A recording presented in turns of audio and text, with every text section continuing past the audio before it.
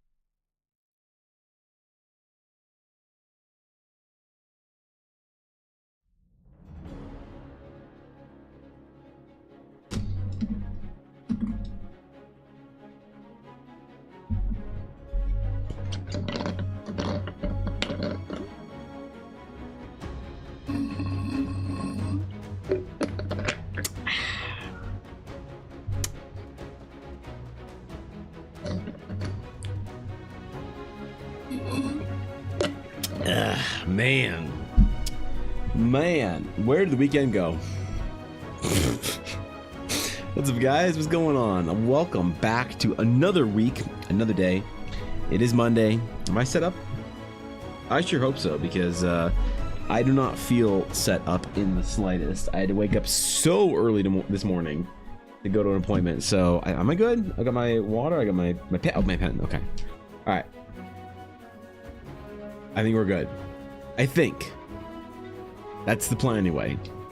But what a weekend it was. That's right. It was the Calgary Comic Expo. I don't know what they're calling it now. They changed the name of it. I don't remember what the name of it now is, but it's the something Expo in Calgary. I don't know, man, but it was great. Ella did fantastically. Hello. What's up? The what? Sounds somewhat evil. Wait, what? Cabal and all that. Anyway, wait, good what? Monday to you, Mr. Streamer Man, and The you fuck? as well, dear viewers.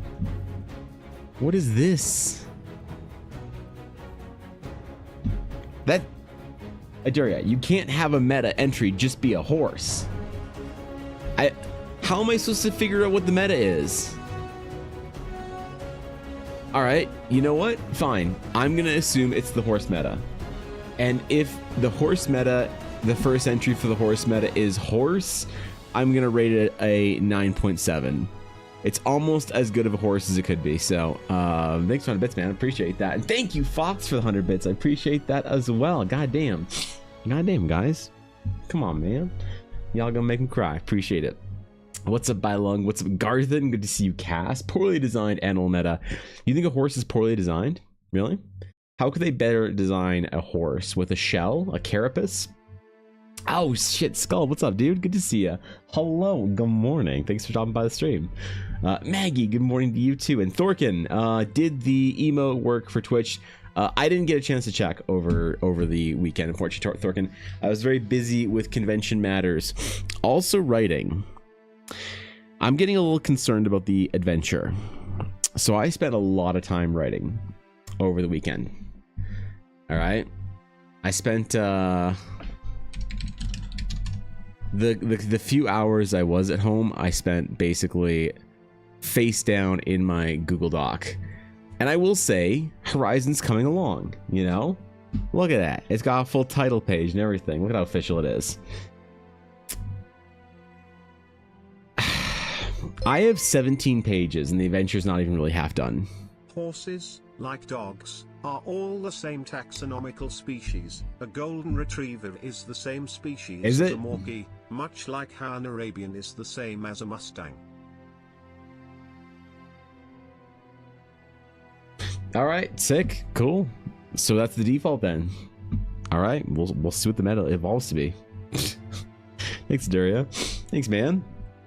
But yeah, man, this is a endeavor and a half to try and get everything on here. So I'm concerned that this is going to be either too in depth or not in depth enough, or maybe I'm overshooting my goal of it being a 2 to 3 game type thing. I don't know. But I've got a lot of work to do on it still for Friday, which, by the way, this Friday will be the anniversary stream because that'll be the Friday that wait, it's May 2nd, right? It should, yeah, I think it's May 2nd. But either way, I'll set it in Twitch so that it makes sure it fires off on Friday. But yeah, it'll be the 5-year anniversary stream, which means that we got to get some shit done. Oh my god, it's 5 years and we don't have an adventure done. Can you, dude, whose fault is this? Can we like fire an entire team somewhere in EBA? I'll just like lay off an entire team. I have to write the entire team of characters to lay off first, but then I'll, you know, we'll get it. It's her. It is her, Skull. We're gonna work on Gloria today for a little while, see if we can't make some headway towards getting her finished for you, and then maybe after we work on her for a little while, we might do some tokens.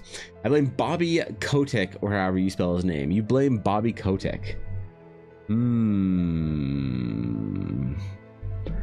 I would like to, but I don't know how to. So, yep. So, yes. You want to run a one shot? Do you want to run a one shot in my game at ArtCon? Absolutely not. No shot. Not even a chance. I'm not gonna say I'm gonna run a one shot at ArtCon and risk having people drive to Calgary, Alberta to play it. Sure. That'd be some danger. Oh yeah, that one needs some help. That bamboo needs to be excommunicated. Like a week ago. No.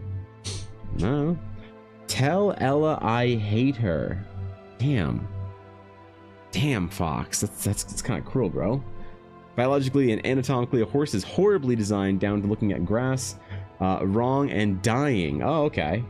Lungs bleeding, crushing their own organs, etc. But they go fast. Wait, I don't look. All right.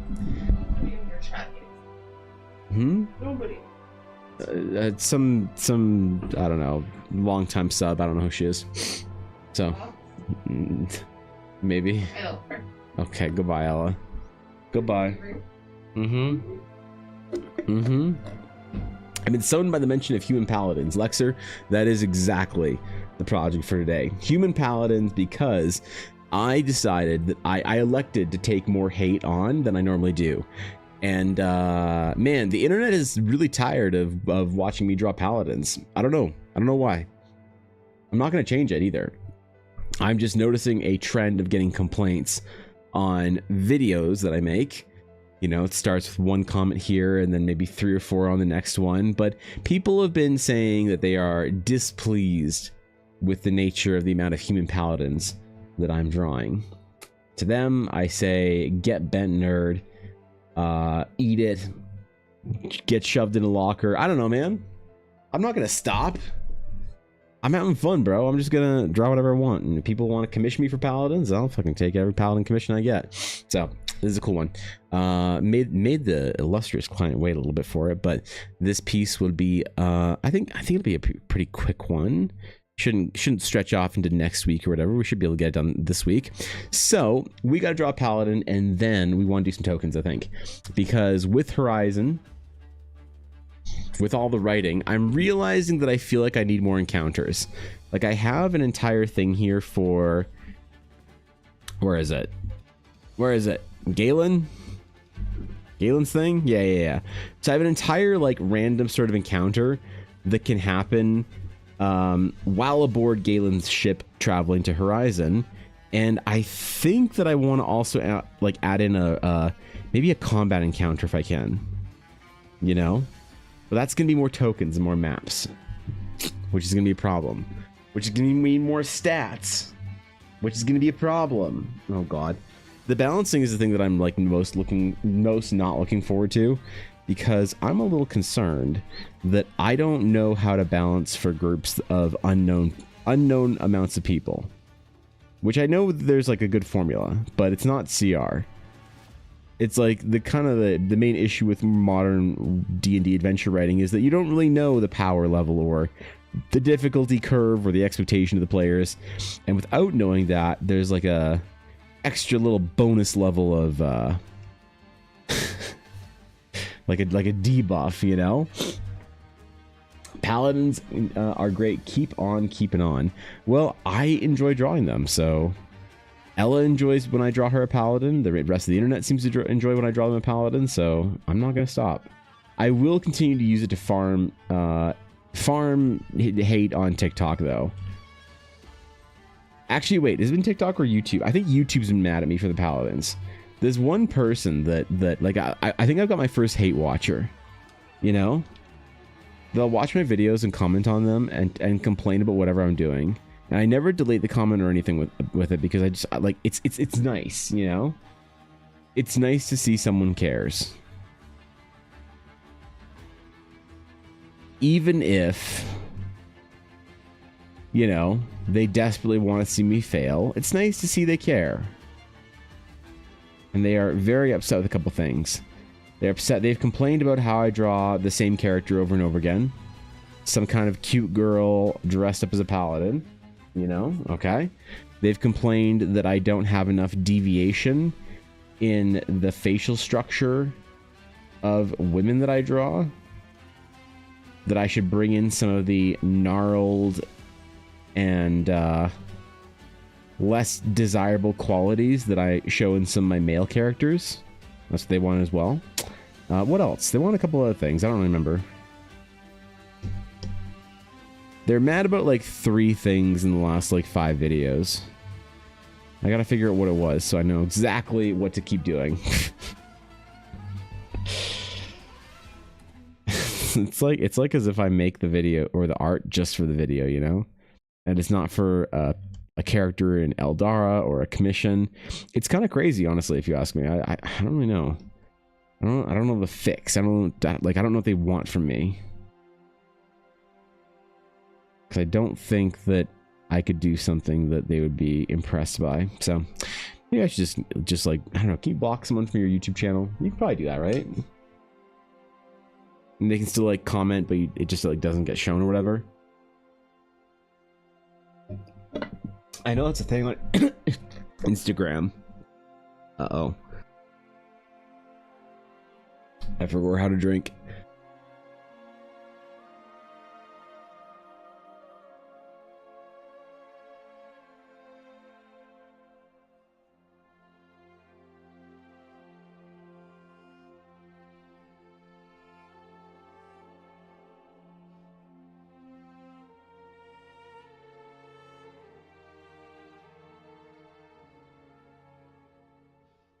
Well, this is gonna be an adventure.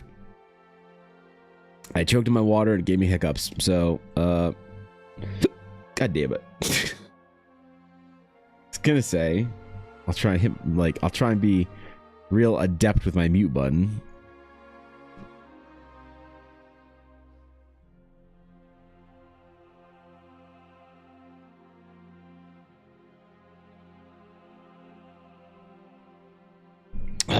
Okay.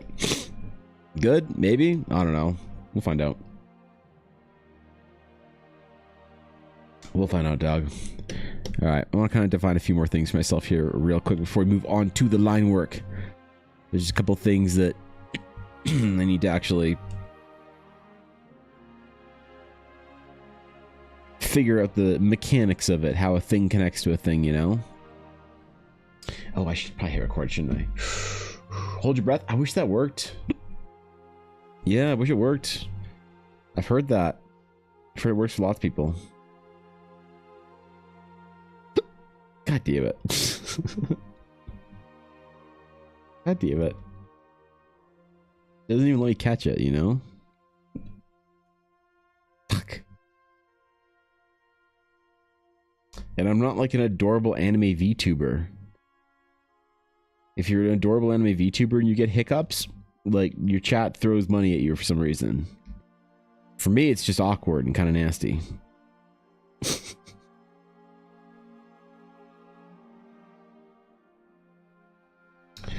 Drink a soda? Wait, does that help? Does the carbonation help, really? Is that a thing?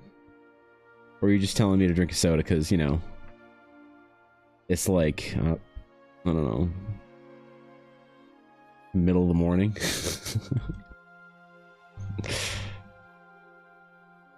How that breakfast soda? Dude, when Ella's family was here, they left a bunch of their fancy American Dr. Pepper Zeros, which can't get in Canada. I pretend it does. I don't know if it actually does. I mean, you can make a case probably for the carbonation helping, but I don't know if I believe it, I guess. It's one of those... God damn it. One of those things.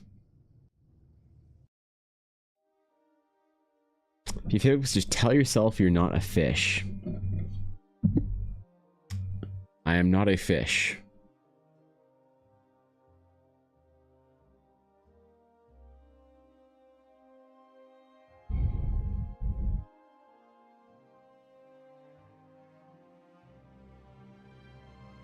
Damn it. Damn it. Damn it. That worked for a solid 10 seconds. Shit. Oh man. What's up, Jarl? What's up, Ernesto? Good to see you, guy. Damn it.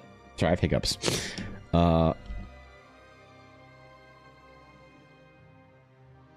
wonder if actually drinking a soda or carbonated beverage actually helps for some reason. It sounds like the kind of shit like your grandma would tell you to do.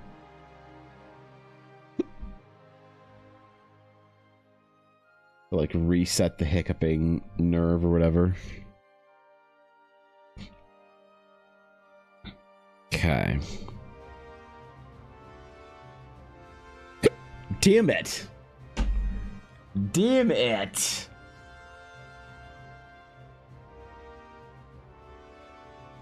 Okay, give me 1 second. I'm gonna try. I was told once by my doctor that if I had hiccups, to try eating something. So I'm just gonna go get a rice cake or something. Give me 1 sec.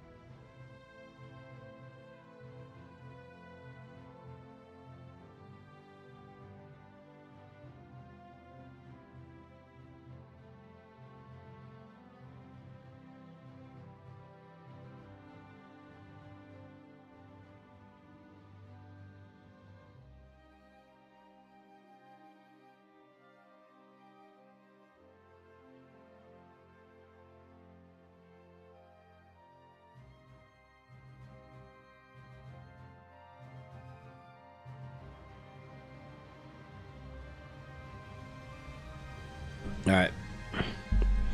Think it helped actually, man. This shit's crazy, bro.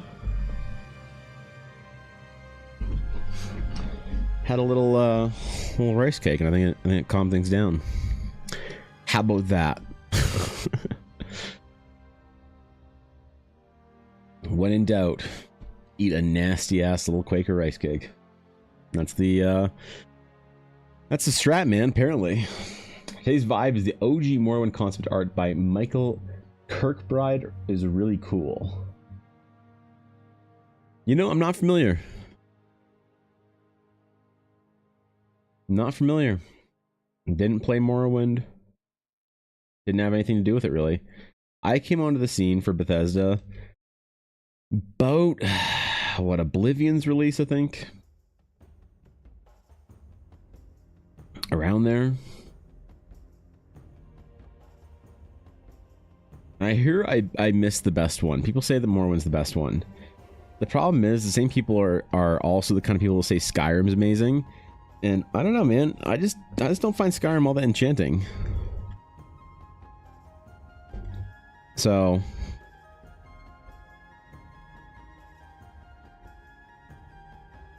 I think I'm on the out for it, to be honest.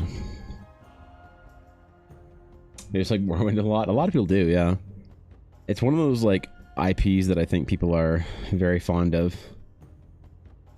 You know, for one reason or another. It was formative for a lot of people.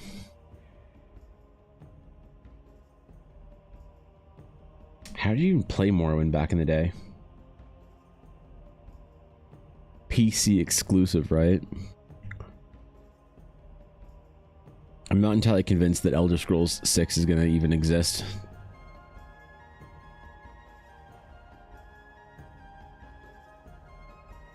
I think there's a lot of people who are suspect that Bethesda isn't even going to be a company by then. Excuse me.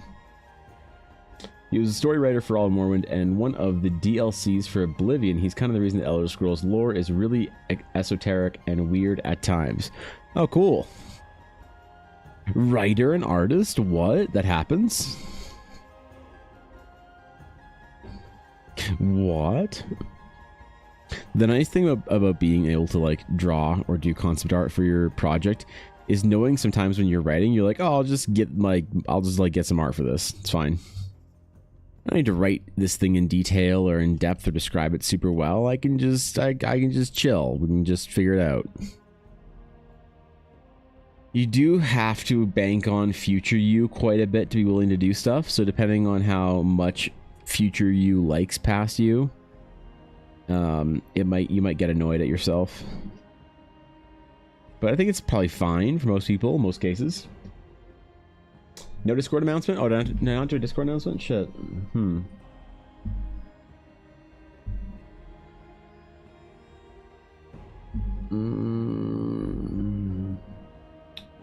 Cool, thanks for reminding me.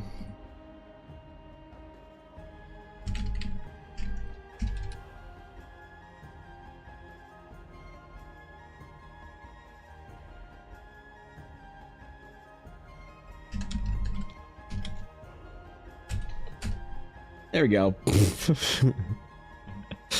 Thanks for the reminder, appreciate it. Dude, I coasted into stream this morning, like, late, not prepared. Had a pretty intense weekend with comic convention and writing stuff, and oh my god. It's gonna be a bit of a shorter stream today, so we'll see how much stamina there is in the tank. Past 2 hours, I think I'll be just surprised along with the rest of you. I'm not collapsed into a ball of ruin.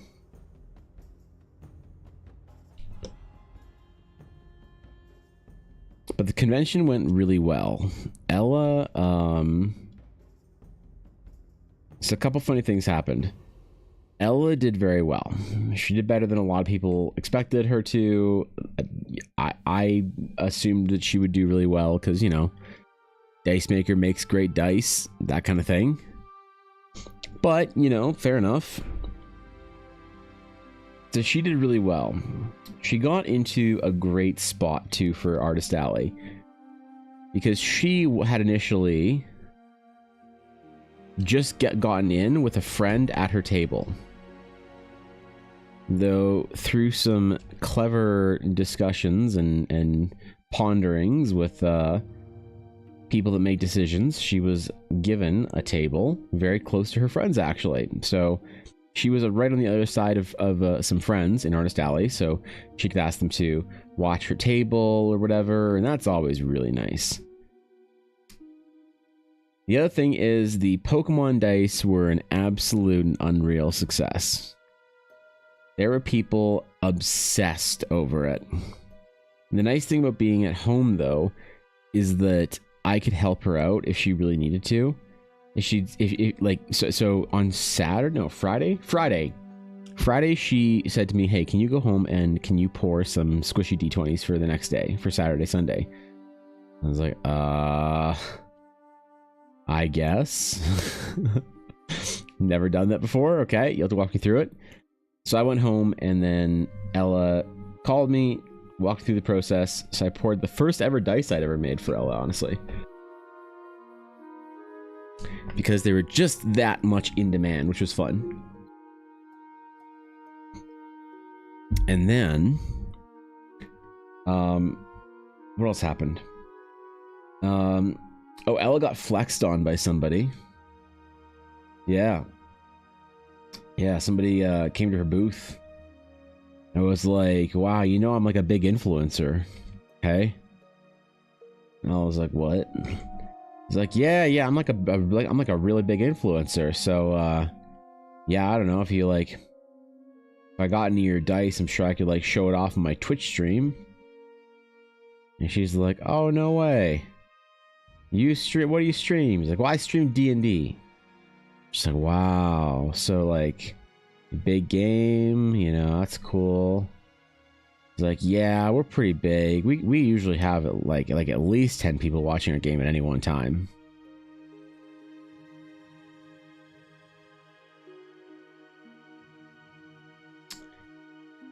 You know, there's certain terms that I think are really not great to use if you do internet things.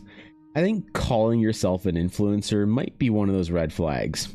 Another is a bit more of an accepted term, but the term collabing, I think that's pretty bad. I think that's pretty much a death sentence for whatever, but hey. But yeah, definitely the self I guess identification of an influencer. Ooh. I don't think Ella gave him the free dice that he was hoping for. Yeah. Ooh, I don't think he got any. I'm pretty sure. Well, rip. There was though. So I don't know who this is, but there was somebody who, this is happening more and more, and it's kind of funny. But there was somebody who Ella met up with, you know, a couple of friends, walked away from her table for a little bit. All right, she gets back. The dude who's watching her table, one of her other friends, he's like, hey, somebody like stopped by. Dude wanted to like talk to you. I don't know what it was all about. So Ella kind of shrugged and was like, okay, whatever. So later that day, dude comes back and he's like, hey, yo dog, yo, you weren't here. Oh man, dang, I wanted to talk to you, but you're here now, so we can talk. And I was like, oh, okay, what the fuck do you want? Like, yeah, so like I followed your stuff and I saw that you were a Twitch streamer as well.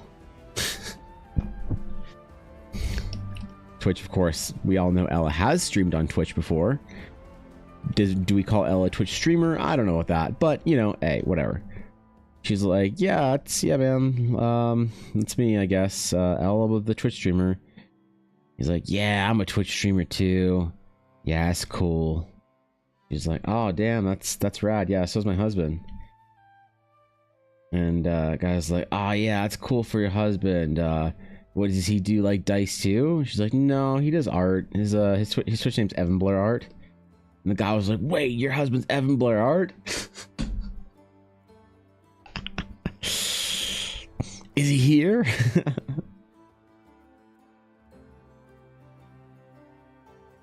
No, he's not. He's at home right now, watching the dog. Damn. Missed out on that opportunity. Meeting adoring hate watcher. I mean, wait, shit. It was a weird one, man. People were strange as they usually are, so that's fine. That's fine. It's convention as to be expected, but it was just kind of funny. There are a lot of weird. There's like every year there's like more and more weird kind of interactions and stuff. I don't know how to handle a lot of the like the art trades, you know? I was asking for free shit anyway. You have to tell people you're an influencer. You're probably important enough to. Oh yeah, right. Yeah, if you have to tell people that you're an influencer, you might not have the brand capital to warrant getting a bunch of free dice or whatever. Like, let's just be honest here. Yep. It's fine though, you know. It's fine. People are having fun, like LARPing, I guess. I don't know. But cons are getting stranger, and for some reason, specifically conventions run by Fan Expo.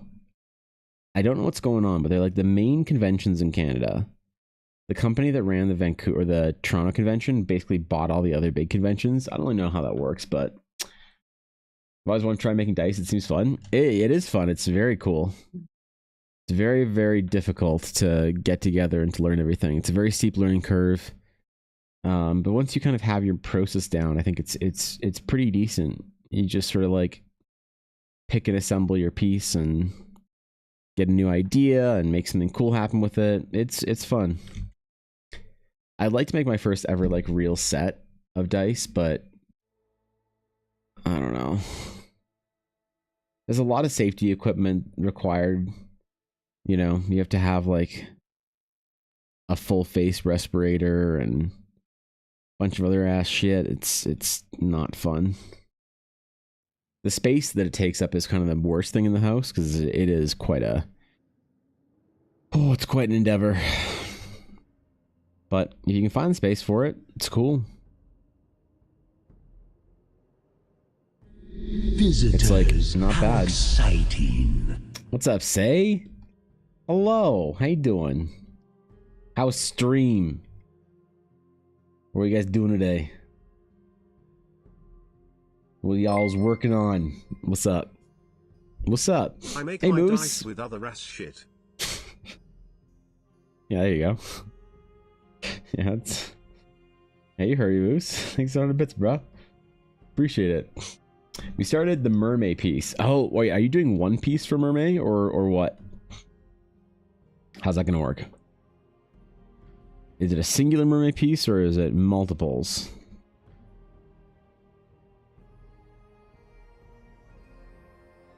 because I think I might be able to do one.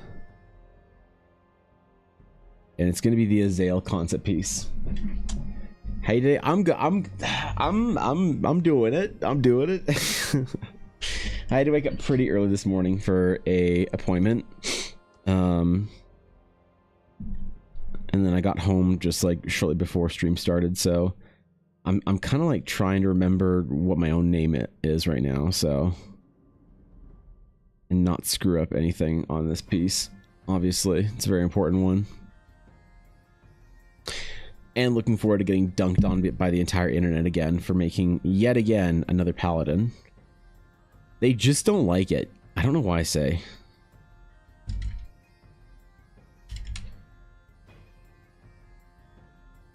I got asked to do a paladin commission. It's like, oh, you have no idea. You have no idea the level of paladin commission that I will do for you. Especially when I'm drawing a character that reminds me of Ella. Oh man. I'm in my natural habitat. You voted? I'll be voting with Rumi when Rumi wakes up. No, not yet. I'll probably go off stream. It's open till like 9. I think. I'm pretty sure it's open till 9. So likely I'll be going after stream, but if I don't know, if I have to wait, I'll just do it. What, like after dinner? I don't know. 9:30 there. Well, there you go. Easy. Easy. Yeah, I was gonna do the advanced stuff last week, but it was just so busy with con prep that I didn't get a chance to. All right, where do we start? So, it's a very important paladin. Paladin, more like Paladont Kappa. Maggie, why are you out here LARPing? Spending bits to LARP as my YouTube comments.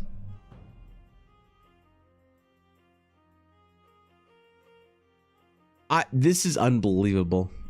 The amount of hate that I get for trying my best, for doing what I can. Paladont? Oh shit, you didn't pay 100 bits, so I read that out by mistake. Damn it! Ugh.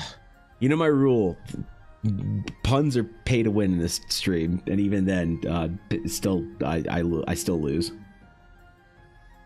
Your name is Art Wizard, you have spoken. Exactly. Exactly, Samurai.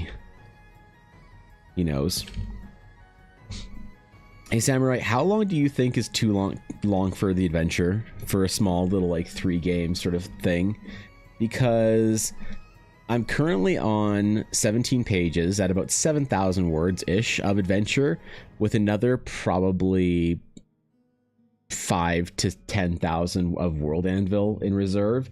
And the problem is I'm not really even done with the actual adventure proper.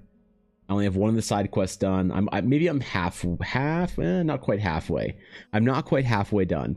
And the adventure is 17 fucking pages long. Oh god. Depends on the layout. Well, layout's another thing I've been thinking about. I don't know yet, because the class I actually did this. So I'm gonna blow some minds. Do you know you could do artboards in Photoshop? I might have just ended the Clip Studio debate forever. Forever. I'm gonna put it to bed. So the Astral Knight. Oh god. Oh no. I tried to do something. Oh boy. And I'm on stream. Oh god. It's gonna crash everything. You see that little loading thingy right there? Oof. Okay. That definitely flipped the canvas by accident. Okay, anyway. This was a base, like, first draft of, the Astral Knight. While it's missing a couple of spells. It's missing a section playing the Astral Knight, which is up here. It's missing that. It's missing like 10 spells. It's missing a couple of Imperial alignments, which are these. I might want to do another few of them, but I might not. Fuck it. And then also placeholder art and a table for something. I forget what the table is. Oh yeah, this is a placeholder table because it looks like shit. But anyway, Yeah, I layout's tough. I don't really know how I'm gonna lay out my adventure. Because doing this in InDesign would be really easy. Doing this in Photoshop is not going to be so easy. Photoshop is not intended for this kind of use case, or it would be if I had a better GPU. So, but yeah, I'm not sure yet. Right now, as far as just like raw 12-point aerial document, just like this is what the adventure looks like at 17 pages worth. So,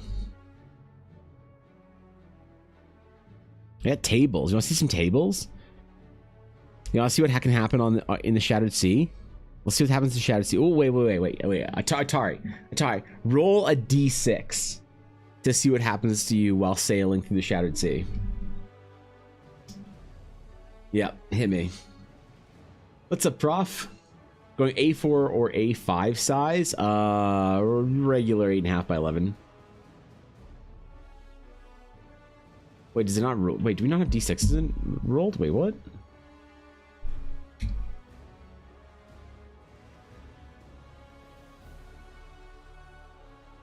Try it again, I guess.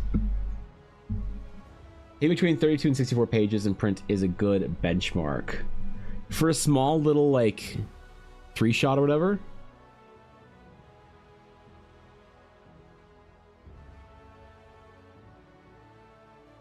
Report from the con above. Oh, okay. Con was a success this weekend. Had 4 sessions, 3 expected, 1 unexpected, only 13 deaths in the first level 0 game. 21 seconds.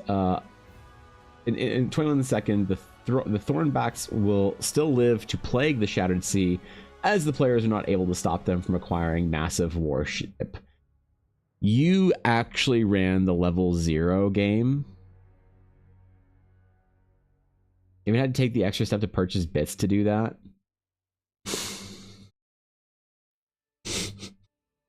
You know, Maggie, knowing that you had to go through extra steps to troll actually makes it better somehow. You know?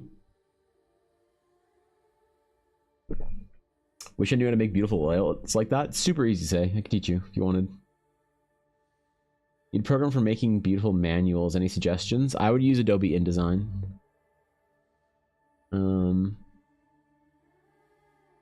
A 1. Okay, Atari. As a 1. While sailing across the top of a large cloud formation, a pod of sky whales nearly emerges, or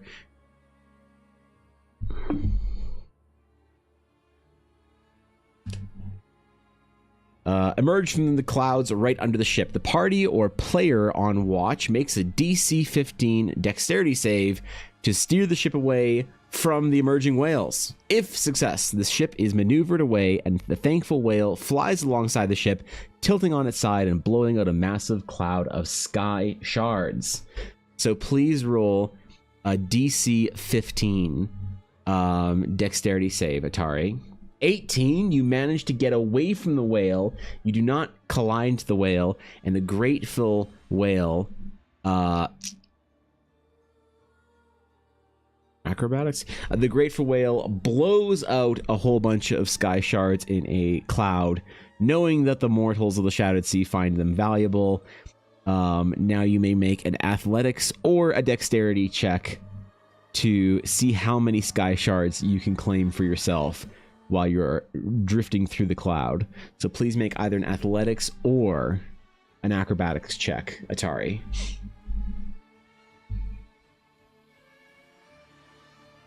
Oh man, how do I get stream elements to not have such a cooldown?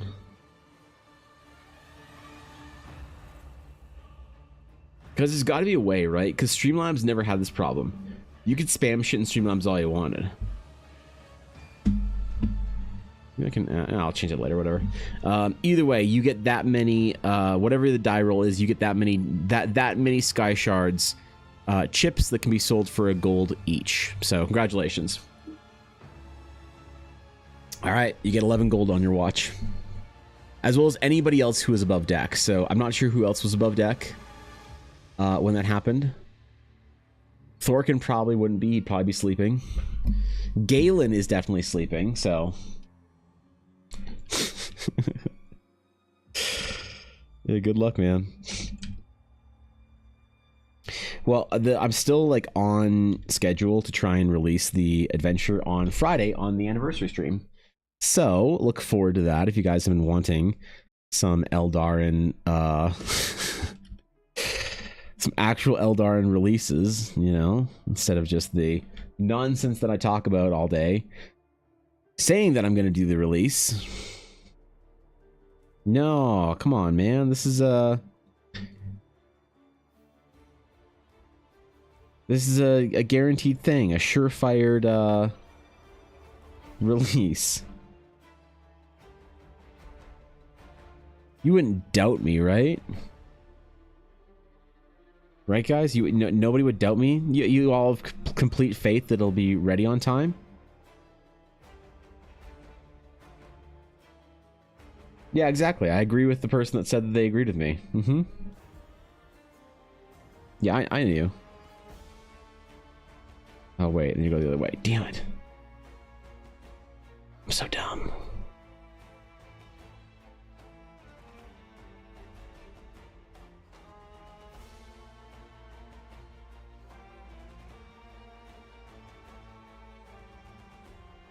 I know, it's a bit of a weird way of doing delete sketch. But it should make sense. Alright. Alright. We're ready to draw. We're ready to sketch. Warmed up. We're good to go. Let's start with her hair, I think. Nice, easy little bit to jump onto. Imagine knowing how to cool down couldn't be me and my sweaty ass. Well,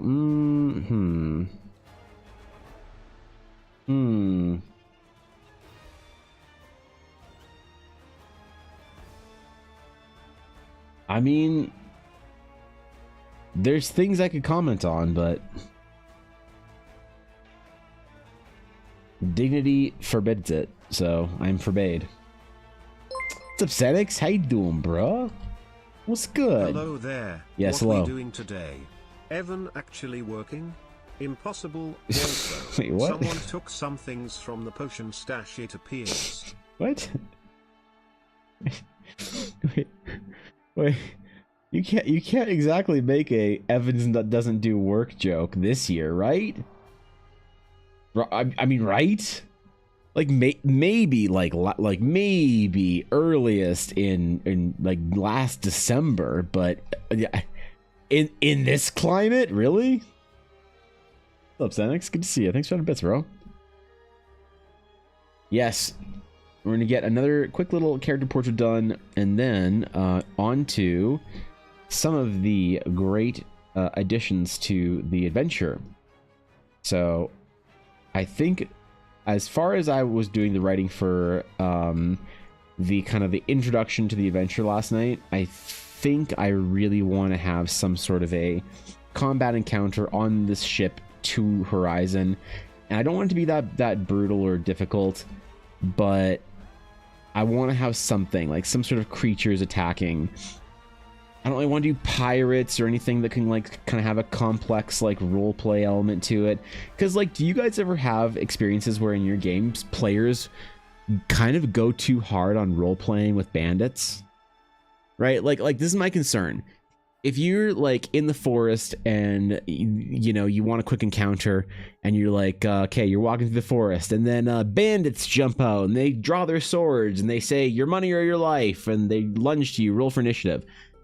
A lot of people are like, oh great, bandits, you just gotta kill the bandits, cool. But I've played with a group somewhat recently too, where every time like a person was attacking them, they'd be like, quick, we have to do non-lethal damage to the bandits. Like, okay, we have to keep them alive. I'm like, oh, how noble. We have to question them to figure out who sent them. I'm like, what the fuck? They're bandits. And so they're sitting there questioning this like bandit, this like illiterate bandit with like one tooth and like, you know, I don't know, missing a hand. And then they're like, who sent you? The bandit's like, what? I just wanted to get alcohol and bread, so I was gonna take your gold. And if you weren't gonna give me your gold, I was gonna kill you and then take your gold so I can get alcohol and bread. They're like, sure, but what god do you serve?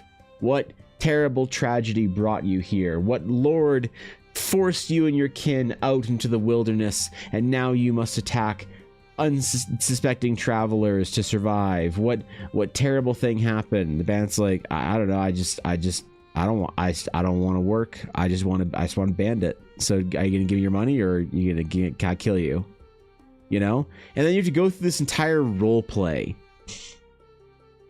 of questioning and whatever with bandits, and it's not necessarily what I want in an encounter that's quick like this. So I'm thinking some kind of a creature that descends down, because I know, to be fair, most players, most groups, I think would be able to handle it pretty well. You know, most players and tables, I think, are pretty good at just kind of like identifying, yeah, all right, these are just bandits, you know, run-of-the-mill highwaymen trying to get some coin off of you. Great. They threatened us. We're gonna kill them, loot their shit, and, you know, be on our way. But I recognize that there is more and more of that kind of D&D group. The, like, everything's an adventure. All characters are part of the grand plan. And a random encounter is never random. So maybe I'm just like looking out or guarding too much against things that happen in my game, but still, that's all I can do. What's up, Blue? How nice I get to witness the famed artist drawing the famed paladin class in real time, right? I mean, like, it was kind of funny that on one of my videos recently, somebody said something like, boy, I can't wait to see you draw things other than, or characters other than, like, pretty humanoids with armor on. Like, have you seen my commission queue?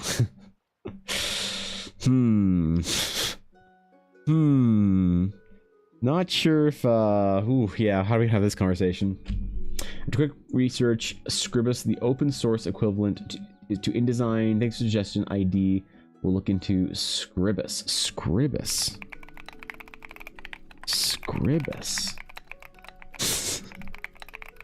God damn it, Thorkin, why can't that just TTS?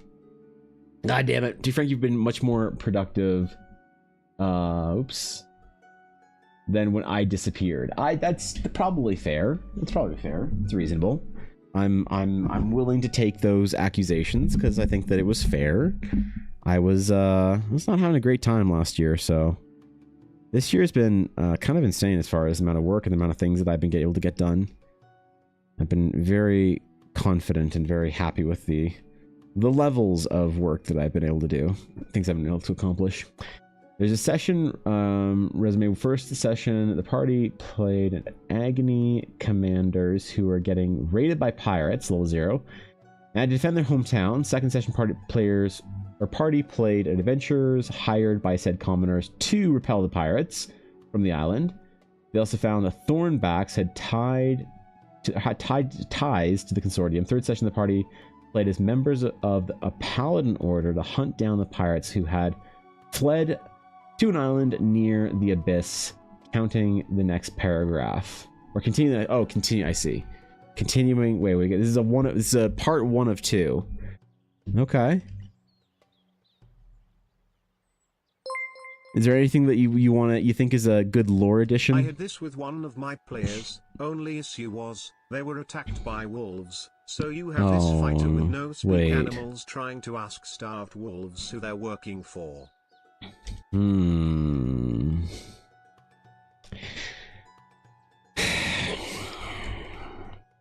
Yeah.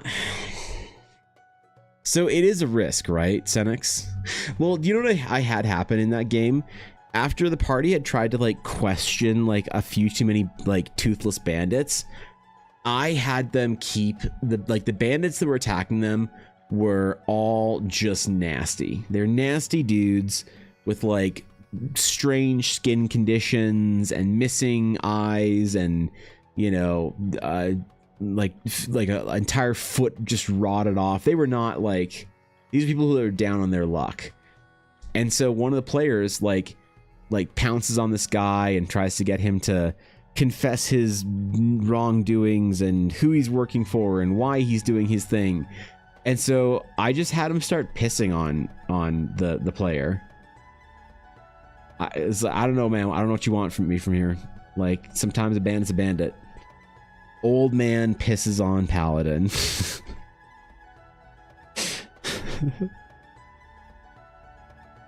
The player's like, oh god, he's disgusting. He's acting like a crazed old lunatic. He wants us to think that he's a deranged old man that's just resorted to banditry. And I think they started to slowly clue in after that. Like, oh, maybe the random encounters are somewhat random.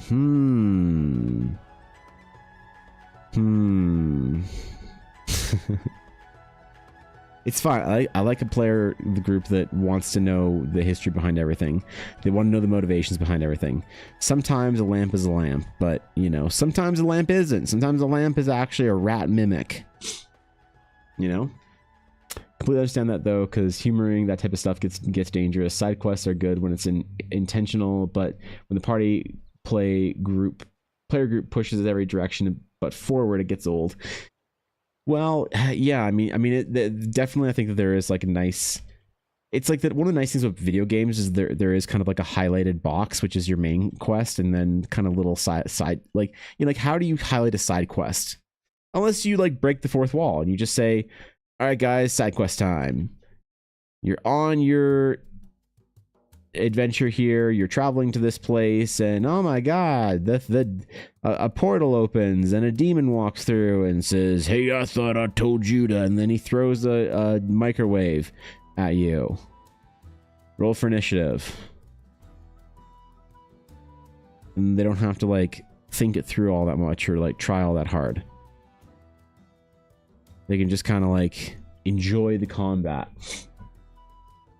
And with Pirate Captain uncovering a massive warship, 4th session, they played as a crew of military ship who were destined to fall to the warship. Did everybody die? Did you Halo reach it? Did you Halo reach a group before I could?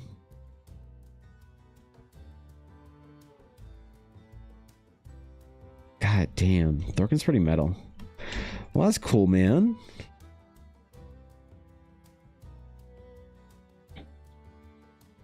So I kind of blew Ella off earlier, obviously because I think it's a stupid fucking idea.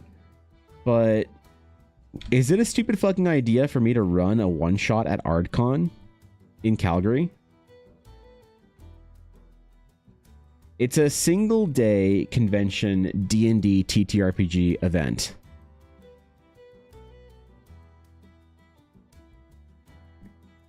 Is it an incredibly stupid idea that I would run a little one-shot there for Horizon? Like, do what Atari does and run the side quest?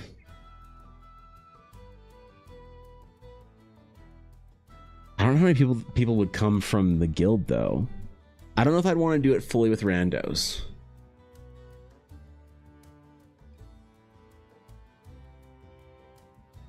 How do we get Thorkin out there? How do we get Thorkin to Calgary in June? Who do you think would come? You think Blaze would come? You think Cobalt would show up? I announced that there was a one-shot being run for it.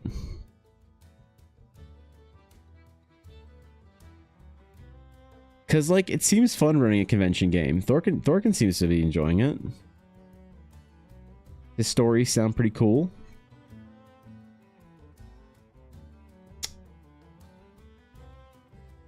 And with the pirate captain uncovering a massive warship. If you want to have an eldritch corrupted warship roaming the shattered sea as a random encounter, that could be cool. The captain got corrupted and is barely recognizable as human.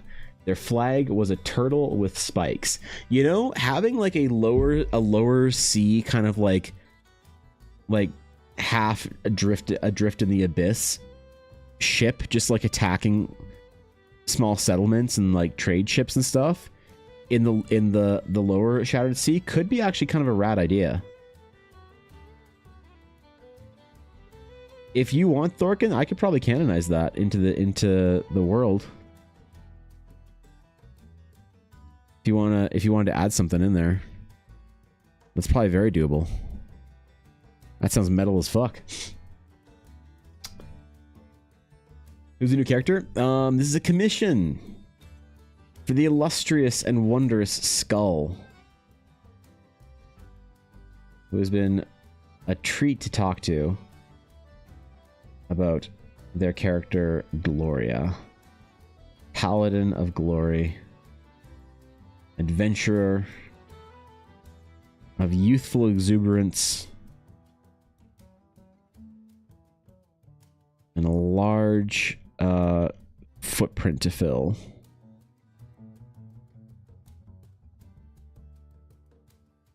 Kind of Halo reached them. A few did survive as they took smaller boats to flee the combat and report of the pirates. That would be sick. Gloria's a great name. Or it's pretty name. Yeah, it is funny because there's somebody in my family named Gloria.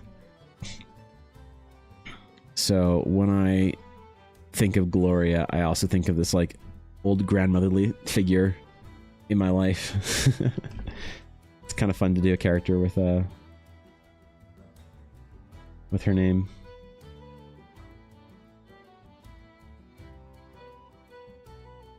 What's up, Avail? Hello. How you doing? How are all of your D&D games going, Avail? Yep, you heard me. How are they all going? Tell me about all the D&D you play in a week.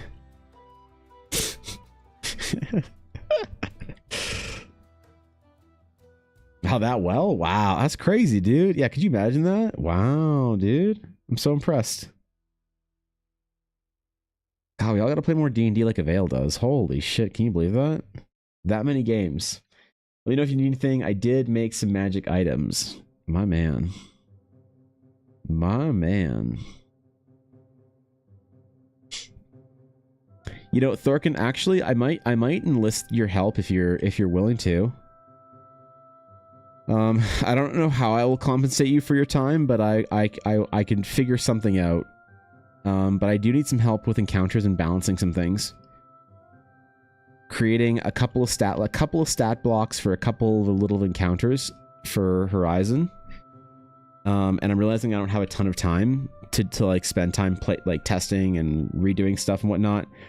So if you're down, I might offer to hire you for some of your consultation if you're willing. With Horizon getting so close.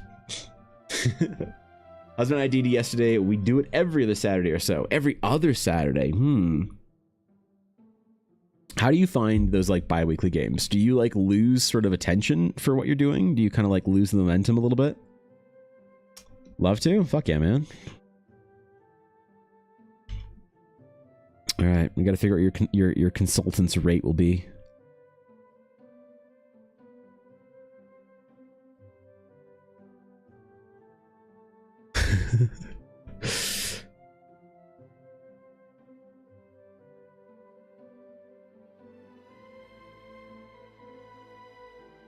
I don't want to be too heavy-handed on this because we are painting out in color as well. One of the last, she's one of the last character sketches that I took, where I like offered color as a thing.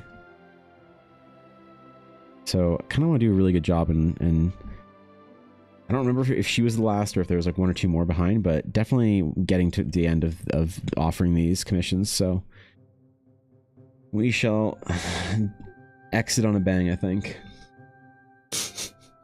D&D adjacent, right?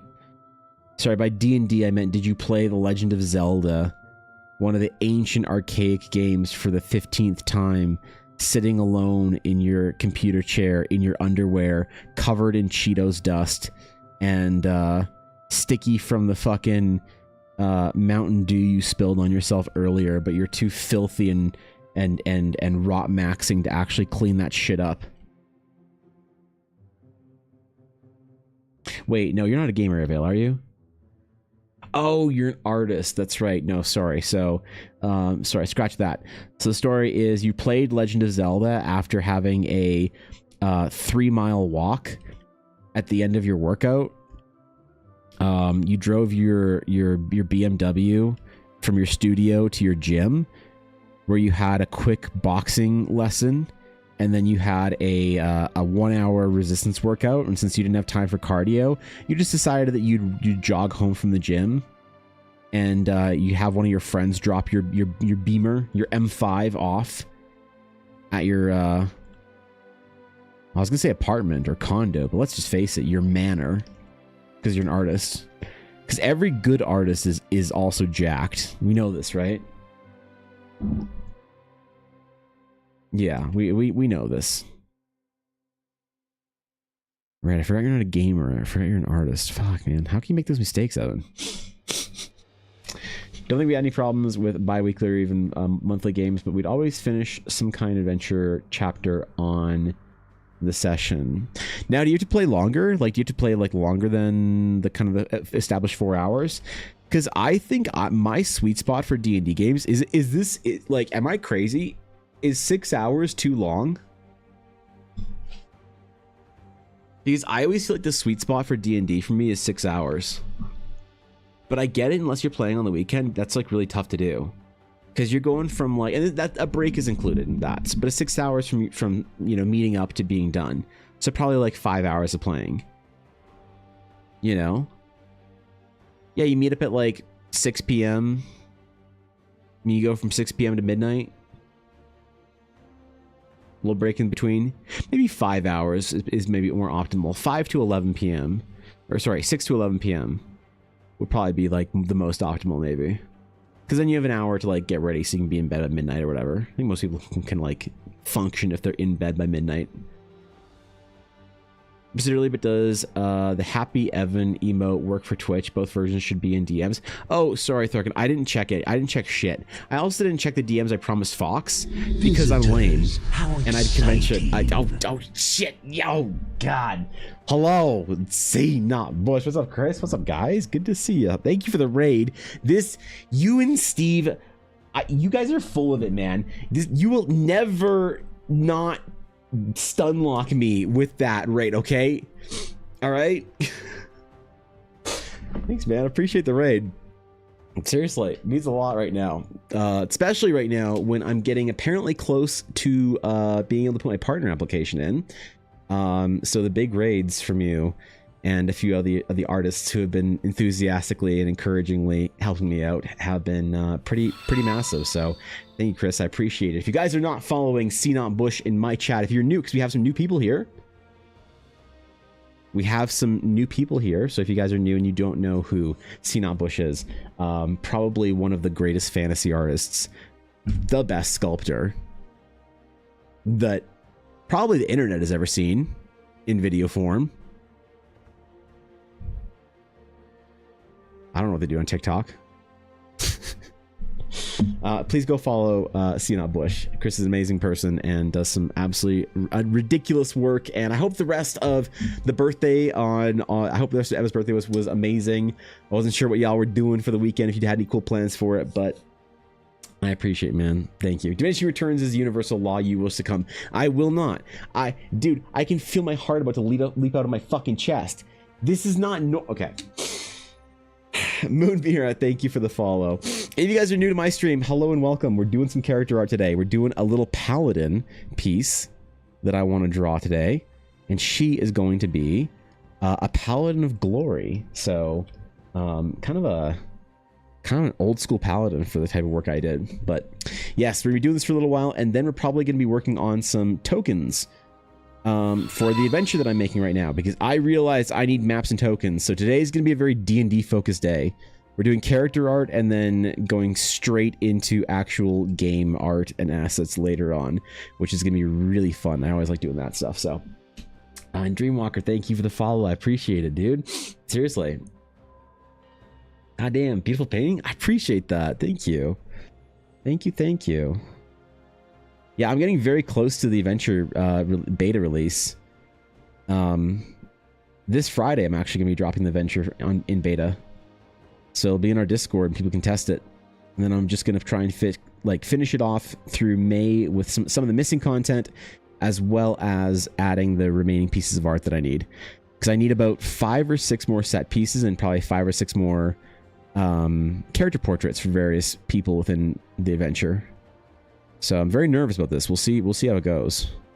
Like, making my first entry as more than just an artist, I guess, in the D&D scene. So was an everyday D&D day here. What did we do the other day that wasn't very D&D-y? I think somebody in chat, Lemon, a couple days ago said the word Pathfinder.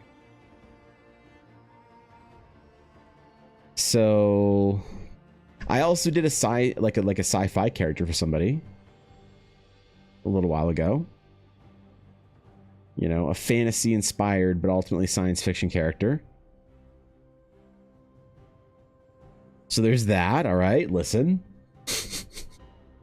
Oh no, right?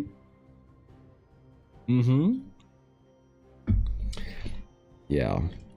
Well, by today being a D&D day, I mean that I'm not just doing commissions, but we're also going to do some tokens or map design or something. Because I don't really love writing on stream, but we can do a lot of the tokens and stuff on stream. I don't mind doing that kind of stuff. Usually pretty fun. People talk about how they're going to, you know, use these tokens to TPK their party. And it's good. It's healthy. It's healthy for us to talk about it as DMs.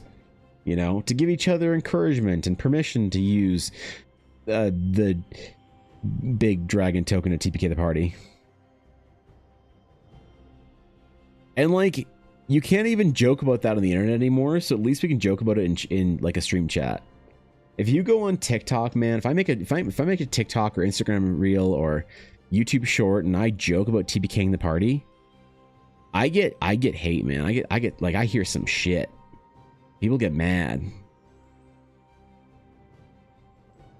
You say that you threatened to TPK the party, and people are going to be out there calling you a bad DM, saying that you shouldn't DM D&D games if you're going to be such an irresponsible asshole to your players. You say, well, wait, why?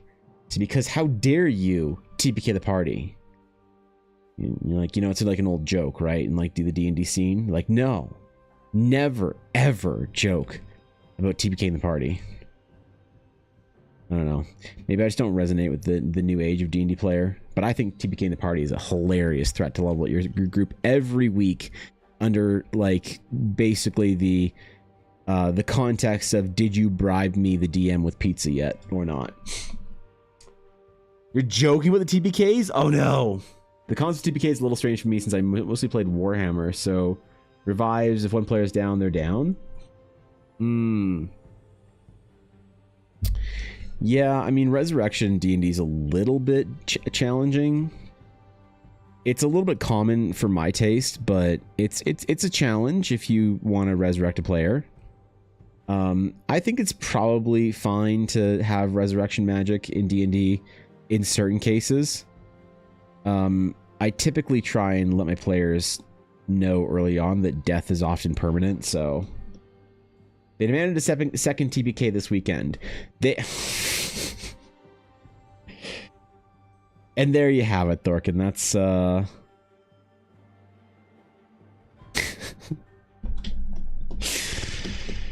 that's what the real players are. But like, what was it like running a game at a convention, Thorkin? Did you have fun with that shit? Was it a cool experience? Did you do it again? I'm so curious because every time that I go to a big convention, like, you know, Edmonton Expo or ArtCon or GameCon, there are opportunities to run games, to run D&D games. And I'm always kind of thinking about whether or not it'd be worth it. And not just for like people that I know from the guild that would be there, but like potentially for other people that I don't know, as like fresh eyes for Horizon, fresh eyes for Eldara, to see what they would like about the game. and what they didn't like about the game. And like, who better to lore master that shit than me? I mean, Atari, obviously, but besides that, me, you know? Since I'm the one that wrote it. I think Atari, like, will be the better DM, probably, in the end, of people that run the Horizon Adventure often. But I still need to have at least earned a little bit of respect for doing it a couple times at conventions.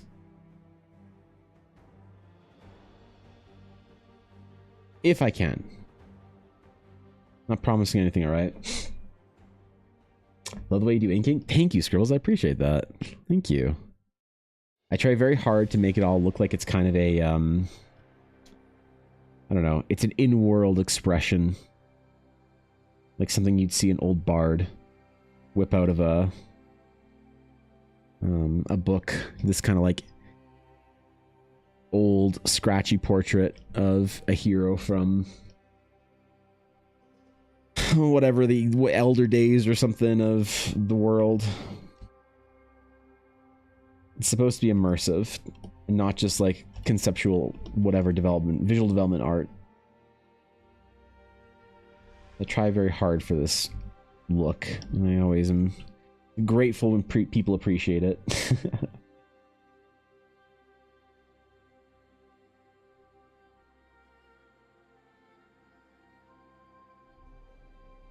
Alright. See if we can't get Gloria a little bit more.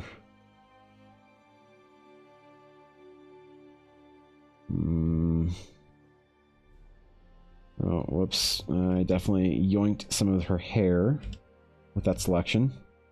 I really should have figured this shit out, like, completely, completely did proportions and stuff on the approval sketch, but I've been trying to spend less time on approval sketches. Because, like, to get to the sketch where it was when you guys first saw it this morning was, like, probably a good, like three-ish, maybe a little more hours. And that just definitely doesn't feel good. Especially if the project doesn't work out and the client doesn't want to continue. And you put 3 to 4 hours in of sketching and research and stuff before, you know?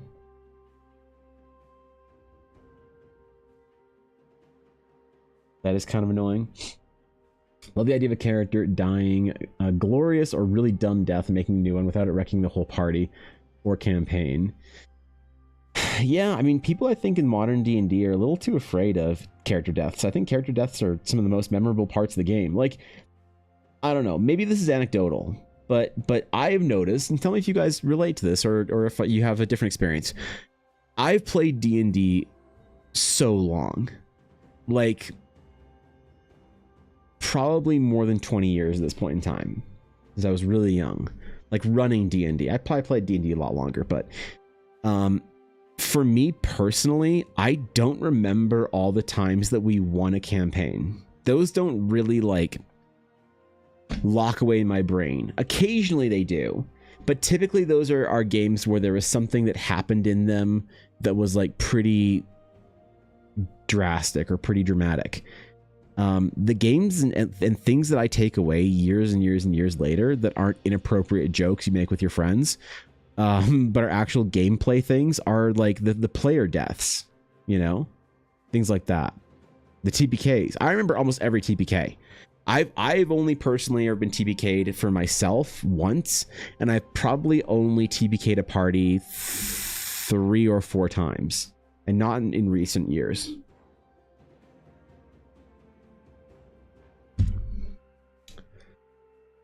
Remind me like a researcher's journal. That's Scribbles. That is exactly the vibe I'm trying to go for. That's exactly the vibe. Even for the more concept arty things, like any sort of concept development that I'm doing for like buildings or you know, clothing designs or whatever, I'm trying to make it all look like some kind of like an in-world concept study journal type thing, scribbles and notes and all that kind of stuff. So yeah, that's the exact vibe I'm going for. I understand the joking about TPK in the party, but leading our party near a pit full of Wendigos They got to roll at 18 or higher to hit. Kind of crazy. We just leveled to 6 on that last session, so that's a lot. Yep. It was mostly fun, especially the level 0 game, since it was very clear to the party, hey, you'll die. This is part of the fun, and it's a bit of a disrupting player in the Paladin Order game that wanted to play as someone who got isekai'd from the Spanish Inquisition. Oh, that's lame. Pepe 69 Art and Scribbles, thank you for the follows. I appreciate it. Welcome in, both of you. Yeah. How often does that happen for a client to not want to continue?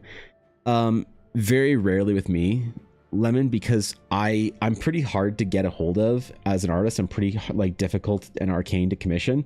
So what I find is that by the time somebody has sort of like gotten through the process where they're sort of like serious about me getting a project done with them, it's usually a person that I'm willing to work with. I've kind of like vetted them a little bit while we're talking about their characters, because like when I'm sort of like giving people information on my commissions and things like that, it is the opportunity for me to sort of sell myself to a client, to tell them that I think that I could do the project and that I'd be a good choice, and that I'm worth the rate and whatever, and they kind of expect that, of course. But the problem is that maybe not problem. The funny thing is that when I'm being like inspected by my client to figure if they want to work with me, I'm also like scouting them out to see if they're going to be easy to work with. And so many times, like maybe like a third of the people that ask me to do a project will agree on a price, will agree on a thing, we'll be talking about the project, and they'll say, cool, you know, that price is fine with me. Here's what I have in mind. And they'll give me a bit more of a serious rundown of what they want, and I'll say, hey, sorry, doesn't sound like something I think I can do. And it might not even be the content, it might be something else about it. So by the time I get to a stage where I'm doing a sketch for someone and spending a couple of hours like this, usually I'm pretty confident in them, they're pretty confident in me, and we're pretty happy to work together. So it's very rarely happens. The last time it happened was, it's been a while actually. Like I think it was late last year. I was doing a sketch for somebody, and I got to the approval sketch point. So I put in about 3 or 4 hours onto it because it was a full body character, and they backed out because they didn't want to spend the money on the art. They had something else that they wanted to spend the money on. I don't know what it was, but it was something or whatever. So yeah, that was a little bit weird. And that's very, very rare, like really rare. So I don't think about it too often. I shared my anglerfish alien OC a few Discord servers. People kept asking me if it's Sebastian Solus. I don't know who that is. Sebastian Solus? I wouldn't know myself. You know, a high-risk campaign, you might find having followers and henchmen with the party. If someone dies, they get to play on one of those. Basically sitting on a table doing nothing for more than a few scenes isn't fun. That's just the thing to avoid, not the PC deaths. Could be, yeah. I mean, I also think that if you get to watch your friends like dramatically mourn you narratively for a day for the rest of the game while you like figure out what you want to do, like that's fine too. I've seen people do that. Play stylistically, Samurai, it can be pretty different, hey? Morning, Sleepy. Question for chat, is it more or less common for people's characters to look like them IRL? More or less common for their characters to look like them IRL? I mean, I'd be curious to hear what people say about that stuff. I don't know for my clients because I don't ever let them give me IRL references for their characters. Ever. That's just a thing that I just don't do. I find people, you never make them happy. When you're working in a pseudo-stylized way where you're kind of like trying to thread the needle between deep stylization and more sort of believable proportions, people can kind of get a little spicy about, bro, I want my paladin to look like me. I'm like, sure, so you want your paladin to be slightly chubby and, you know, have thinning hair and bad teeth and like, you know, only be like 5'4"? Like, no, like me, but like more heroic. I'm like, I see. Okay. So yeah, there's just no good way to do it. I don't draw people as their characters ever. It's just not worth the risk, you know? It's like someone might be totally cool with it, but the problem is that the likelihood that I deal with someone like that versus it being a problem is just too high. That why would I risk it? What's up, Golden? Less common in your experience? All my characters are ginger, but that's about it. Well, that's fine, yeah. I mean those basic things make sense, you know. Also played Pathfinder this weekend with the Society, thinking about some kind of nationwide, worldwide Realms of Eldara society of players who will play the same adventure throughout the years and build on the lore. So I have an idea for that, actually, Atari, and I even have a web domain reserved for it.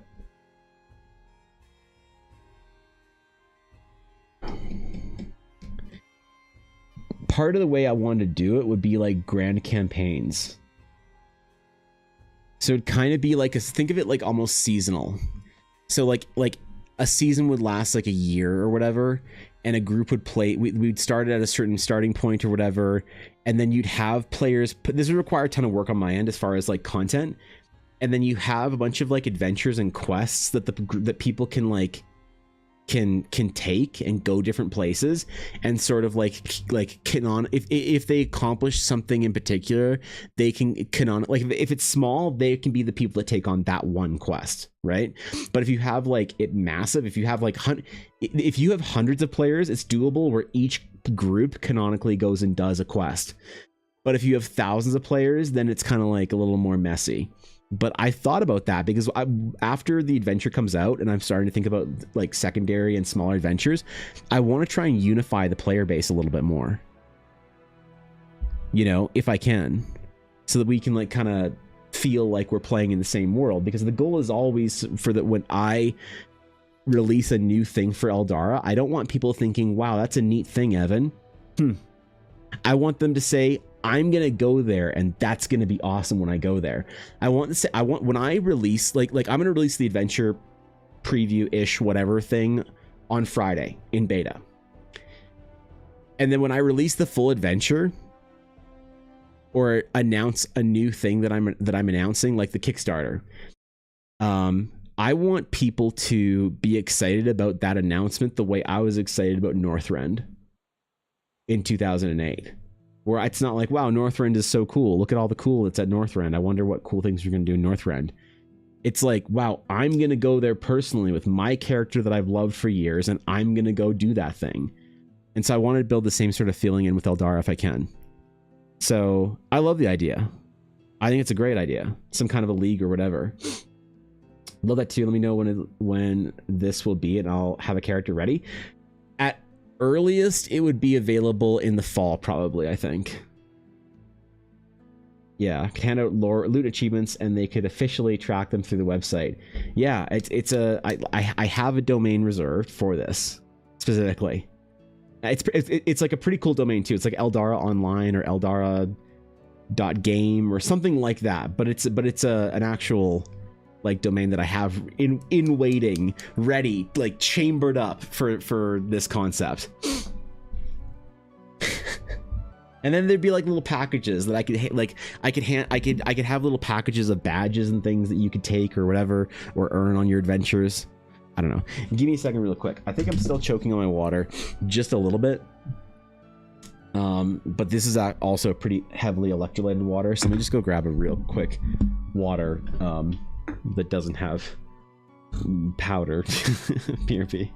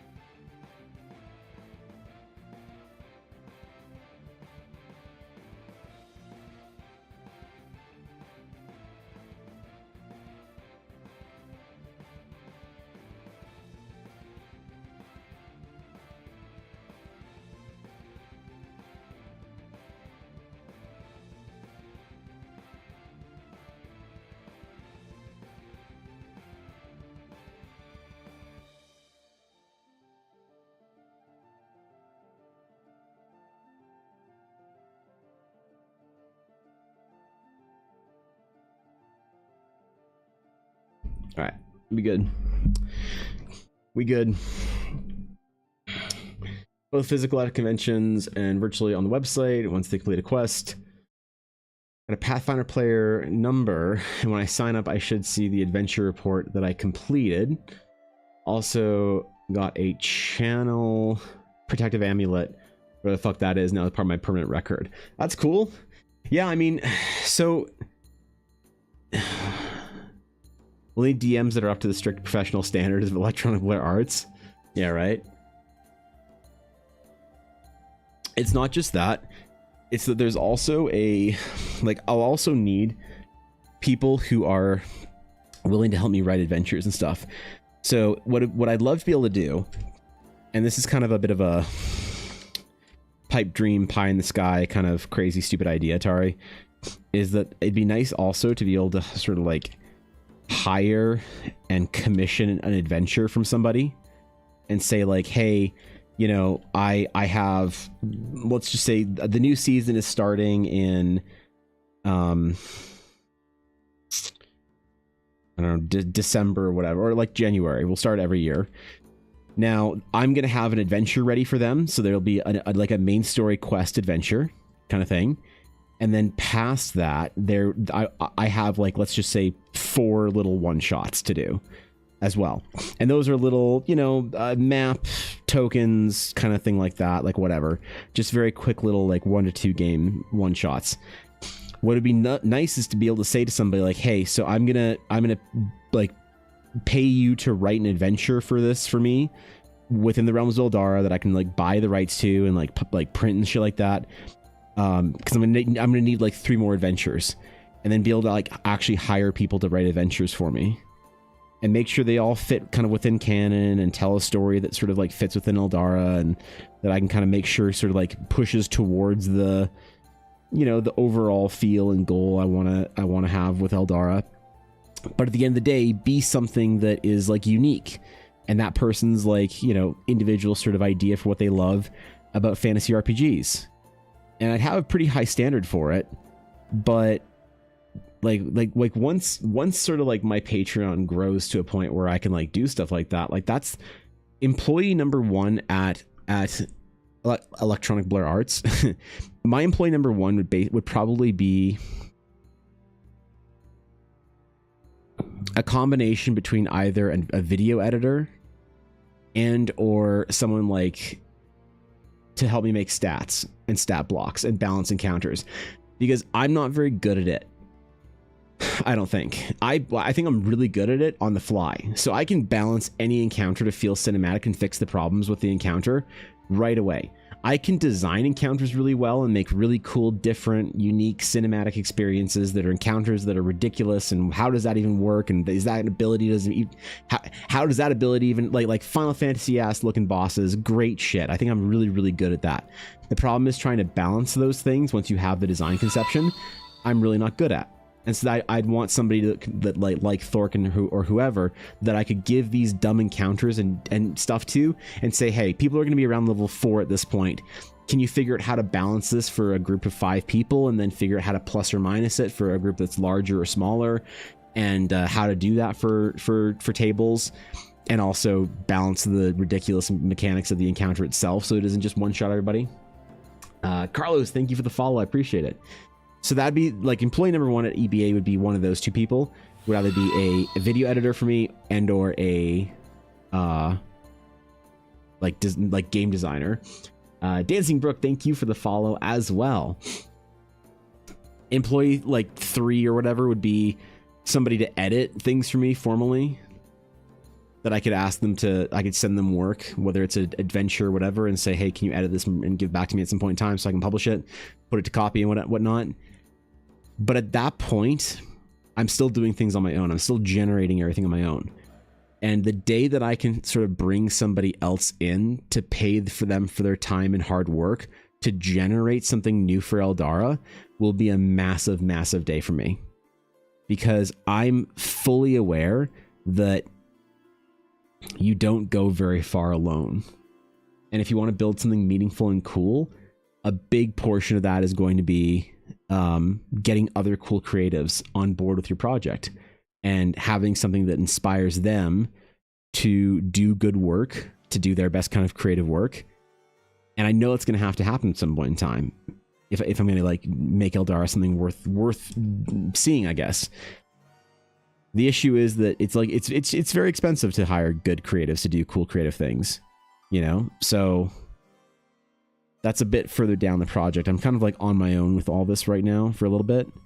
But one day I'd love to. And so like the Adventure League type thing would be a way that would be, you know, really well done. As if somebody says like, hey, I really want to write kind of like a Monster Hunter style, like hunt big monsters kind of campaign thingy. And I'd say, great, can you make a 4 to 5 game little like campaign that we can add to the Eldara League for this season? And I can do some art for it, some like light pieces of art for it, maybe do a couple monster tokens, do some of the maps and whatnot.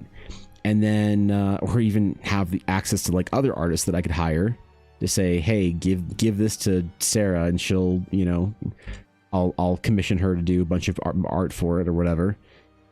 And then build something really cool. The only problem then is like making sure that everything sort of fits within the standard and the vibe that you want for Eldara.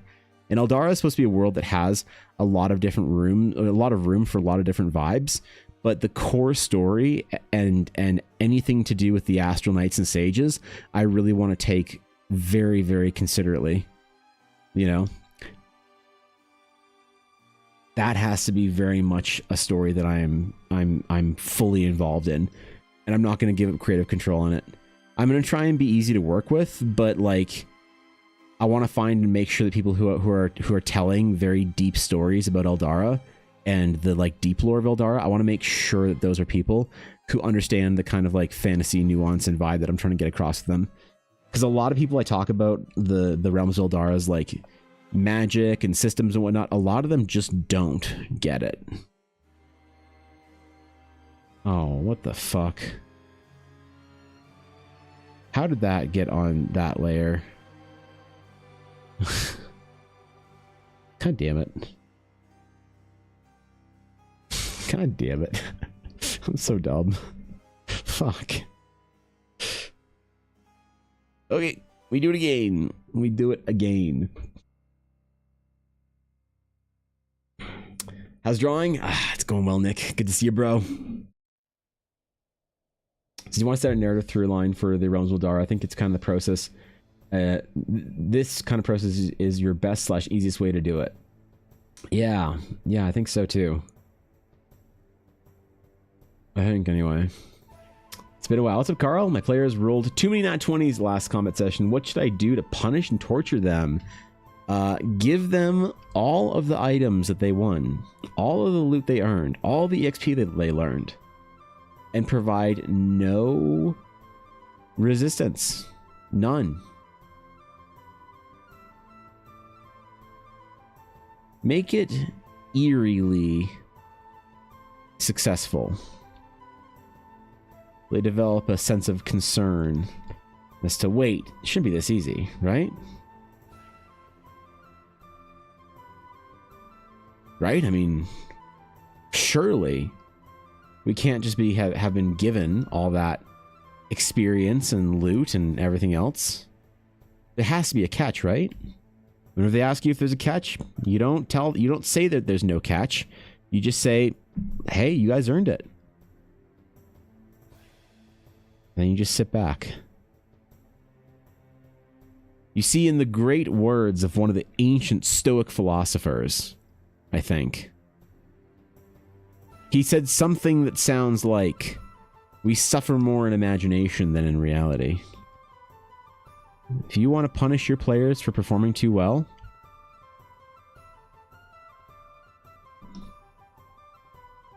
let them bask in their own rewards. Watch them in silent awe, as if you are deeply proud of your players. And you will see the shackles of doubt begin slowly slithering into their minds. The manacles of second guessing will begin to coalesce around their wrists. You call it a league of mediocre gentlemen and hot anime booba cat girls. Ooh.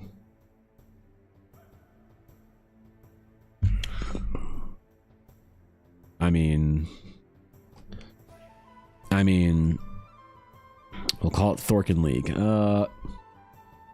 Husband said he would love to chat with you about your deep lore on Eldara, man. Who also feels the same about getting the right lore and vibe across people in this world he's trying to create. That's awesome. I mean, I sympathize because it's tough.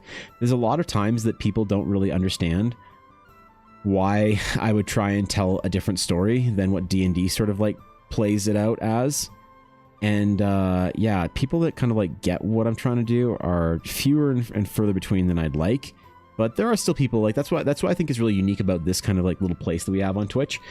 There's a lot of people here who are more into that kind of like side of like more nuanced or more thoughtful world building. People who are of that kind of like, well, D&D does it this way, and if you don't do it this way, well, you're dumb. That kind of opinion is just not as common here. Oh my god, I keep going to the delete sketch. Ugh, okay.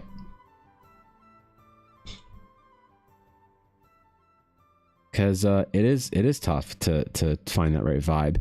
You know, it's like if you Blue, or if your husband's familiar with Star Wars or Lord of the Rings, the departure from, let's just say, not even really like Star Wars stories, but like let's say that the most important or like Star Wars stories are things to do with the Force, let's just say Jedi, Sith, Bendu, all that kind of stuff. You see the difference between people who really get it and people don't. So you see Force stories that George Lucas tells and his protege Dave Filoni tells about the Force are great. Kanan and Ahsoka, all that really good stuff. You see some other good creators too that really get it, that aren't part of that weren't like appointed by George Lucas. You see the writers of Knights of the Old Republic 1 and 2, masterful stories about the Force. But then you see things like that new show Acolyte or Jedi High Republic. People that don't and have really much of a connection to the original vision that George Lucas has for that story. And something's lost, and it's obvious that it's lost to a lot of people. And in like the Lord of the Rings, you can also see a big difference between something like the Silmarillion, or Children of Húrin, or The Fall of Gondolin, a book that was finished, or written mostly, by somebody who studied, revered, and honored what Tolkien was trying to do in his stories, and the myth. And then you see something like Rings of Power, and you're like, this just doesn't feel right to me. I don't know why. It's missing something. Well, in my opinion, it's missing the soul. I think it's missing the soul. I mean, if you ask, like, this is also by design. This is not an accident, I don't think. This is an intentionally like designed thing, because Lucas was talking about this at some point in time. He's talked about this at many different times, and like I've listened to so many things George Lucas has talked about, including having 2 gigantic books over there that if you really want to see them, I can bring them over. They're kind of a hassle, but if you really want to see them, I'll happily show them off on the stream, called the Star Wars Archives, that are basically interviews and behind the scenes and things like that, where you get a sense of talking to George Lucas about Star Wars. And one of the things, the through lines that he always has with Star Wars, is he says that it's a very simple formula. You take an ancient archetypical story, okay? So you have to believe in kind of like the teachings or the research of kind of like Joseph Campbell, Carl Jung, those kind of ideas, and those philosophers and scholars and academics that think that there are stories that are important to us and we don't understand why necessarily. Okay, great. So George Lucas, who's an anthropology major, and you know, a hobbyist, anthropology, whatever, and he starts studying these things, and he starts studying what makes for a good story. And so he says Star Wars is a simple task. All he did was he took an archetypical story, the hero's journey, the master, the apprentice, the biblical themes of rescuing the father and laying down arms, and spiritual like Eastern kind of like Hindu and Shinto themes in there as well. Codes of Bushido and honor. He took all these old story ideas and he wrapped them up into this one little like pod. And then he covered it with like a veneer of a cool Flash Gordon space drag race kind of, cool cars, but in space. And he to him, it's such a simple idea. And it's so simple that when he was asked about it later, it's a very interesting interview. He's on a stage with someone being asked about it, and it's recent-ish, it's post-Disney, but he was on a stage with someone, and the person was prying him for questions on why Star Wars was so good. And one of the things he said was he referenced back that old idea of you have to have these important stories, and it's not about the spaceships, it's about the important stories. And he said something along the lines of, that's why people liked my stories, because it resonated with everyone from every culture, from everywhere around the world. Something in that story resonated with them. And he said that there were a lot of copycats through the 70s and 80s that tried to copy the Star Wars formula. So they copied the spaceships, the aliens, the whatever, but none of them really got it because none of them had that initial core storyline behind it, that archetypical myth built into it. And so it's one of those things that, like, when I started making my YouTube videos, I would do certain things where I would change something in a video and see a jump in the quality of my video, the interactions, the views, and I'd say, oh, that worked. Wow. And then I see somebody who's struggling, who doesn't do that thing, that might have the art that's just as good as me or better, but they don't have this one thing. Let's say captions for their audio, for their voiceover. And you can point at them and say, oh, well, the reason why your art is better than me, the reason why you're getting half as many views on your videos, because you don't have captions and most people watch YouTube silent. And you tell it to someone, it blows their mind. They're like, oh my God, they do that. And then they start, like, going forth and doing amazing things. I think that's one of those things with stories, is that when you sacrifice the mythological basis for a great story in the name of theatrical drama, you might have a fun popcorn film. Wow, look at that. Whoa, that was crazy. Wow, that's Thor. You have that kind of popcorn and beer and pretzels like film, and you watch and you're like, wow, that was a lot of fun, guys, and you never think about it ever again. It doesn't stay with you because there was nothing in there that was designed to stay with you. So the problem is for Eldara is that the way a lot of people talk about D&D is that it is more a theatrical, dramatic experience where vampires are romancing werewolves and dragons are romancing non-dragons, and your player character is the most important and most interesting thing that's ever lived, and you aren't the no one wants to play the farm boy called off to adventure. So the growth in your story for a lot of people is always very strange. When you create a backstory that you're already an interesting character in your backstory, then what is the game supposed to do? In my opinion, a good D&D game takes an average or mundane or relatable or non-heroic character and gives them the opportunities to prove that spirit of adventure is available within everyone and can be progressed, and this is the great story of it. So like Ella always says about her characters, that she never makes a heroic character for D&D. She makes a character with potential, because D&D is the story of how your character becomes heroic, not a heroic character doing heroic things. So I think that's always really important, and I disagree with a lot of people on how to run a good D&D story. And that's why I'd be very concerned about bringing people into Eldara, because it's like, if you just want to run or write a quick little adventure about pirates rescuing, damsels from some island where they were going to be sold off or whatever. You want to tell a story of, I don't know, soldiers defending the wall from abyssals. Like, those are all fine. You can have those within Eldar, and then none of them cheapen the experience. And I'm happy to let other people write them.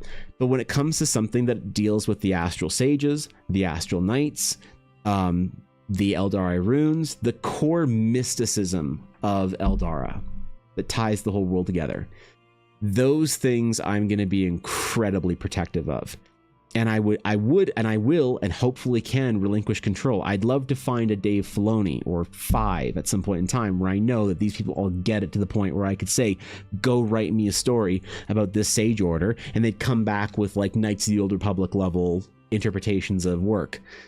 It's tough. So that's like the main reason why I have such a hard time sort of like thinking this through or like planning it out, is because, yeah, it's like, how do you find a person that's qualified to write a story set in your world? I mean, that's a difficult ass thing to do, you know?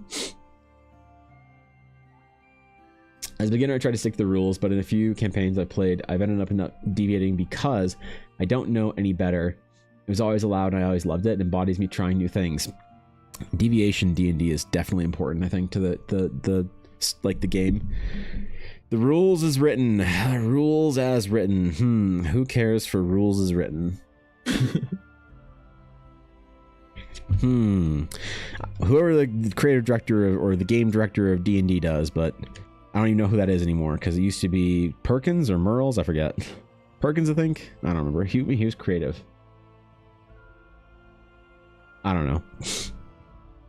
Husband is cheering you on and completely agreeing with what you're saying. He said, I love him. He's so cool until he understands what I've been saying for years to people.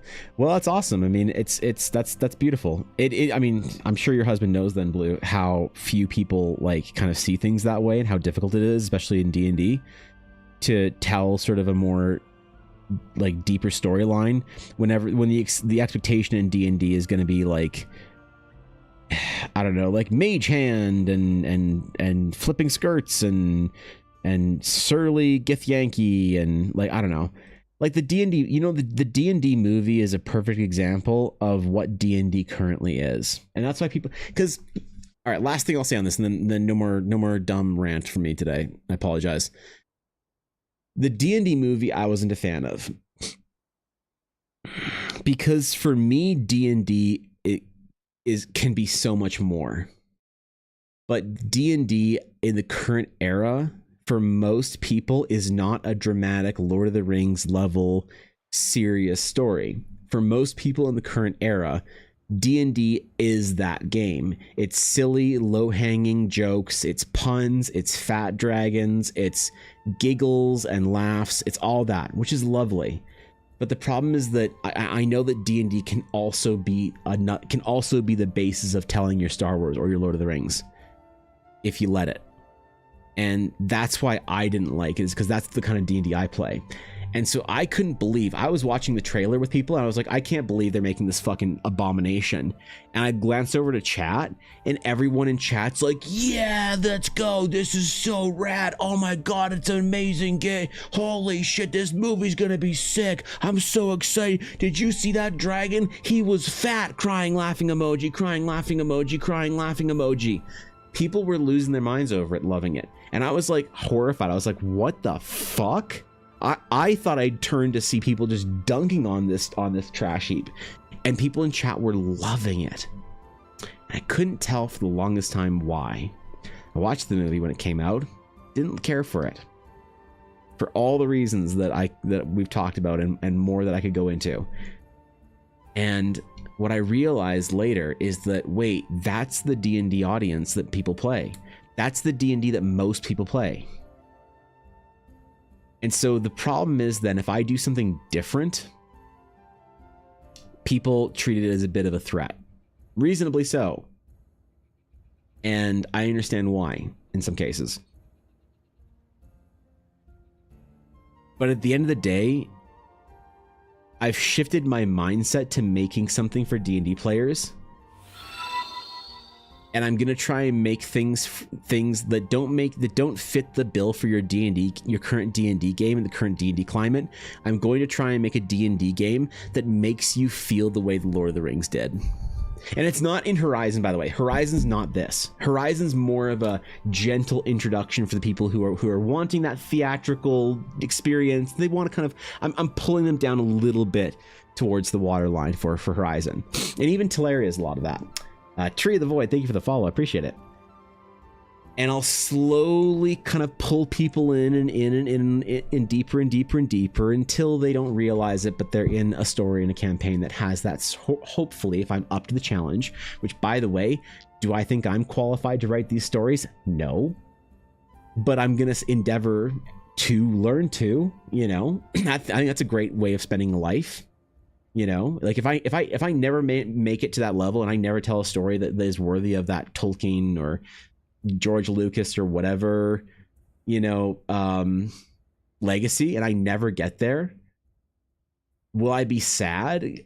Not really, because I think that it's such a great goal.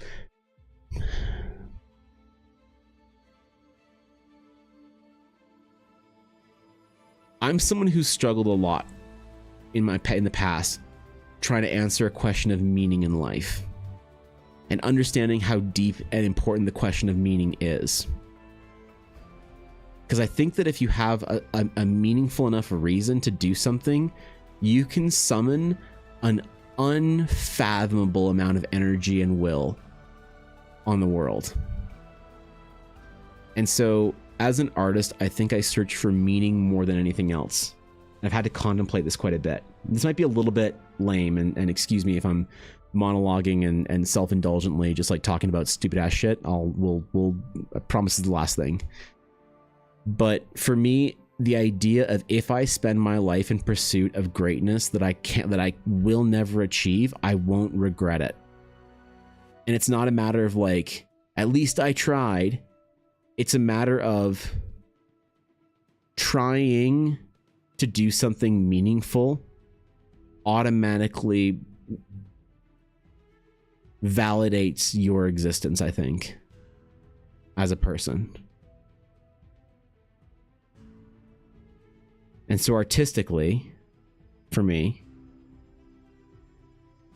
and narratively and writing and whatnot, if I can hit the end of my life and I look back at my career and I say, well, I never changed the world, I never changed fantasy, I never did the thing. I made a cool project and people liked it, but it never really, you know, hit that high that I really wanted to. Oh well. I think I can be happy with that. To me, a life in pursuit of that goal is still worth living. And a career in pursuit of that goal is definitely still worth having. So we'll see how it goes. But yeah. I don't know. That's why I gotta learn, man. I gotta get better.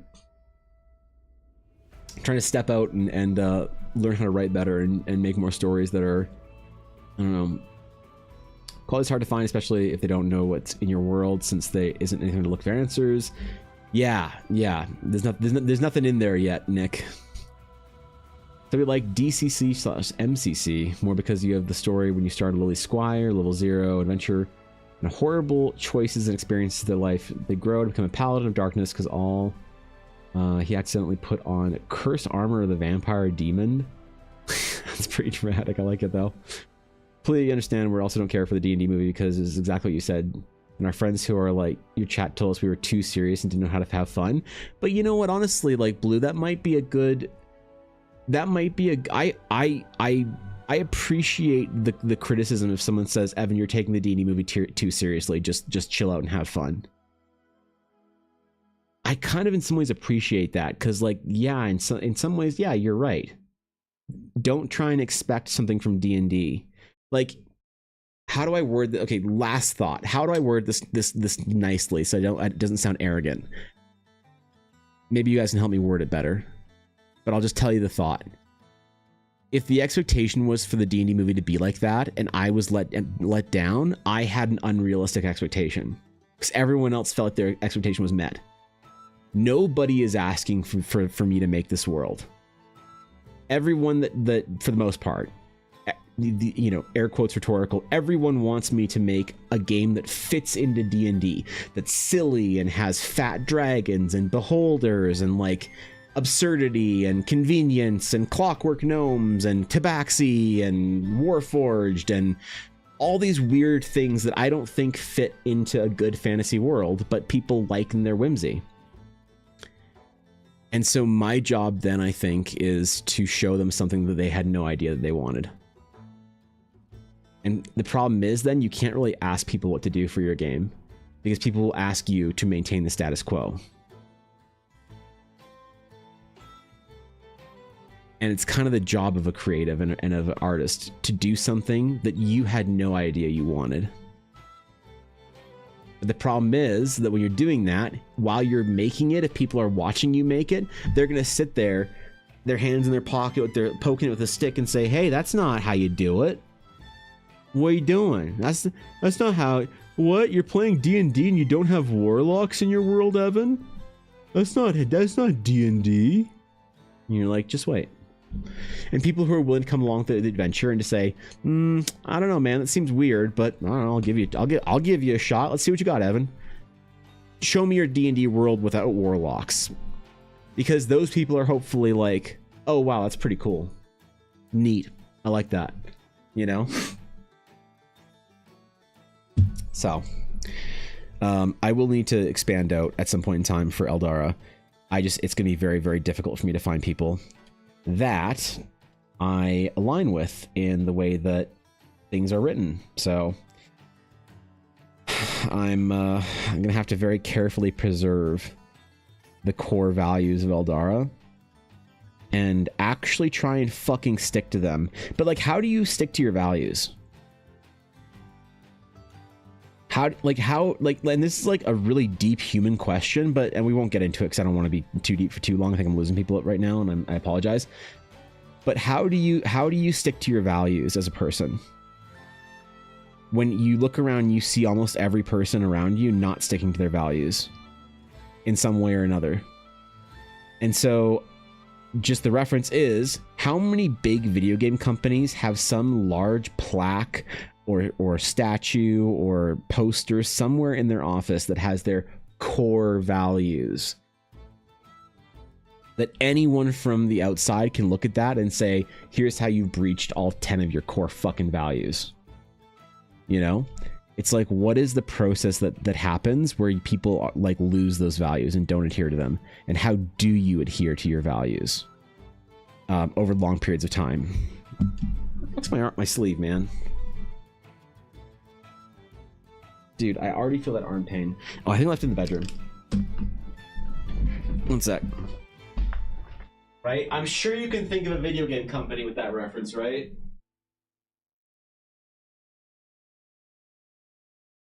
I can think of about 5. I can think of about 5 video game companies that have pretty strong and pretty good core values. It doesn't happen all at once. It happens little decisions every day. I think it does too. But I think that in some ways there are systems that are set up that allow for those values to change and shift and fail. So like an example might be allowing your company to be publicly traded. I think as soon as your company's publicly traded, visitors, I think you're screwed, you know? How exciting. Oh shit, Reaper. Hello, Reaper. Hello, my friends. Good to have you. Welcome in. Good to see you. Hey guys, what's up? How was stream? What are y'all doing today? Tell me your tales. Guys, if you aren't following Reaper Miniatures on Twitch, ooh, you gotta do that. Reaper Miniatures, man. One of the greatest presences on Twitch in the gaming sphere. Obviously, people know about Reaper Miniatures. Obviously, people are familiar with Reaper as a company. But Reaper, the Twitch stream. If you are not following, please go over there and hop a follow. They're really cool over there. I'm a big fan. They got a great chat, great community, great personalities. It's a good time all the time. And as we enter in towards the summer months, I believe ReaperCon is growing in conversation. as the anticipated Reapers. I don't know what we call Reaper. Like what? Wait, what do we call ourselves as Reaper fans? Bustle away for the summer events, including the crescendo of ReaperCon. I want to go to it so bad. I really want to go to ReaperCon this year or next. You need a bold visionary leader to drive the ship. They aren't technicians or managers. They're leaders that embrace and grow from feedback and won't deviate from their values. Right, and Progress, that's very insightful, I think, because that's what happens when you get the publicly traded company that comes in and tells your game studio how to start like microtransacting more. That's the problem. That's where it happens. That's where the death spiral happens for a creative. So I think like the goal for Eldara is to just like never ever sell the rights to it. Never ever let anyone that I didn't personally appoint have any sort of major creative writing decisions into it. Like, could you imagine how different something like Star Wars would have been if Filoni was put in charge of Lucasfilms instead of Kennedy? I don't know. Right? Things like that. I don't want to shit on like Star Wars. We were just talking about that earlier. For anyone just getting here, we were talking about how to maintain a good story and good creative direction at a company in over a long period of time. And how hard the balance is. What's up, buddy? Also, Discord is a good example of what you're talking about now. What is Discord? How is Discord changing? Do you mean like our Discord or Discord as in the company Discord? I know the company's going through some shit. I'm not exactly sure what. What's up, Neil? Not everyone is that too. Really is personality. I'm personally a technician. I'm gifted in executing a vision, but I'm not great at motivating others. Yeah, right? Yeah, and it is kind of about like figuring out who to take care of what roles. Which you need people. Like people of different personality types need each other. We all desperately need each other. And projects don't really like projects succeed or fail or rise or fall or win or lose based on the efforts of a team. And it seems to be that teams that value that more tend to do better. Why sometimes you see the smaller companies, like not the big, like, you know, publicly traded massive Fortune 500 companies, but the smaller ones are like Larian Studios is doing some amazing shit right now. Everybody's a fan of Larian, basically. Almost nobody I know doesn't love Baldur's Gate 3. I know people that everyone that I know that doesn't want to play Baldur's Gate 3 or doesn't want to interact with it for whatever reason, they're all looking at it fondly though. It's so interesting. I've heard streamers say like, you know, yeah, I'm not going to play Baldur's Gate 3. It's not my kind of game. It's not fast paced enough or whatever reason they have for it, but it looks really cool. Like really fucking cool. It looks great, man. It's like if somebody ever says or like says why they don't want to engage with the product that Larian makes, there's always a caveat of how great it is.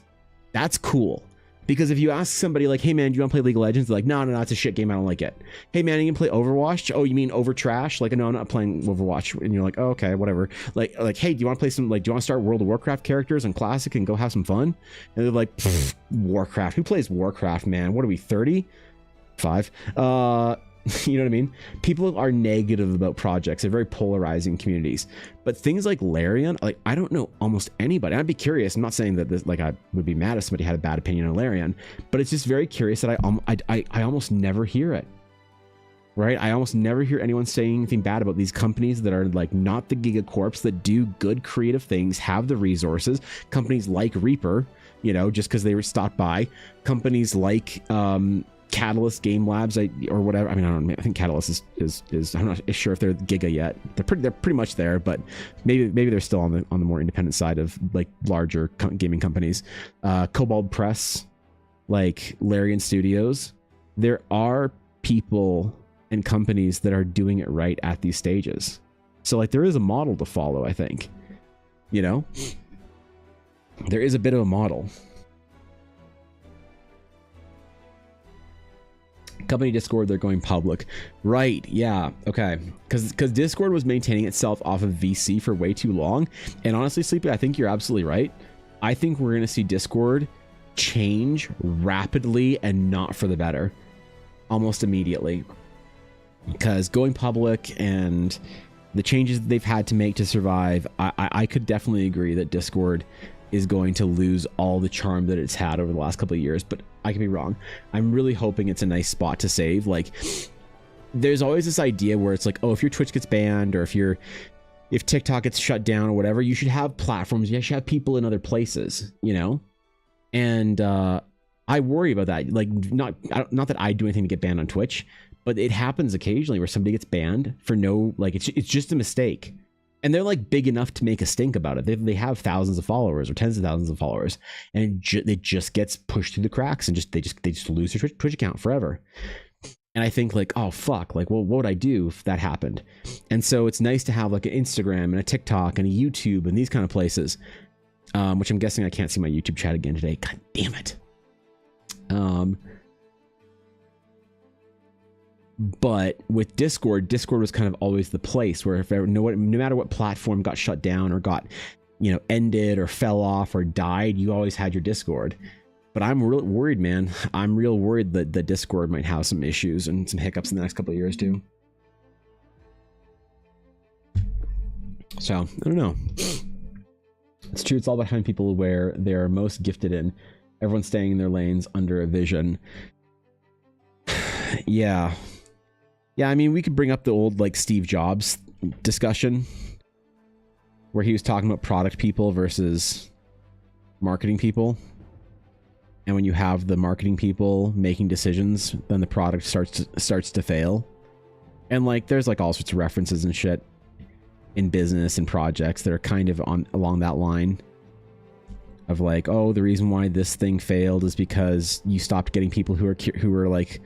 You stopped getting people who are conscious about like Overwatch League maybe has a lot of that story in it, where a lot of the reasons why Overwatch League failed is because they brought in somebody from NFL broadcasting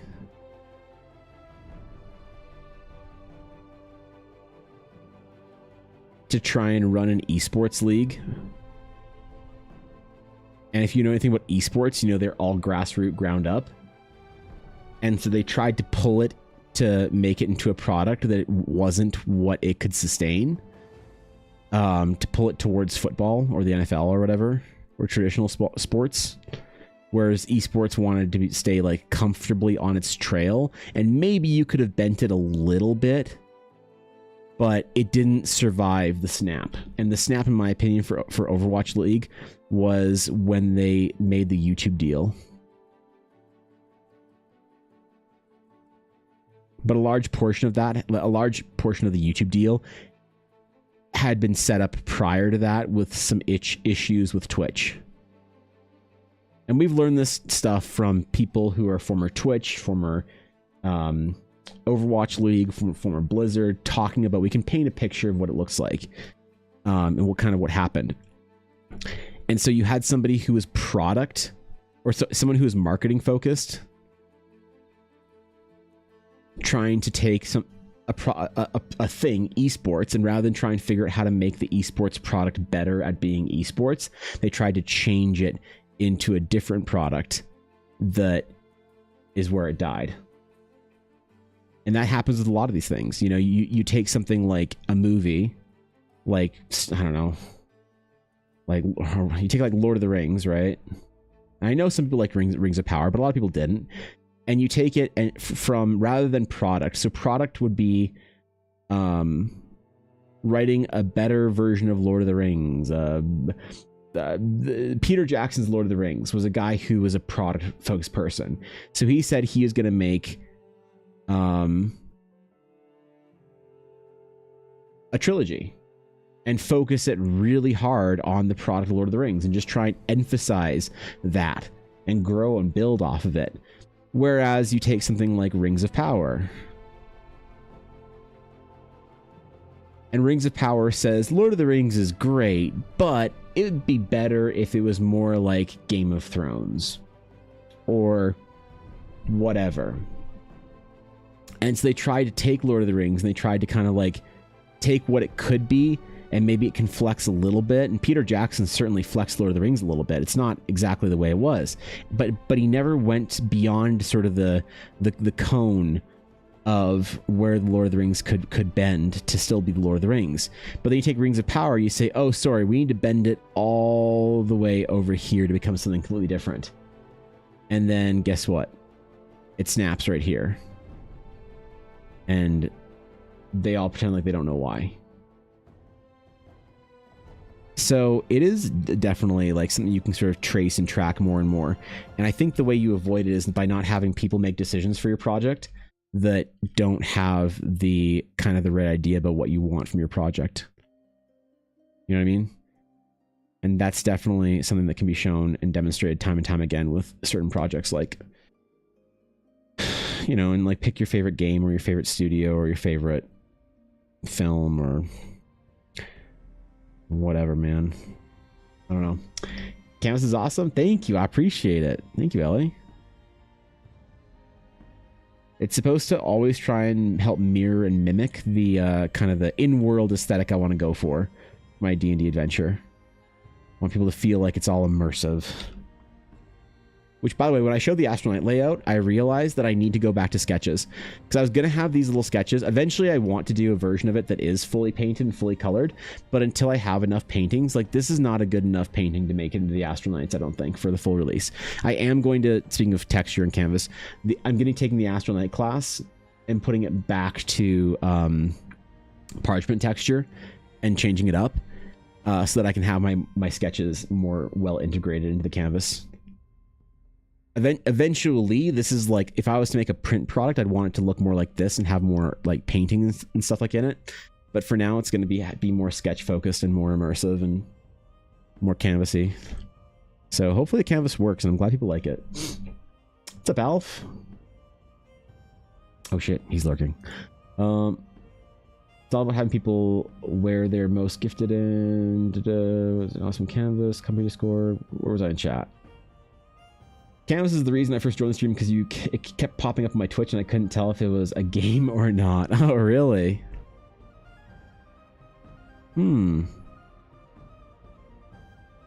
Interesting.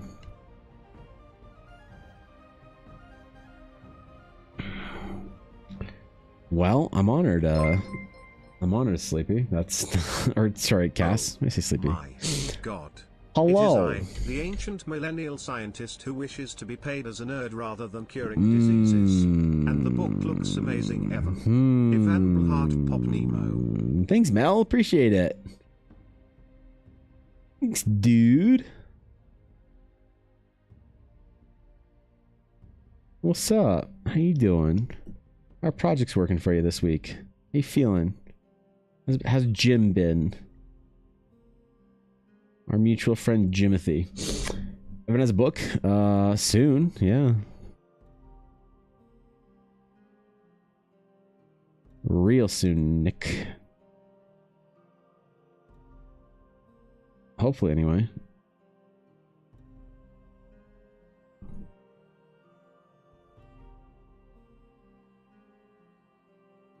We shall see, at least.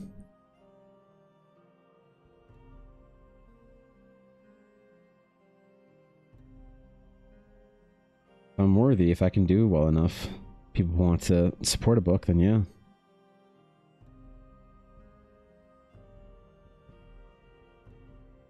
I'm really hoping, like, I really want the Eldar adventure to be ready completely for GameCon and ArdCon in June. But I'm willing to have it still be in beta. If it can be a more polished and refined beta, I'm okay with that too, because I want it to be the best possible product it can be.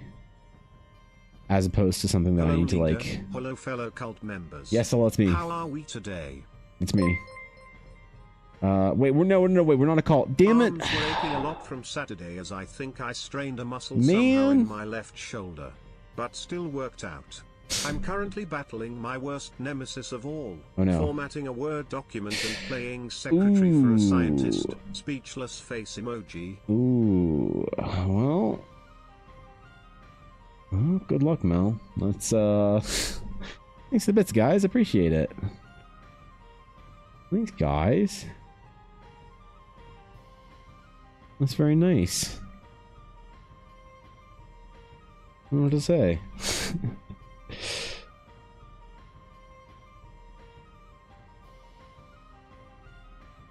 Yeah, here's hoping I don't fuck it up, though.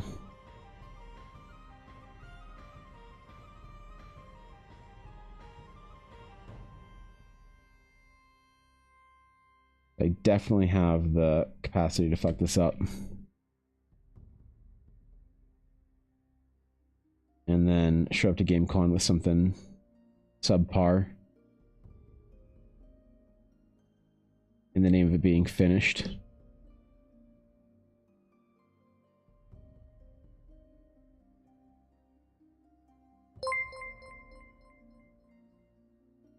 Oh. I just realized a certain shape is canon now. What is it? Oh, that? Is it canon? I mean, it's not as much canon as it is not getting deleted, so depending on how you look at it, I guess it's canon light. Canon adjacent, maybe? Canonical? Like tabernacle? Like, wie viel von tabernacle? Oh wait, it's April already, never mind. Oof. I hope there's no French Canadians in chat to be offended. Thanks a bit, Smell, appreciate it. Future book, right, Nick? We're gonna see. We're gonna see, dude. Hopefully people want to support a proper book project. I'm really gonna, I think this year, I'm gonna really try and push my Patreon, because as I grow my Patreon, I can do more and more projects with Eldara as that sort of like... I'm sad as I just saw all of my colored orbs are gone. Yep. Sajivan Brain. Yep, the Orbathon is over, so the colored orbs are gone. That's right. You get no more, no more Alexandrite, Ruby, or Emerald orbs. They have been replaced. Yep. The follower emotes will finally reign supreme and free from the tyranny of orbs.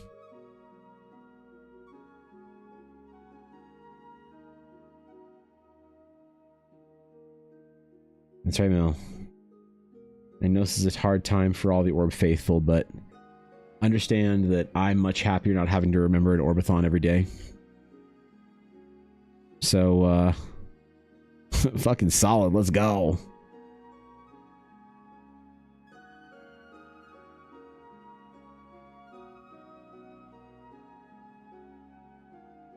Let's go, dude.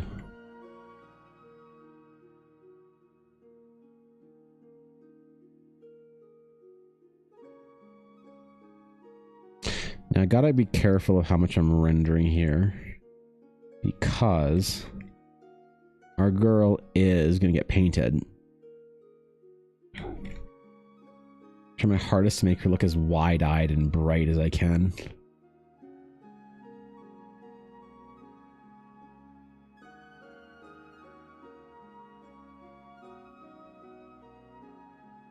I made her too wide-eyed, though. Too bright. Someone might accuse me of doing something vaguely anime-esque. Ugh, could you imagine?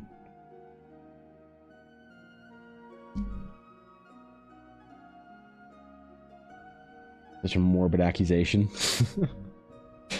We'll pray them back into existence, will you? There's no price within this mortal sphere that could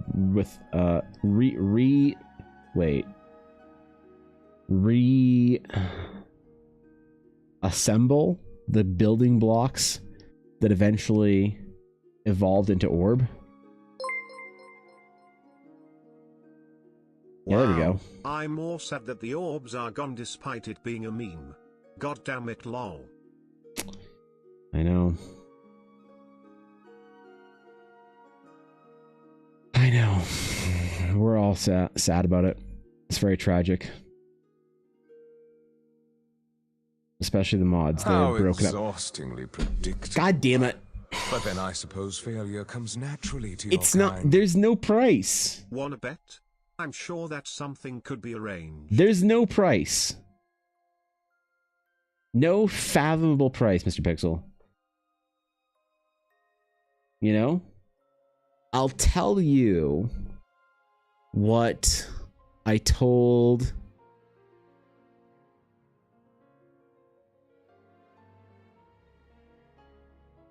Miniful when she said that I should get Al, or I should do a project or something or whatever for Alf. You can't afford me. I cannot be bought. I cannot be bought. Dignity, nobility. I cannot be purchased.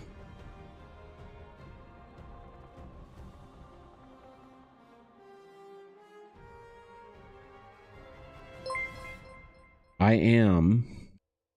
How much for follower orb back? How much for follower orb back?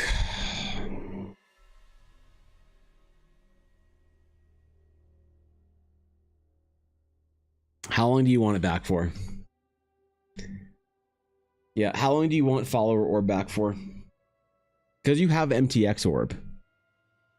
There still is an orb you guys can have. It's just a sub mode. How long do you want it back for? That'll determine the price.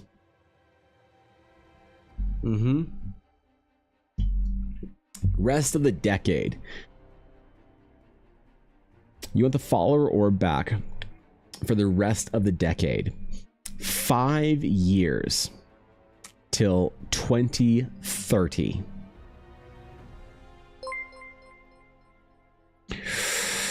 True, there is a but what about permanent? Or at least until I perish.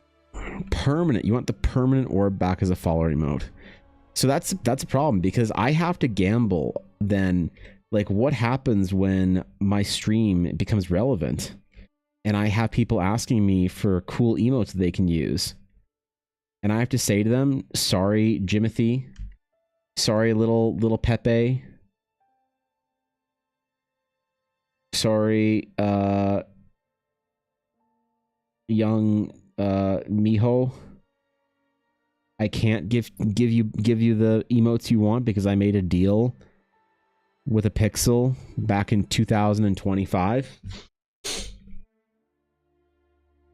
Because that's like, you're trying to break the hearts of many in this idea here. So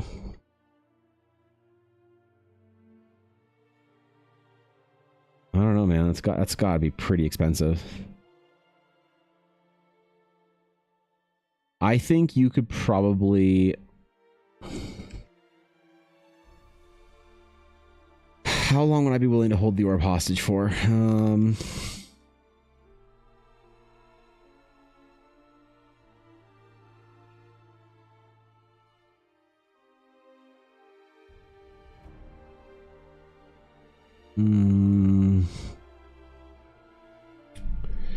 I mean, I feel like I can't disrespect the Orbathon and think of something right now when we just ended it, right? Jimothy would understand? Jimothy would not understand. No, you say that's sleepy, but...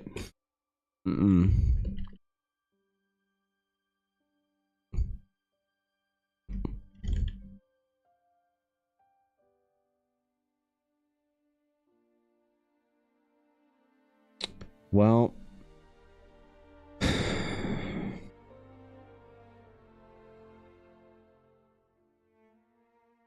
I'm glad we had this talk.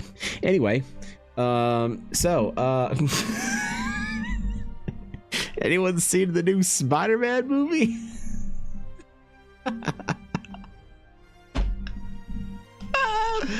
Oh, that's crazy. Hey, yo, how about that Project Evangeline stream? Hey, man, she's streaming a lot. That's crazy, man. Project Evangeline. No, stop. Shit.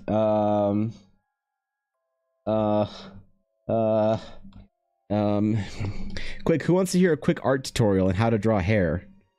No one? I mean, everyone? Great. Okay, sorry, Mr. Pixel. We gotta take a little bit of a break from the orb discussion, and I gotta do a little art tutorial. So when you're drawing hair, you want to draw it like kind of like this. And then if you don't know how to like make it go around, then just like draw it so that it like kind of goes around instead of like through, and then you'll probably be able to have a good hair to draw. So thank you for coming to my tutorial. I appreciate it. I hope you guys had fun. Hope you learned something. And get your best war cry? What do you mean, dude? Revolt?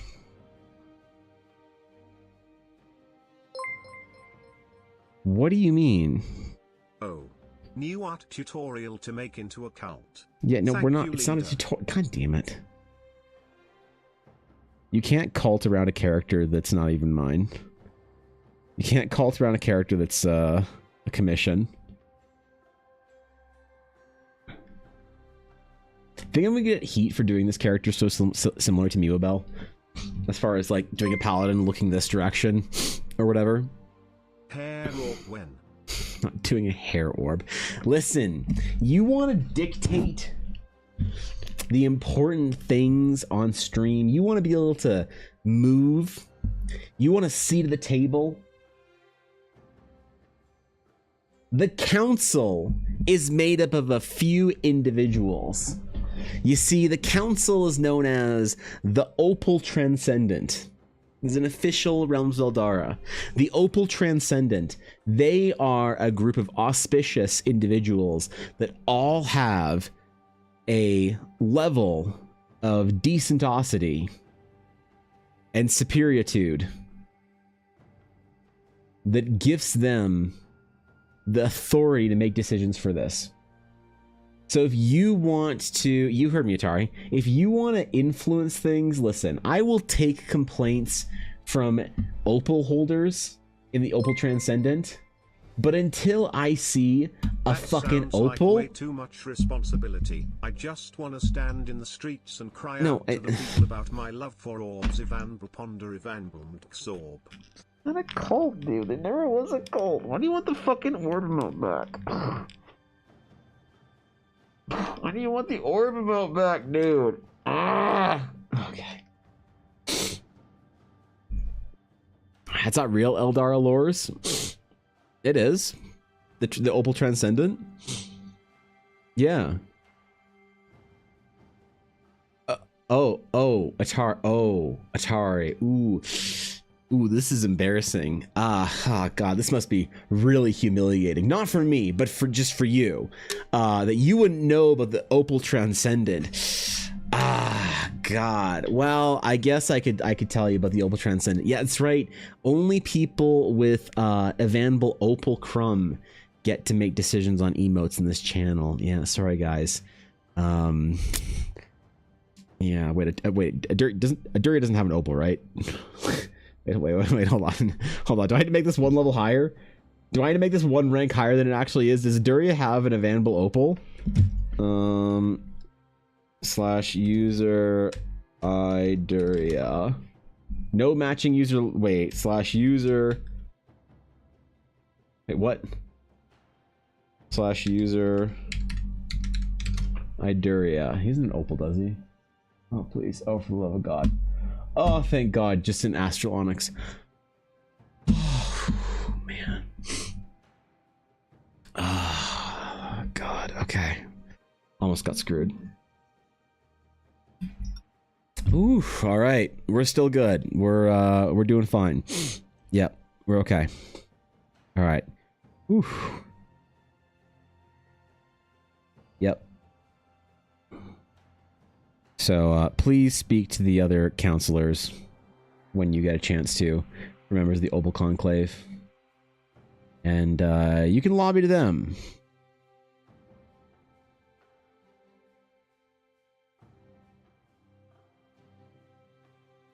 Yeah. I love democracy. You can take it up with Senator Thorkin. Unless I missed today. Yep. Sorry, bro. Time to slain some counselors, or rather tyrants. What do you mean, like, tyrants? What do you mean, tyrants? This is incredible. I can't believe the lack of confidence in this chancellor. I mean, me. Thankfully, we don't have any sort of, like, system that would allow an upstart queen from Naboo to call a vote of no confidence in Chancellor Evan's name. Thank God we don't have any kind of system like that, right? Could you imagine if we had a system like that in place? Oh, man. Where guild members could shout vote now. Wait, is this all, like, too close to home right now, considering I have to go vote today after stream?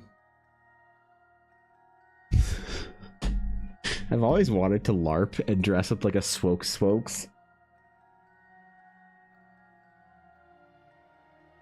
to go vote, so I can vote now, vote now, vote now. Okay, I'm done. Okay, no more Star Wars references. No more Star. That's it. That's the last Star Wars reference anyone here in this stream is allowed today. Okay, that's it. You're all banned from the. Didn't see that one coming, did you? Okay, I call for the people to rise up and vote out the unworthy leader who will give obs to the people. Mwahaha.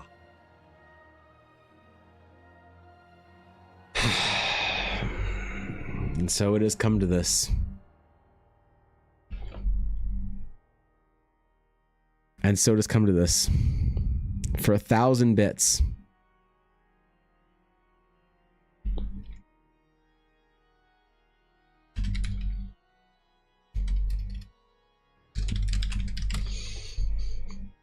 Who would like to vote against me?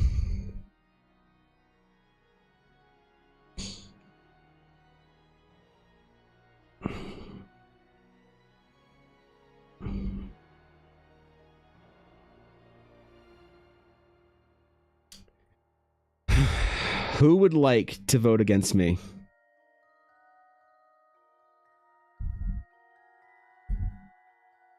Who would like to make a proposition against me? Here, Sleepy, you do?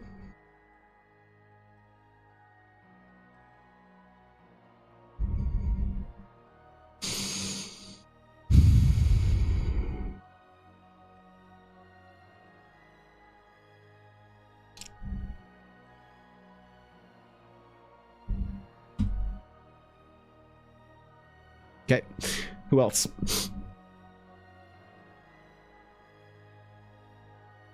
Who else had a grievance they wished to level with me as the Supreme Chancellor? Who else would like to engage in proper democracy with me? Yep. Wow, we are being silenced. Yep. Thanks for bits, Mr. Pixel. That's a weak punishment from a weak leader. Free the orb? How many gifted subs does Alf have? Or sorry, no wait. Alf, what's your bit badge? What is your bit badge? Your current bit badge is an Alexandrite? You can talk shit. Yeah, that's fine. Let's see, who else? May I vote for Happy Evan instead, my lord? Damn it, Thorkin, not now. Now we see the violence inherent in the system.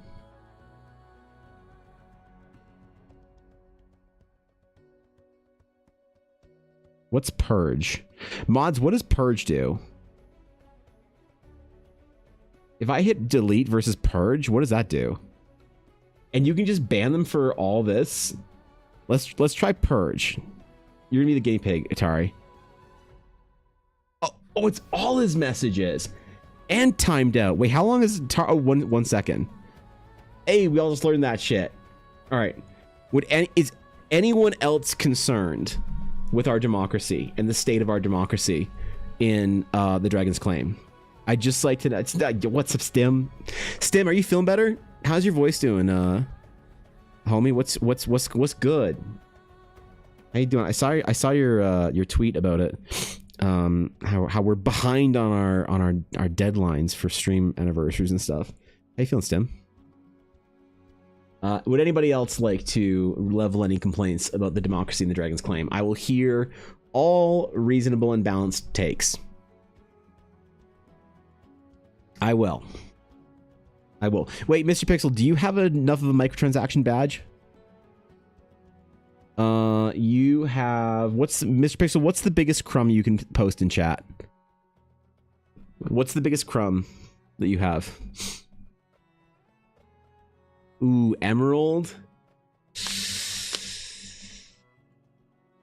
Ooh, you didn't microtransact the Alexandrite. Still a better democracy than the US? Shut up.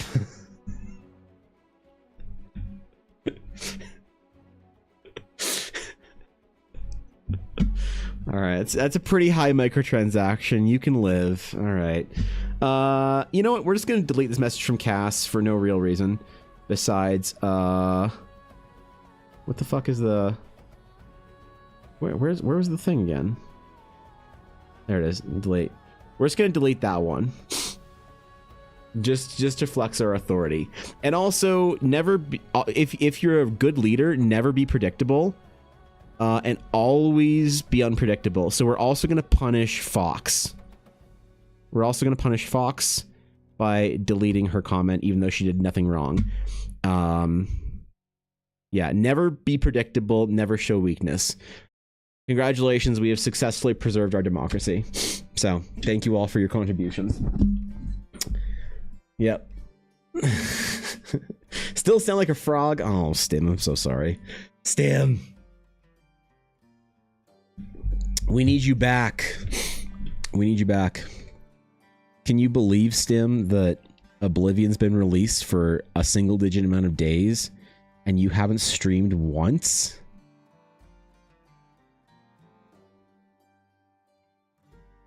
I can't believe it, Stim.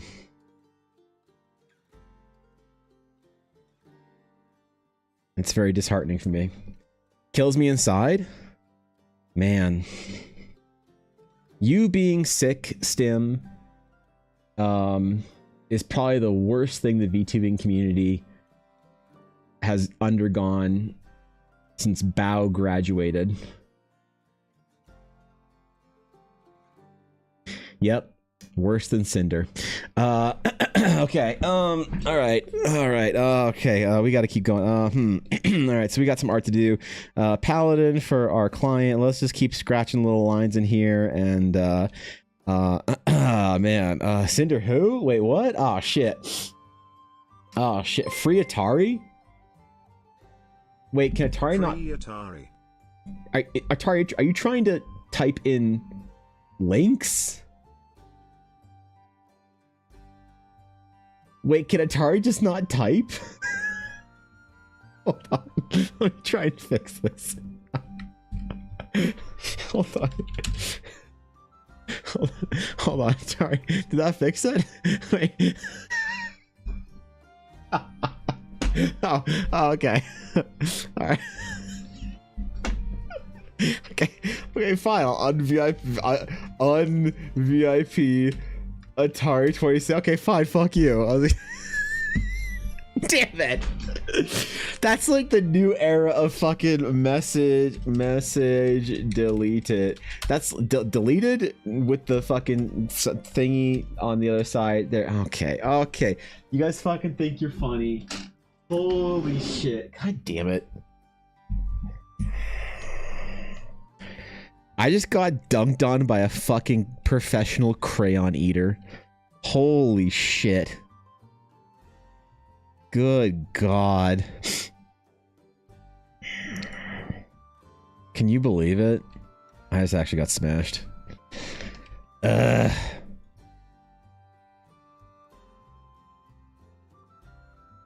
Well, that's it. We're canceling the Friday stream, okay?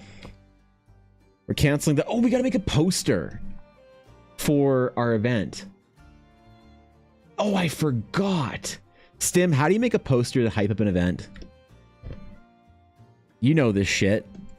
You're a successful manager of Gremlins, I think. I actually have no idea who's in Photoshop. Okay, this is you're not being. Okay, dude. Oh, fucking okay, dude. Okay, you know what? Fair. I asked for this. It's fair. I fucking asked for this. Stim, I need your emotes. Fuck. Every time you post your own emotes, it makes my day better. Hold on. I need your emotes.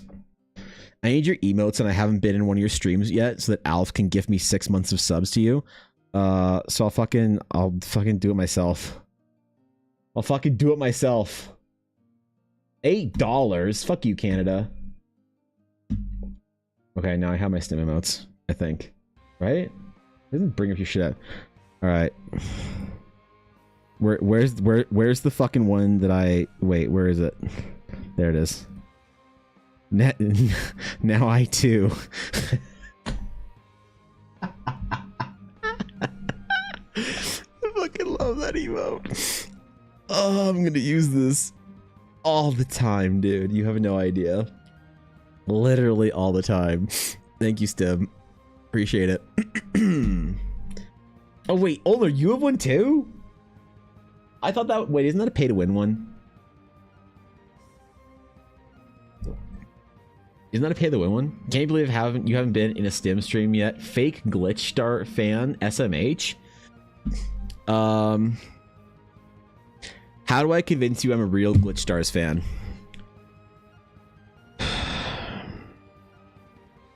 How do I convince you I'm a real Glitch Stars fan? I don't know anything about Yu-Gi-Oh! Master Duel. I'd rather have Miniful's approval than literally any Glitch Stars member. Hashtag not my CEO. Get out of here, you spider ass little weasel. And if I could play a D&D game with Mochi and Mikan, I don't think I could take it seriously if the two of them started laughing together. There, did I just prove that I was a true Glitch Stars fan? Ban dual logs?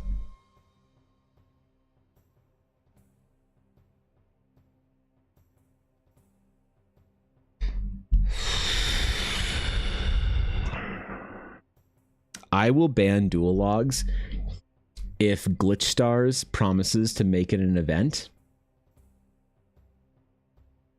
to have other streamers show their support for Glitch Stars by banning dual logs in their chat. It'll be like the Ice Bucket Challenge, but instead it's banning dual logs.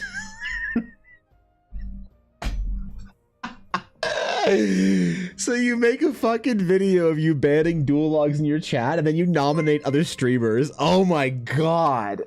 Wait. Anyway, back to work. See you later, leader. Maybe visit the OBS later. Thanks for the bits, Mr. Pixel. Thanks for chilling, bro. I appreciate it. Thanks, man. Yeah, so it could be like the Ice Bucket Challenge. So I ban dual logs, and then I say, because it could be for like, because like the current Ice Bucket Challenge is for like mental health awareness. So this would be like reducing awareness for reducing toxicity, I think, in streams. So obviously you'd ban dual logs, hashtag not my CEO. Hashtag give me Miwa her sweater back. And then you could nominate two of the streamers. So I could nominate like Miniful. And who else would I nominate to ban dual logs in their chat? I'd nominate Miniful and maybe Ulner. And then they could nominate two streamers to ban dual logs. And then if we get enough people banning dual logs, then out of solidarity, all the Glitch Stars girls could also ban dual logs in their chat. And we could all laugh about it for a week and then unban dual logs, except basically everyone forgets to. Shit. All right. Man, it's a movement. It's a movement at this point. Mikan ain't Glitch. I know Mikan isn't Glitch. But I'm just trying to think of somebody with an equally hilarious laugh to Mochi. Alf. I don't think I can think of anybody with an equally hilarious laugh that could match Mochi. So, I was thinking about people in the periphery. All right. Okay, stop distracting me. There is one. Wait, one what? Wait, who? Wait, who? You speak of another.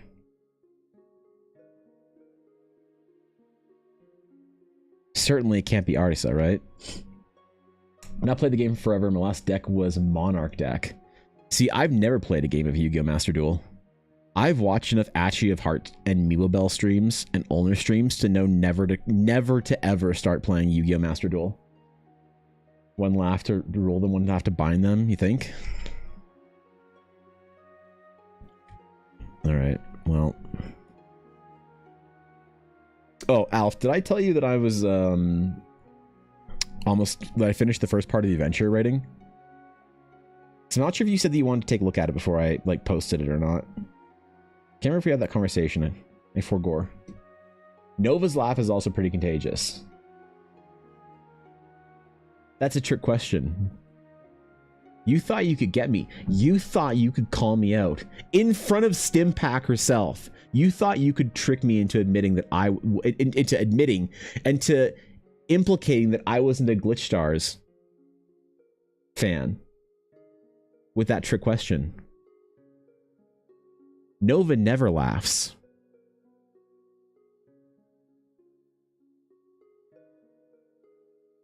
The most serious Glitch Stars member. You thought you could get me. Try harder next time, Mr. Hex. There's clips of her laughing. Lies. Lies.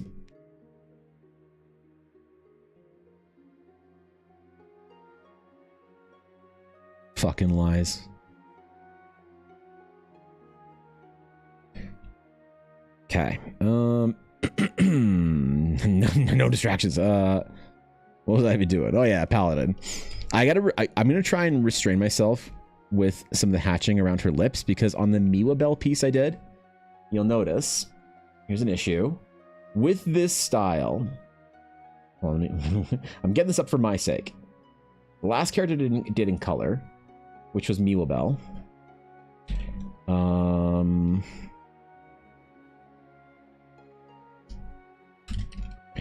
I can't do... Minnie's also an example of this, but I can't do... Where is it? Fuck is Miwa Bell? And Minnie.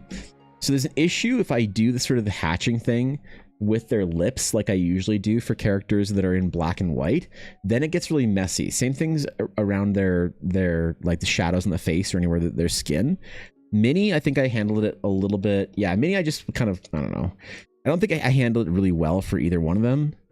But I think for this one, I'm going to try something different. I'm going to try having minimal hatching on this fucking character. There we go. And it might look a little weird in this phase, during the sketch phase, but y'all are just going to have to trust me. It's going to look better during the painting phase by a good margin. So I'll do a little bit, just a light amount of tone and hatching. And it might look a little weird or empty, but it should look completely normal and in fact a lot better than it usually does once we actually get a chance to paint it out.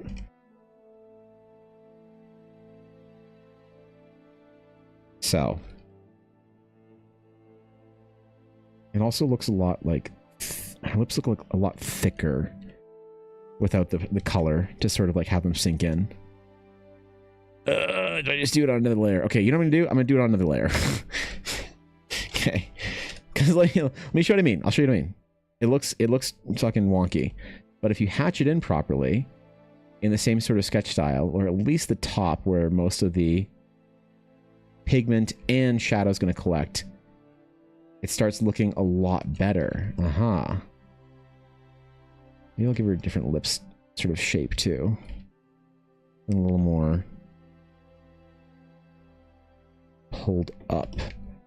I know she's like smirking slightly, so there's gonna be a push. There's gonna be an elevating or a pushing up of the muscles right above the lips. So I'm just gonna try and make it a little bit less defined though. It's one of those weird things you have to like battle between style and like actual anatomy. Cal's question in YouTube chat.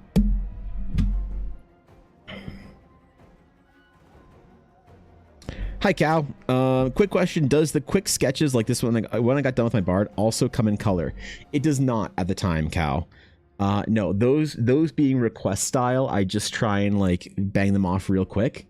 And I haven't done any or enough in color to know how long they would take. So I was thinking about, for my VTuber fan art series, doing them as color portraits instead. So I might try them on some willing test subjects, if there are some VTuber friends of mine that are willing to have a portrait done of them, like not a full-on like formal portrait like Miwa's or Minnie's or this one or whatever, but people who are just willing to have me reference their design for color. Because the thing is with like the VTuber designs is they always push color a lot further than a lot of sort of realistic characters like would from D&D games. It's like, oh, a brown-haired elf, okay, you know, not some like blue and yellow haired like fucking low rank angel. That's like different shit. So I might try and do some just basic portraiture studies of people on their own, or just as portraits on their own of people that are willing to like let me do some nonsense for that in color and see if it works out. And if I do and I can figure out a timeline for them that works, then I can start offering those as a request as well. So never been able to make hatching, cross hatching work for me regardless. It looks tons better than anything I do. So I think it's really easy, Silver. Are you talking about digital or are you talking about like on paper at all? Like ink, pencil, or digital? Where are you having problems with it? Oh god, that's the wrong layer again. I'm trying to keep this on different layers so I can smash this out later on. Both, all actually. Okay, so the important thing for practicing the skill traditionally with ink is to use a pen that isn't too heavy. So higher quality pens or lower quality pens, no middle of the road pens. So either the shittiest ballpoint pens you can find, you know, these actually work really well for hatching, or a lot higher grade things like microliners or dip pens, but definitely try and find a shittier pen to build the technique on. Less is more for hatching. Think about it as if you are trying to create tones with it as opposed to trying to like describe shape with it. Digitally, you want to have a softness to your brush. You want to make sure that there's a softness to your brush that doesn't have too many hard edges on it so that it can kind of blend in a little bit. That's very important for this.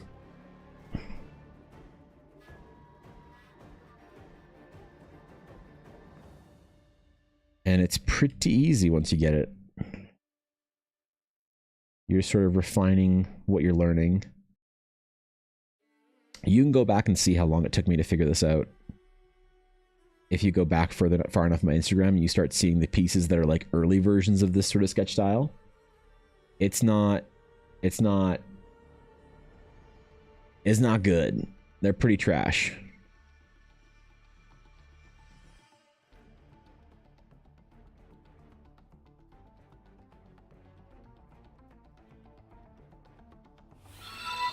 So it's definitely also a practice thing. Evie? I want to say Evie, but thank you for the follow. I appreciate it. Welcome in, my friend. Excuse me.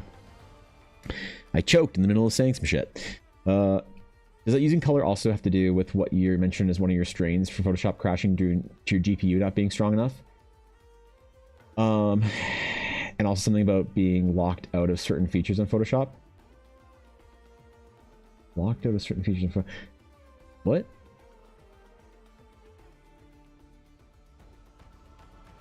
Oh, the things that, so by GPU locking me out of certain features in Photoshop is it has nothing to do with painting or color. It's mostly in selections and large format files. No, I mean I could paint. Like what is being asked by Cow is if I could do, oh fuck, if I could do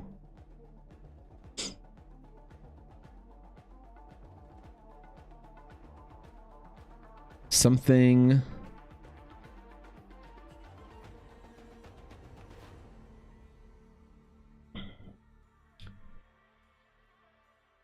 Oops. The fuck is something like this? One of the portraits, like just straight portraits. If I could do something like this in color, and no, I mean like being able to do like just a portrait, a headshot of somebody, is not like, it's not an issue with color. The problem more lies in not really knowing how much time it would take to do. So I wouldn't want to accept any requests until I've done like 5, 6, 7, 8, 9, 10 of them.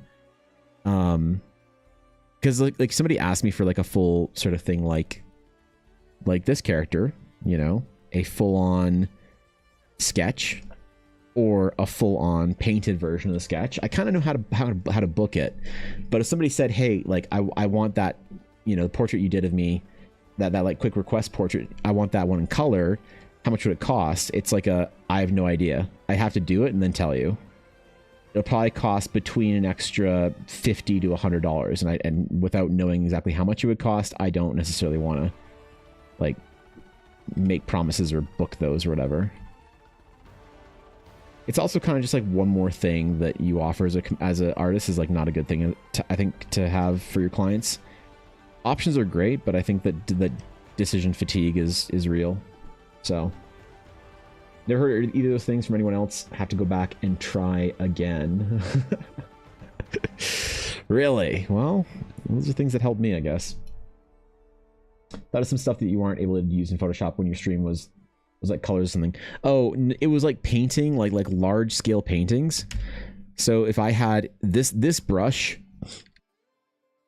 looks great, right?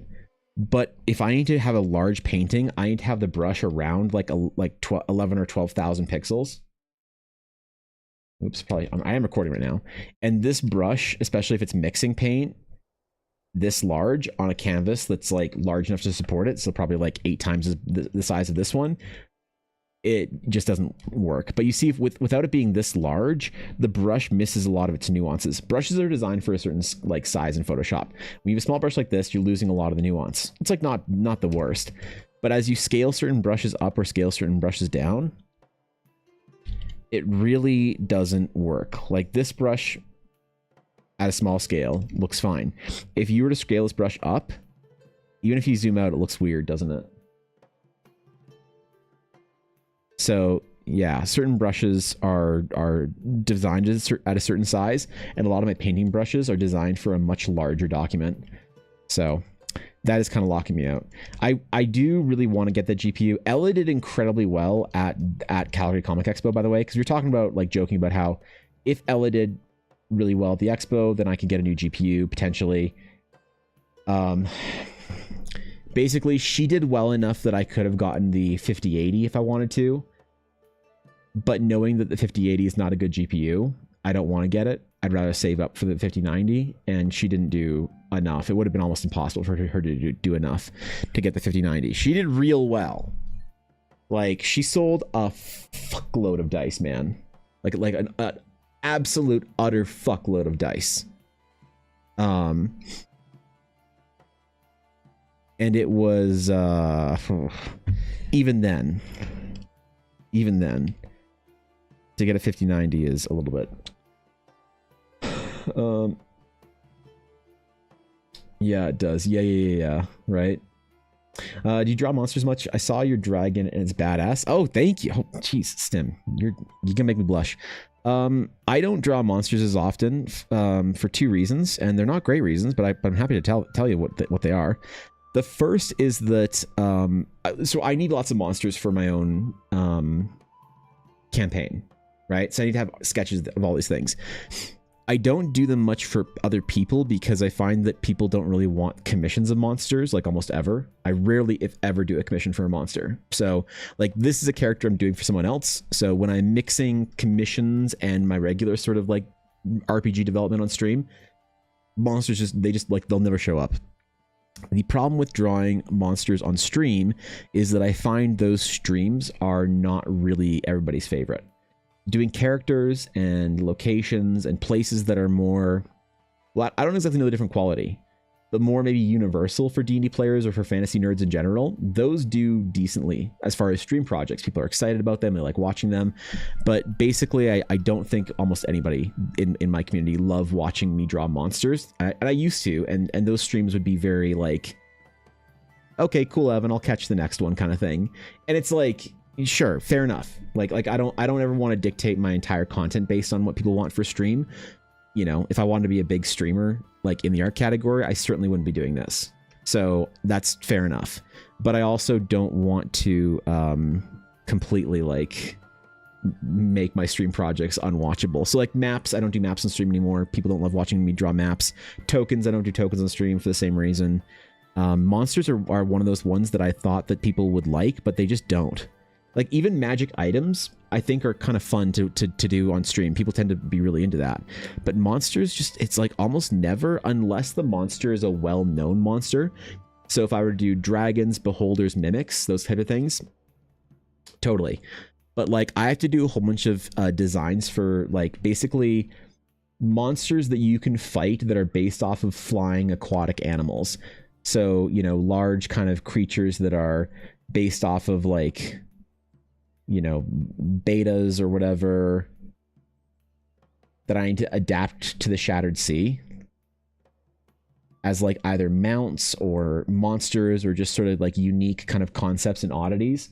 Like I need to do a ton of art for that.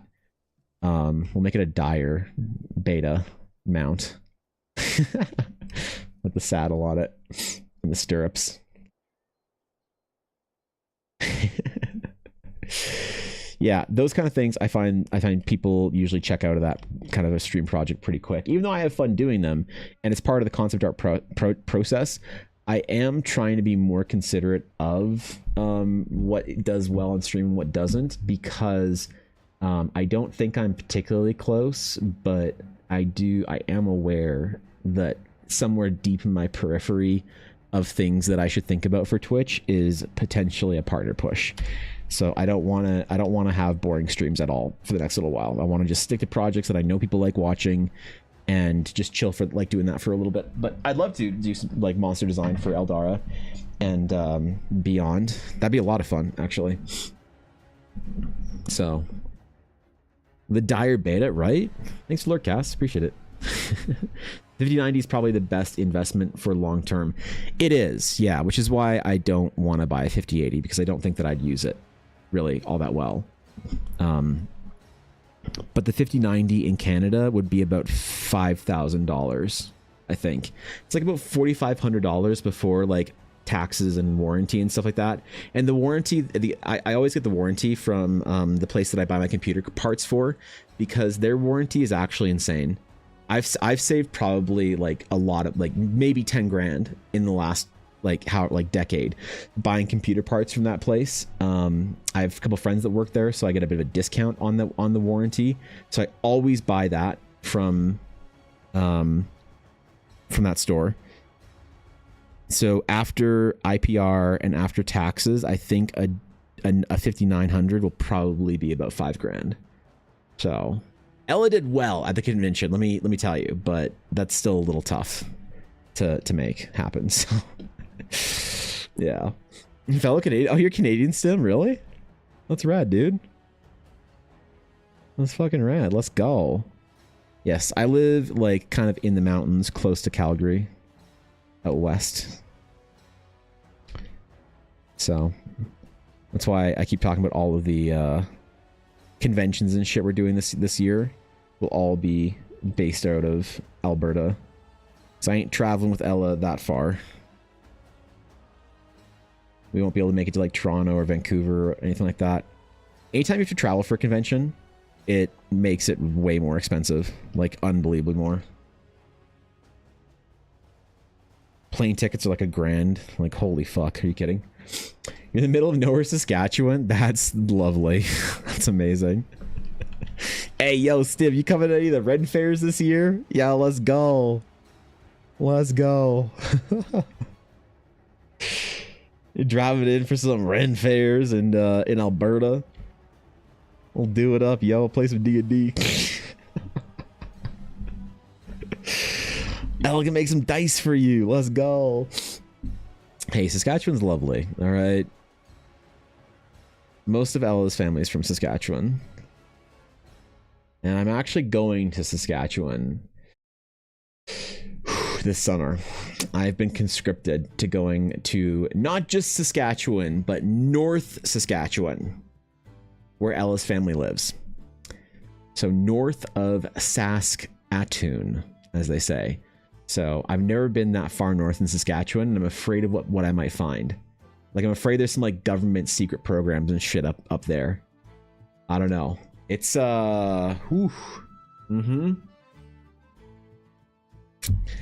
It's like driving out into the cornfields, man. You don't know what's gonna happen.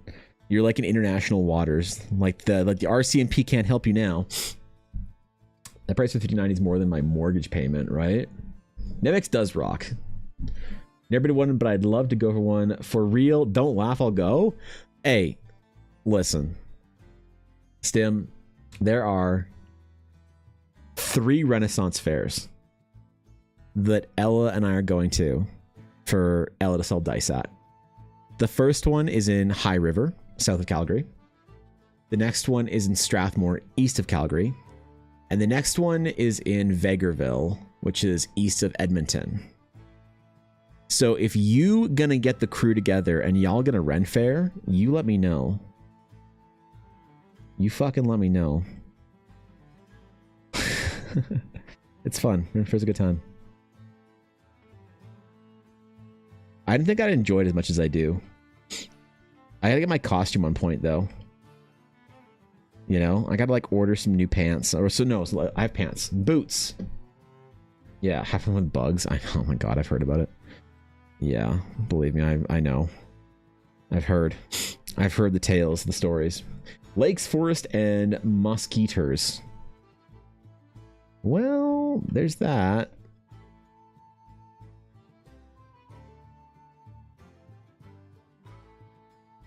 Yeah. Saskatchewan's nice. It's a nice place to live. People dunk on it too hard. People dunk on Saskatchewan because they don't have a hockey team. They're fine. Everybody there's nice.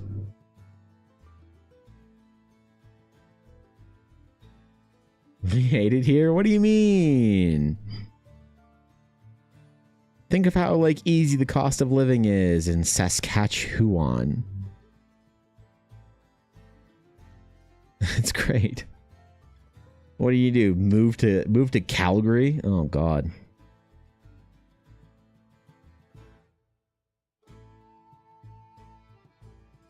Move to well, my goal was to actually move to Vancouver, right?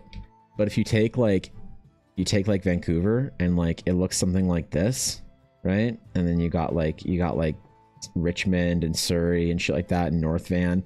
Anyway, you got Vancouver, and if right on the coast of Vancouver where UBC is, it's the most expensive.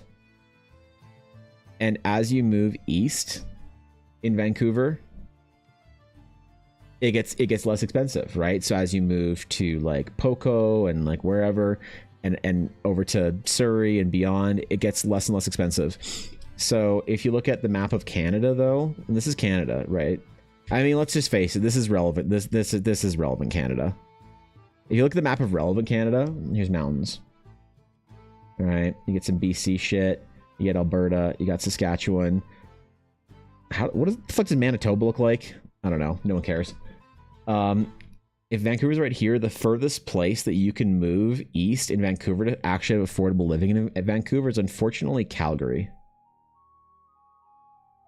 So I live as close to downtown Vancouver as I can afford. Living in Western Canada, in Alberta. in the mountains, almost at Calgary, so almost. There's nothing in BC at all. Yeah, right. Your parents farm here, so you're locked in. Oh, okay. Yeah, you're screwed. You're stuck there forever. Yep. You're stuck there forever. Just canola and oil as far as the eyes can see. Not even ranching, just mono farming out in Saskatchewan.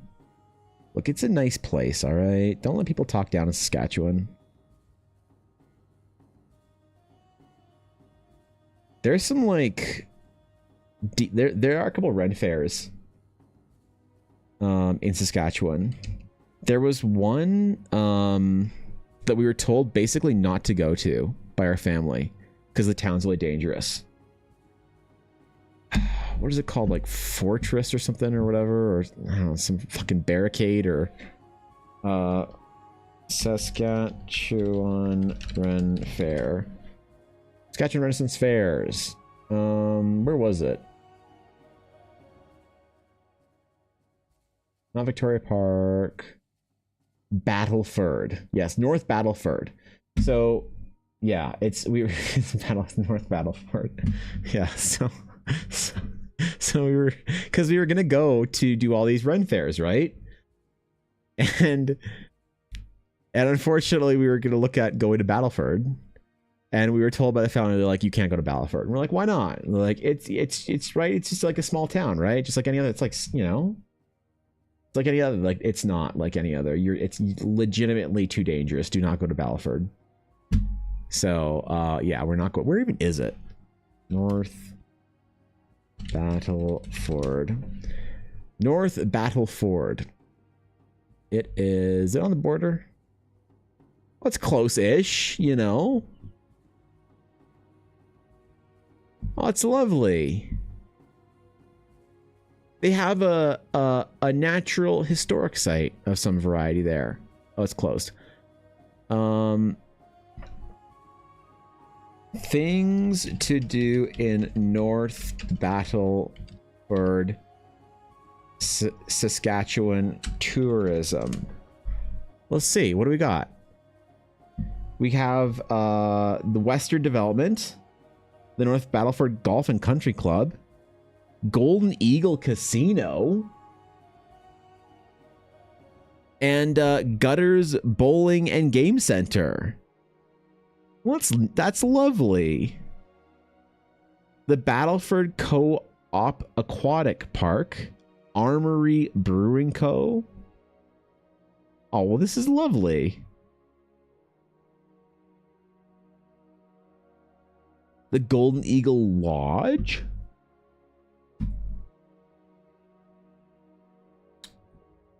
We could have gone to the Ren Fair and I could have stayed at the Golden Eagle Lodge. Oh, it's an anachronism of a hotel years ago. It'd be a vintage hotel from back in the old days of it looks fine. The furniture like all matches ish. Oh, and look, they have a caboose. I don't understand what people are saying. Didn't go to Battleford. That place sounds awesome, right? Dude, I don't get this whole like, don't go to Battleford, you're gonna get hurt. They don't like Albertans there. Excuse me, we're not Albertans. We're mountain Albertans. I don't even own a cowboy hat. Oh, wait. I don't even own a felt cowboy hat. Okay? I'm more of a mountain Burton than a oil and gas Burton. Oh, wait, my family works in oil and gas. Shit. You're going to the Stampede? So, you know what's funny? I used to go to the Stampede many times. Every year when I was young, I'd go to the Stampede. And you know what? It's fun. The Calgary Stampede is a lot of fun. If you've never been to it, it's worth going to once. It's awesome. You know, the Stampede is the best time to go to Calgary, right? Because the entire city comes alive. There's Stampede breakfasts everywhere. You can get free pancakes like everywhere during that week, or those 2 weeks. Everybody gets their cowboy hats on, their cowboy boots, and wears blue jeans in the middle of, you know, 30+ degree weather, and is hot and sweaty and it's uncomfortable. All the girls tie their shirts up all tight underneath their boobs like they do, you know? So it's great. Calgary Stampede's a great time. The actual Stampede's fantastic. I don't think I've been in probably 10 years, because every single time the Stampede comes in, I'm always like busy. I'm like, I'll do it later. I'll do it next year. Yeah, I'll be here next year. Yeah, wait a minute, I'll go to it next year. But it's great. You can go watch the rodeo. You can go watch the chuck wagon races. See, you guys know, oh, rodeo, you're bucking on horses. Yeah, okay, I get it. But are you country enough to know what the fuck a chuck wagon race is? Yeah, that's right. That's some yeehaw giddy up shit right there. It's good. It's a good time, man. You know, you just watch a chuck wagon race. You get them outriders on there, slapping them horses and just getting around there. Just giddy up, man.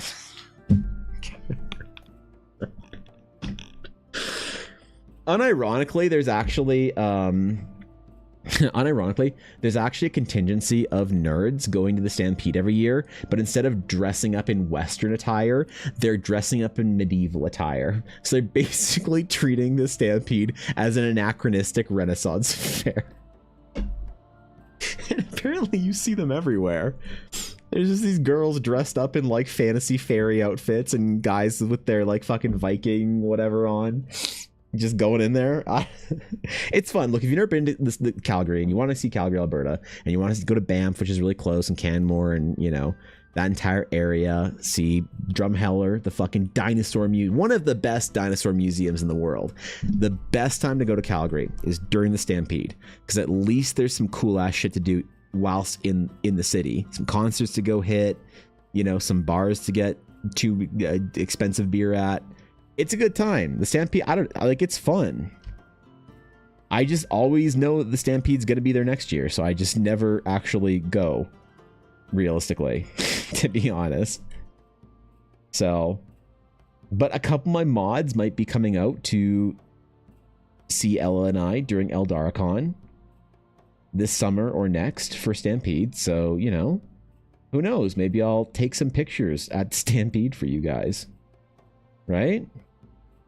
The Pokemon Go Fest, whatever. I think Go Fest was on during Stampede this last year, so that was fun. Walking around catching Necrozmas. Right? Whilst dressed up as a Stampede goer or whatever. It's like a bunch of Montanans took over a part of Calgary. Oh, Blue.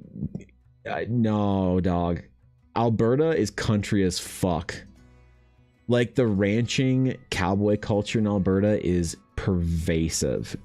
Like, Alberta is it's the ranching capital of Canada. So like I have friends that have been born and raised as ranchers. One of my friends that I went to art school with dropped out of art school midway so he could become a silversmith with his mom and make like belt buckles for rodeo champions and weddings and shit like that. And he has a very successful business now, making like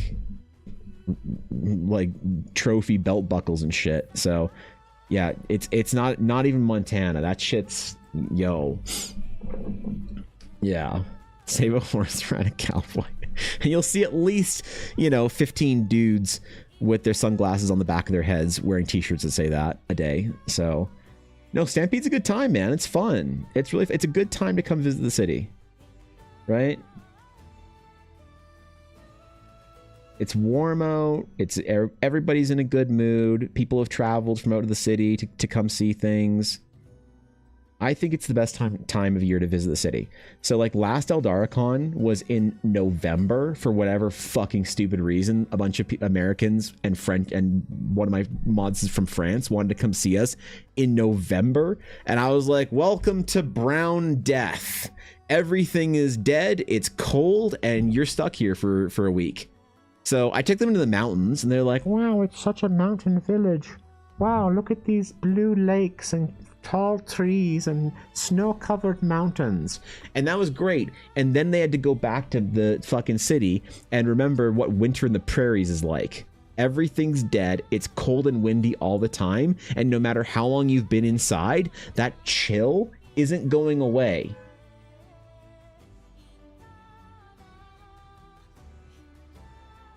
Somebody's having a bad time outside. Another Eldaricon? We're thinking about it.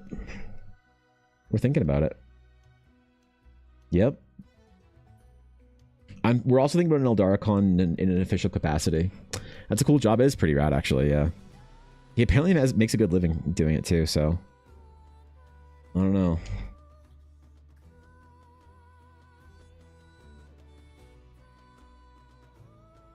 It is hilarious because he also shares a name with a popular, like, country... No, she's not in country, a pop star from the region. So I search up, like, his name and I get some, like, hot 20-something dancing on stage and shit. I have to be far more discerning to try and see what he's been doing for work recently. Find his actual, like, gallery site. Silversmithing is an art form. So I did silversmithing for a while when I was in art school. I took 2 years of it as an optional course. And it was awesome. I've made all sorts of jewelry and shit for Ella. She has sword and shield earrings I made for her.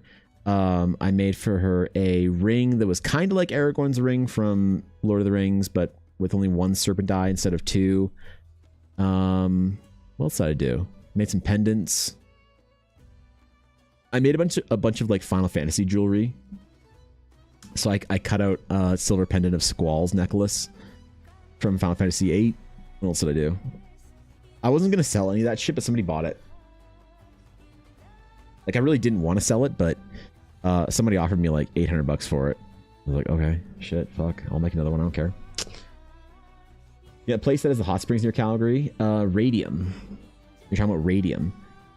Radium's closer to where I live than Calgary. But yeah, Banff has hot springs as well, but Radium is the one that people know about it. And Alberta's cool as hell.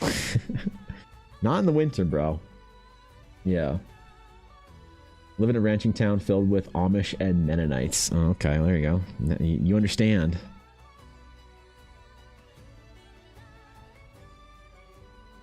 I wonder if that's why the Renaissance Fair scene in Alberta is growing, is because people are just like, you take people that live on like in rural communities, small towns, farmers, ranchers, anyone in the agricultural industry, and they're the ones that are like the most compelled to dress up like a medieval hero and go drink mead from a wooden cup and dance in front of a fire while a minstrel plays a lute. And you go see people dressed as knights beating the shit out of each other. Like, the Ren Fairs also have jousts, by the way. I'm pretty sure all of them, the ones that we're going to, maybe not High River, but I'm pretty sure they all have jousts. And seeing two dudes nearly fucking kill each other on top of a horse, I don't know why. There's something like primal about it. You know?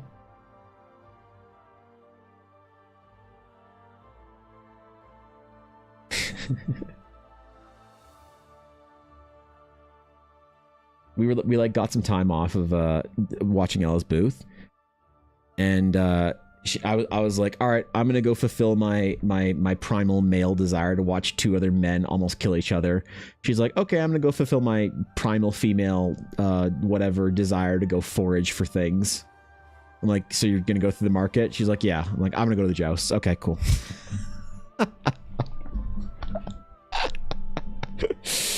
Fucking Ella Blackwood, man. She's hilarious. I wish she wasn't so nervous on stream so you guys would see how funny she is all the time. Like, what the fuck? Back to work? Alright, Stim. Go climb back on that combine. Listen, we're doing daylight savings for you, alright? You be careful out there. Get your overalls back on. Get your bucket. And, yeah. We'll see you later.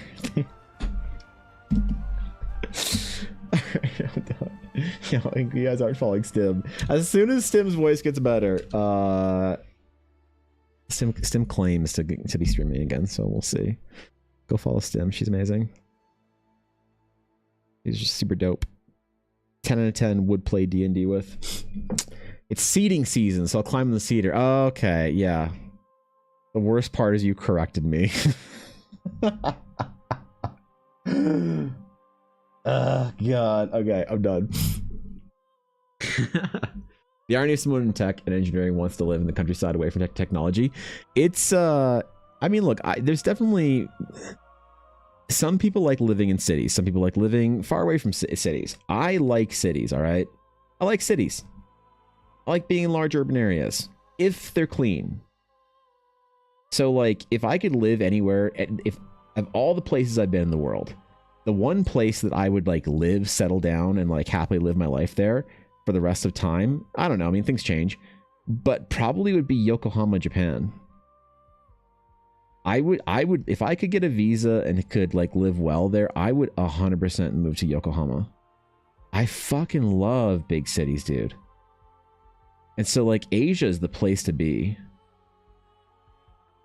And now, don't get me wrong, I like Tokyo. Tokyo's really good.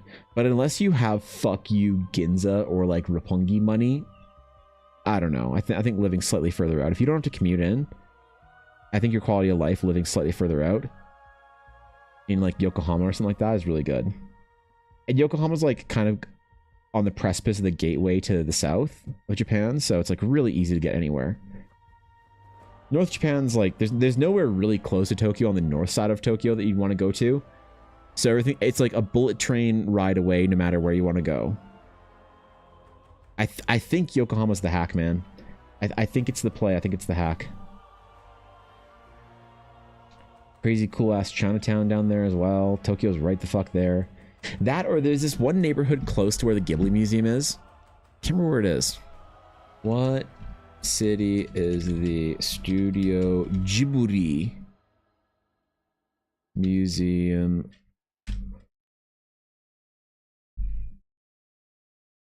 What city is the Studio Ghibli Museum in? Mitaka, a western.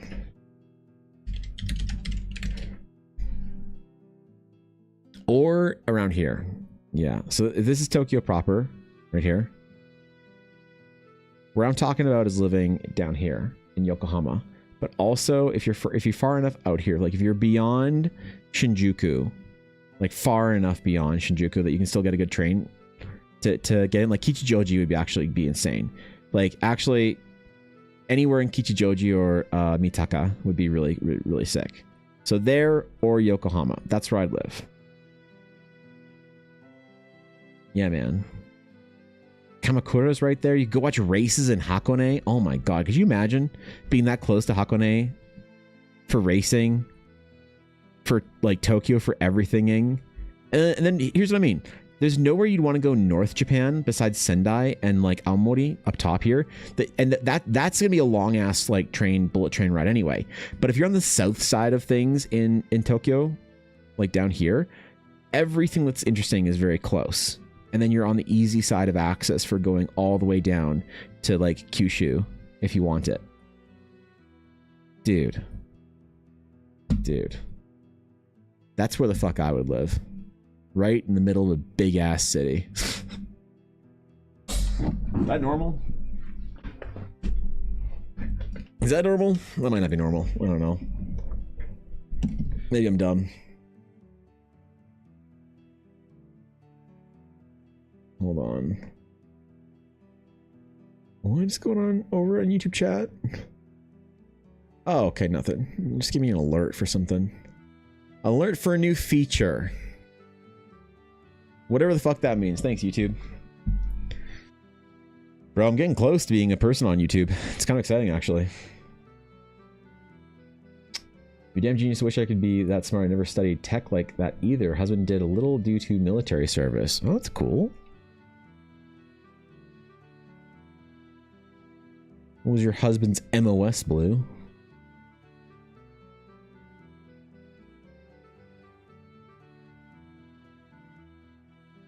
I guess branch is more important. God knows this stream attracts crayon eaters and chair forces. So, for some reason. It's normal. Why isn't normal learning Irish and hopefully not guaranteed going to Ireland one day? I think you would fit in Ireland really well, Sleepy. Sleepy, how much can you tolerate, like, stout beer? I can still hear you. You can listen. The lieutenant colonel is all knowing, so I would never say anything about the Corps that I wouldn't say to your face, Atari.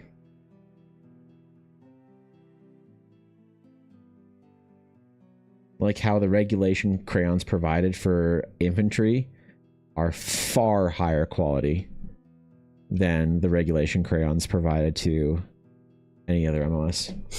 Have I finished with the blue crayon? Just a minute. Yeah, he got a little blue crayon just right on your. Yeah, yeah. It's just a little right there.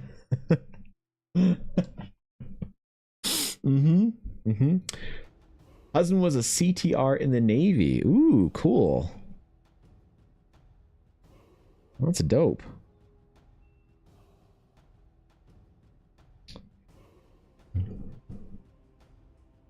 That's pretty neat. Well, thank you for your family service. Let's fucking go.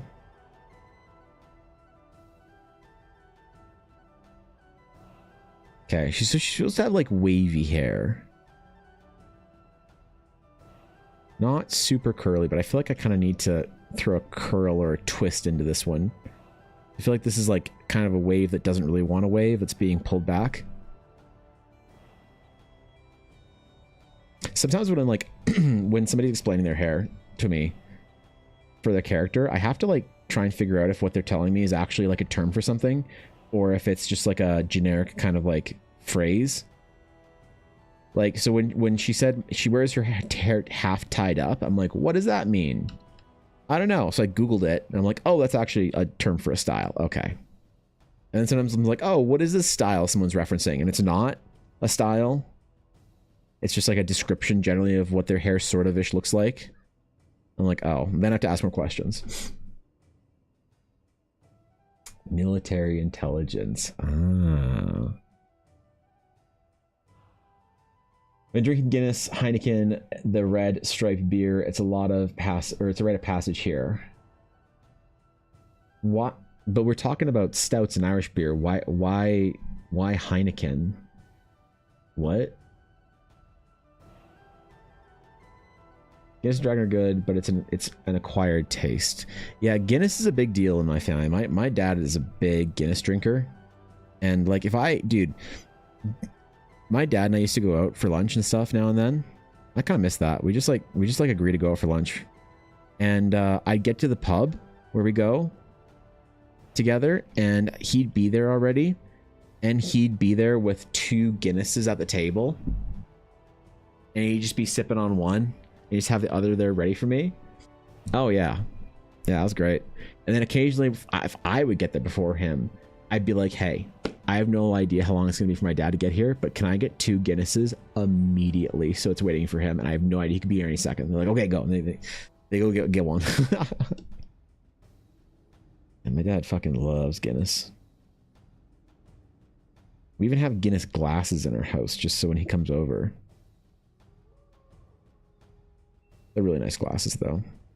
I wish I could have Guinness, man. I haven't been able to drink any beer or anything in years since my stomach got messed up.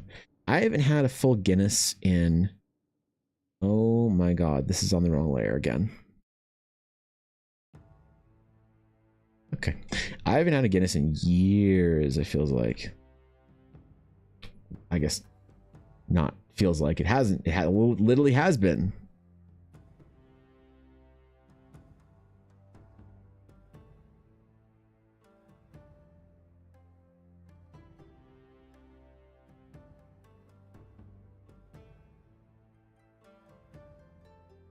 I don't want to hatch too much knowing that I'm painting it, but I already kind of did a little bit on her hair, so we're going to go a little bit deeper into the details on her hair than I normally would.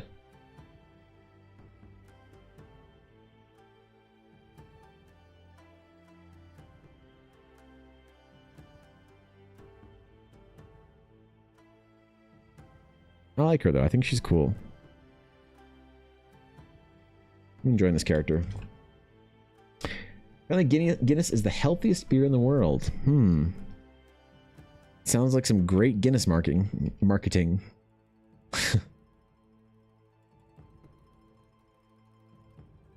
I mean, a healthy beer is relative, isn't it?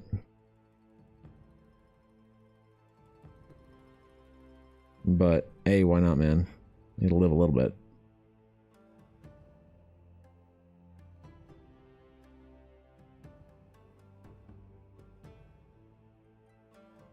Oh, Ella's home. Wait, Ella left? Alright, well. Guys, Ella's home.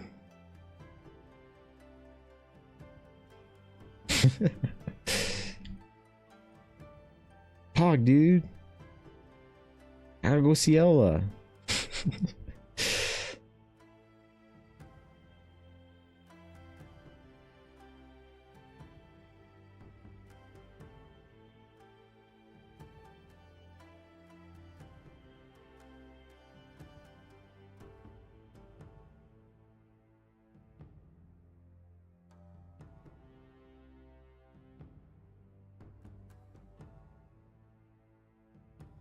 Dude, Stimpack makes me want to do a another VTuber fan art piece for her.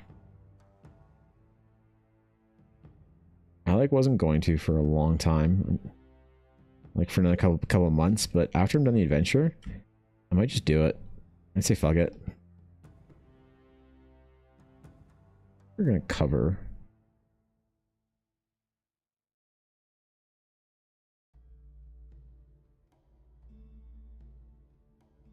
Her hair being a little thicker than.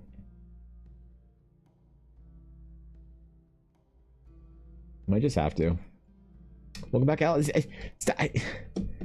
Ella had yoga. Stop welcoming Ella back to my house, Ulner. You can't welcome Ella back to my.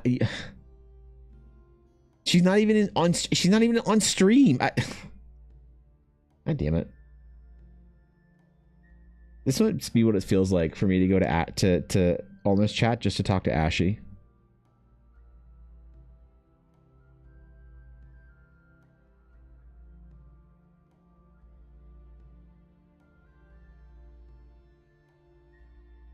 Now I know what it feels like.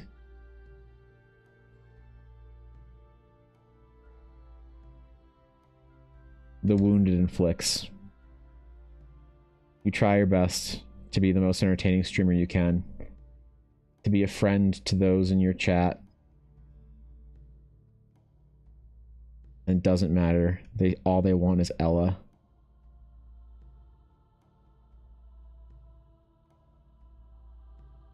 I can say whatever I like to my bestie. Nuh-uh. Nuh-uh. The only besties in this chat are Miwabel and me. I have proof. She called me bestie on Twitter. Mm-hmm. I have proof. She didn't call everybody bestie either. It was just me because I don't ruin this for me, Ulner. Don't do it. You're not the boss of me, that's true, I guess. All alcohol is just grains, vegetables, and fruits that have been fermented in water, so all healthy when you think about it. You're just Ulner.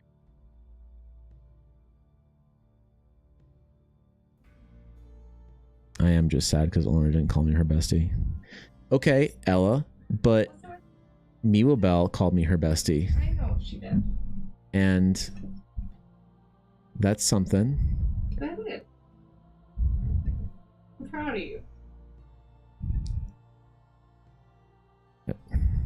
Thorkin, tell Ella I love her, please. Mods, can we delete Mr. Mithroflox's comments, please, whenever she brings his...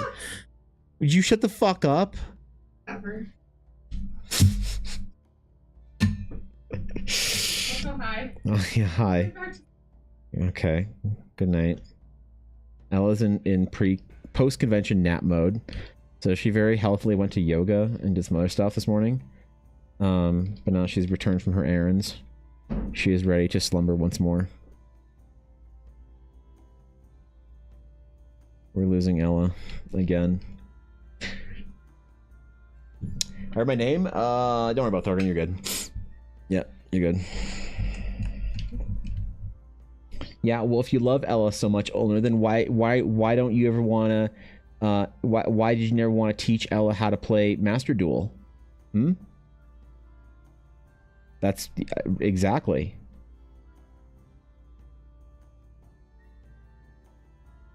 That's what I thought.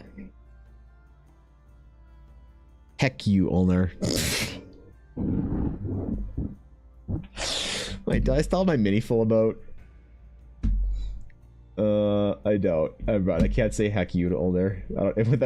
Without a mini full mode, I can't say heck. Because Ella deserves better. Hmm. Damn. Damn. All right, I'll let Vixie know.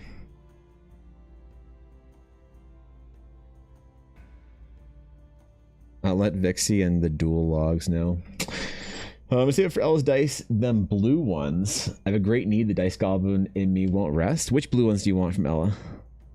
What blue ones? She has many blue sets. You know, she this weekend at Calgary Expo, she took orders for advent calendars. Okay, people prepaid for fucking advent calendars in April.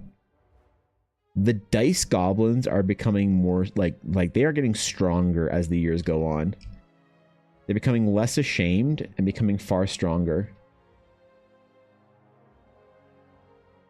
They're like the guys at the anime conventions walking around with body pillows. Just less shame overall. The glow in the dark ones. Oh, I don't know if she still has that set. I'm not sure. I mean, you should make another one, but obviously. I don't know if she sold it or not. Those are a good one, I will admit. Be saving up for that. Spot 3 games right now, so I need more dice. You got 3 games going on?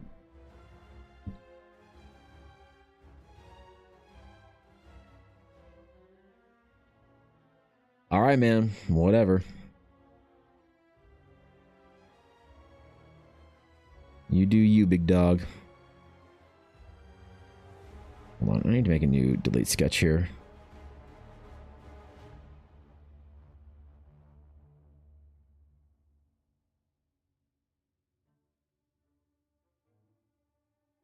Clean this shit up.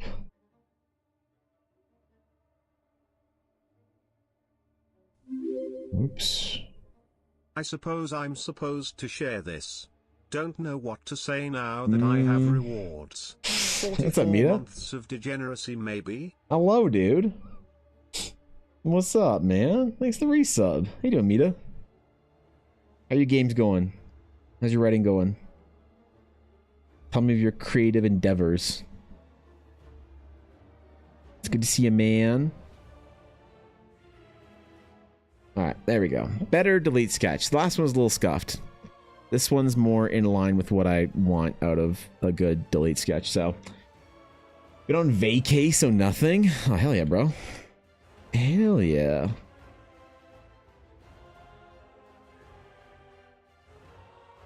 That's good shit right there.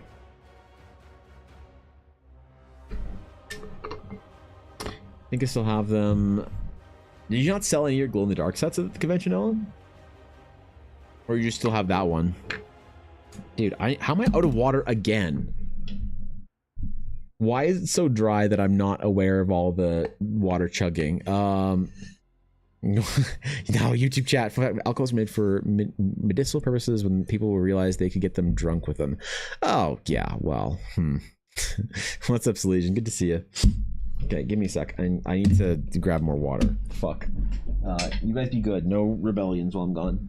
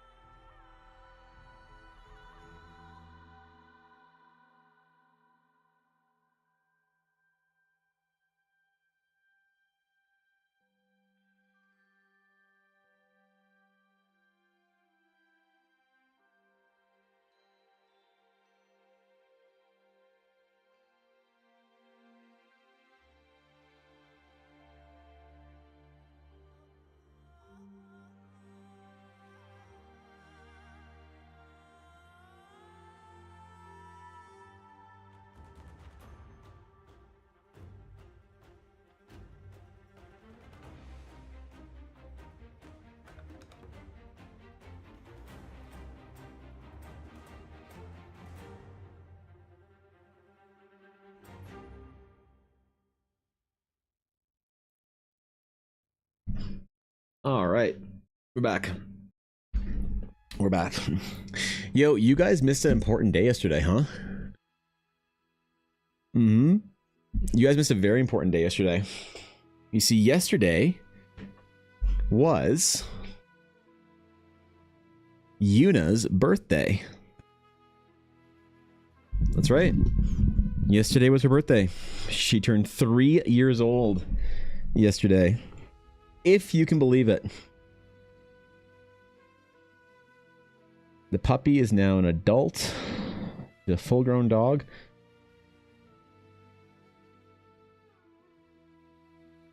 Dogs, as far as the vet said, are considered puppies until 2. For small breeds that live longer, puppies until 3. So, Yuna is officially no longer a puppy.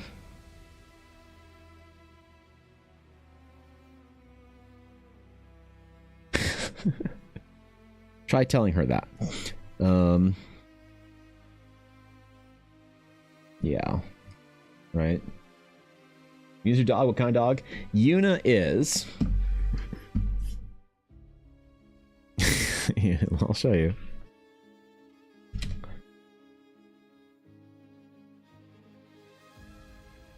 Please don't be Booba. Please don't be Booba. Instagram, I'm trusting you. I can't believe I'm opening Instagram on stream. Please don't. Please don't. Please. Oh, thank God. It's just some fucking...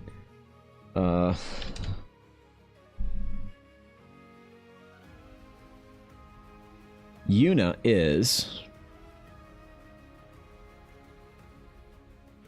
an 8-pound Morkie.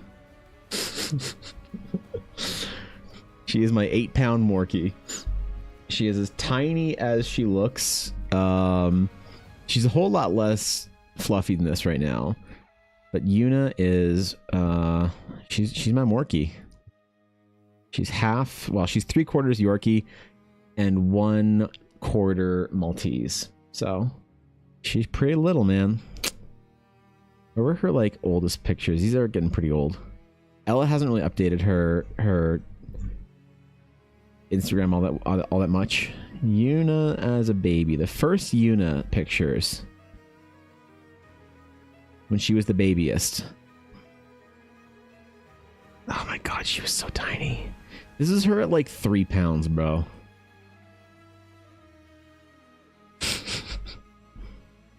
Still got that goblin energy though that she had when she was a baby. No longer chewing on furniture, which is nice. That's good. She's all grown up, man. She's a senior dog now. Wait, no. Yeah, she's funny. And she's 3 now. Terrific Terrier. Yeah, you like Yorkies? She is full 3 years old. Time to plot the rebellion against the impending empire that's after the orb. Was it a cube? I think it was a cube. It's not a cube. God damn it. I can't believe you guys ruined YouTube chat. The YouTubers... Oh, not YouTubers. The YouTube enjoyers were the best of us, and you guys and your dumbass orb memes have infiltrated them. They used to be so high class and so well put together, well spoken, mild mannered. Now they're just like rambling about orbs at the same time. Really disheartening, if you ask me. Cat's bigger than her, and she's smaller. Cat will be turning 19 in June. Oof. 19 years old. Good God. An old cat. Your cat could drink whiskey, smoke, buy nudie mags, serve in the military, and vote.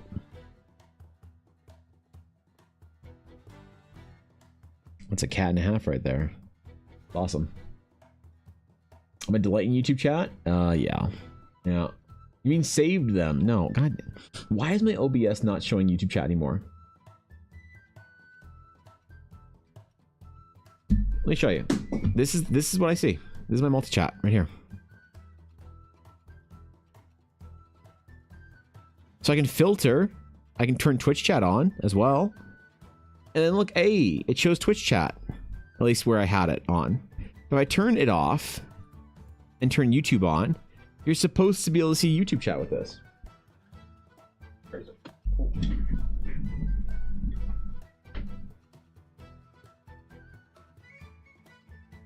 I don't get it, man.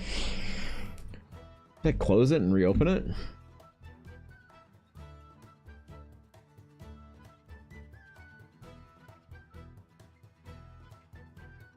Docs. Oh god.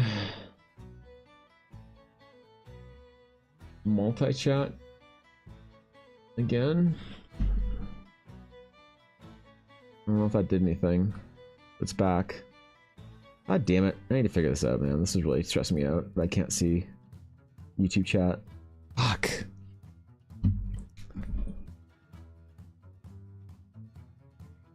Oh, you guys said no to YouTube chat, right? Because I really don't want to use a service like Restream or something like that. I really just want it to work through OBS directly.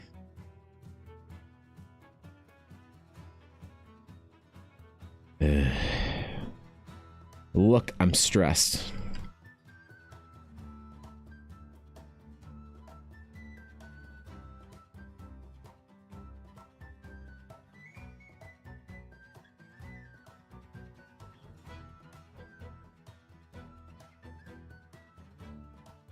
Okay.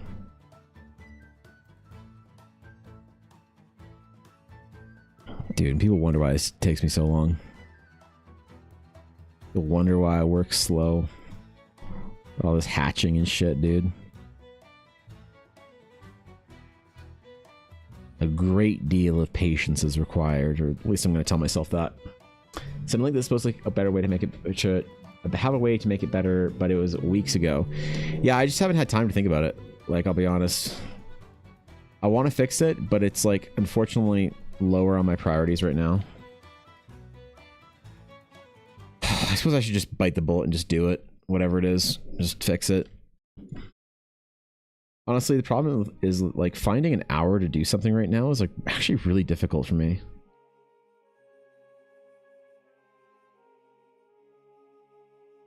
Even if it's something that would help out for the long run. There's always something that needs an hour worth of attention.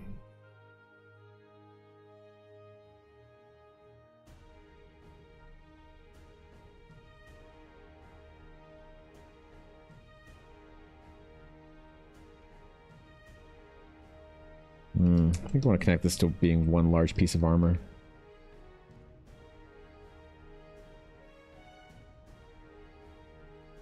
And have it be a design rather than a separate piece of armor. You work slow because we harass you in chat. I mean, that definitely doesn't help, but like if I look at a piece that I've done entirely on stream, and we're not going to count the design work before or the formatting work after or the client discussion before. We're just talking about the direct rendering and sketching stuff. It takes me like on stream for a character sketch like this portrait for Mulabel. Mulabel's sketch took me, I think, like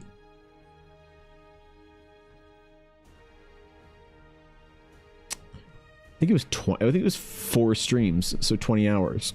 Excuse me. Some fucking hip cups a little bit. So 20 hours on stream. You know? And that's probably... I probably don't work at a half rate on stream. I probably work in more like a point... I don't know, 1.7 or 0.7 or whatever. I don't know. 20 hours should have been 20 hours. It should have been more like 12. Or 13. And then tack the like extra couple of hours in the front and then the hour on the back, and yeah, I mean that's how you get that timeline. But still, it's like just in general, the amount of time spent on the rendering phase just feels really high. And I've been told by other artists, like peers of mine, to figure out how to work faster so that I could get like one of these done in one night. I had one of the fantasy artists on Twitch that I've gotten to know recently say that. He told me, bitch, So I started it, was bitch, figure out how to do those stupid little sketches you do of characters in one night instead of a week. If you want to be a real artist. And then he took a long drag of his cigarette and blew it in my face. It was over Discord, but I still got the you know, still made a mark on me. I got the, you know, took the meaning. I don't know. I just don't think I can. I don't think I can rush this. There's certain things I can do to make it faster, process-wise, definitely, that I've tried to integrate. The problem is I've just like always taken that time and spent it somewhere else. Instead of being like, wow, now I've got like my piece done faster. It's like, wow, now I can spend an extra 2 hours on rendering it and doing design or whatever it is. So we're extremely fast, especially for someone who's being distracted by us and YouTube chat. Yeah, there's that. And obviously I don't charge clients for the time it takes me to do it on stream. I charge them for the time it would take me to do off stream. And if I choose to do it on stream, well, that's fine, you know. It's me choosing to take longer to do a project because I want to also stream it and chill out and have fun and relax and talk about art and D&D and a Vales comic and the Nintendo Switch 2 and Cinder the VTuber. Oh wait, nope, not that one. Oof, not that one.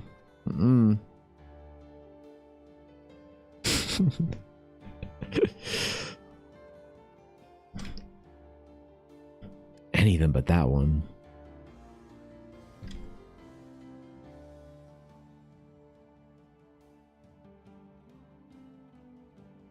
Working faster doesn't mean that you'll have the best quality or put the best of your ability into it.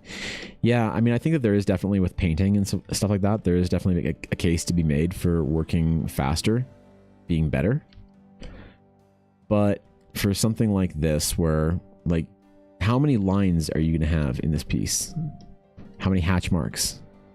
There's no way to simplify it into textures. You have to communicate each individual hatch mark.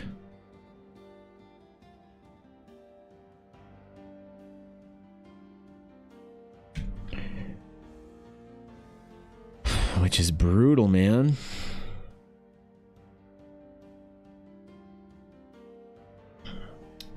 But ultimately worth it, I think. I think it's I do think it's worth it.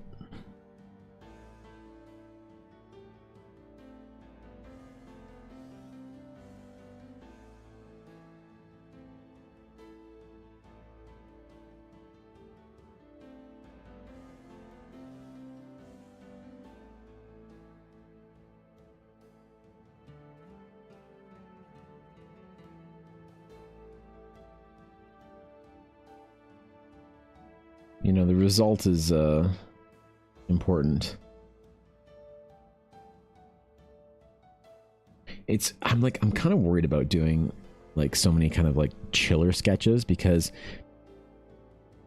people are asking for them more and I don't really do them as requests. So I feel like I need to do more of these like larger sketches where I'm putting all my effort and the full priority being like a portrait, not just like a headshot.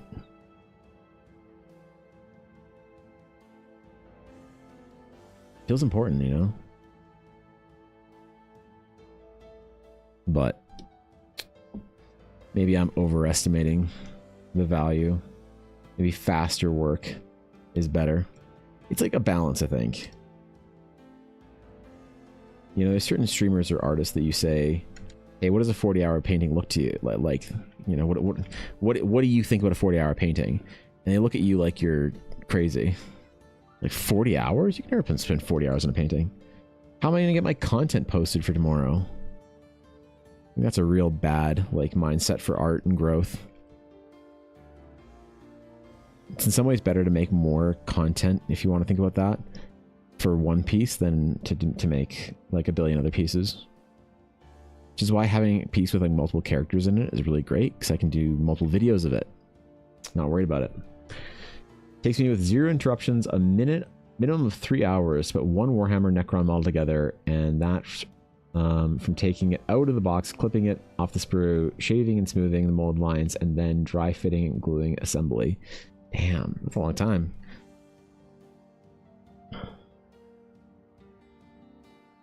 Yeah, I mean, I see it. I get it. One Necron, though. I really want to start building my Grey Knights that Ella bought me for Christmas. Just haven't had time to do anything. Maybe when the adventure's done. Oh, the main adventure. And I'm just... And all my commissions are done. My big project I'm doing for Super Secret Client is done.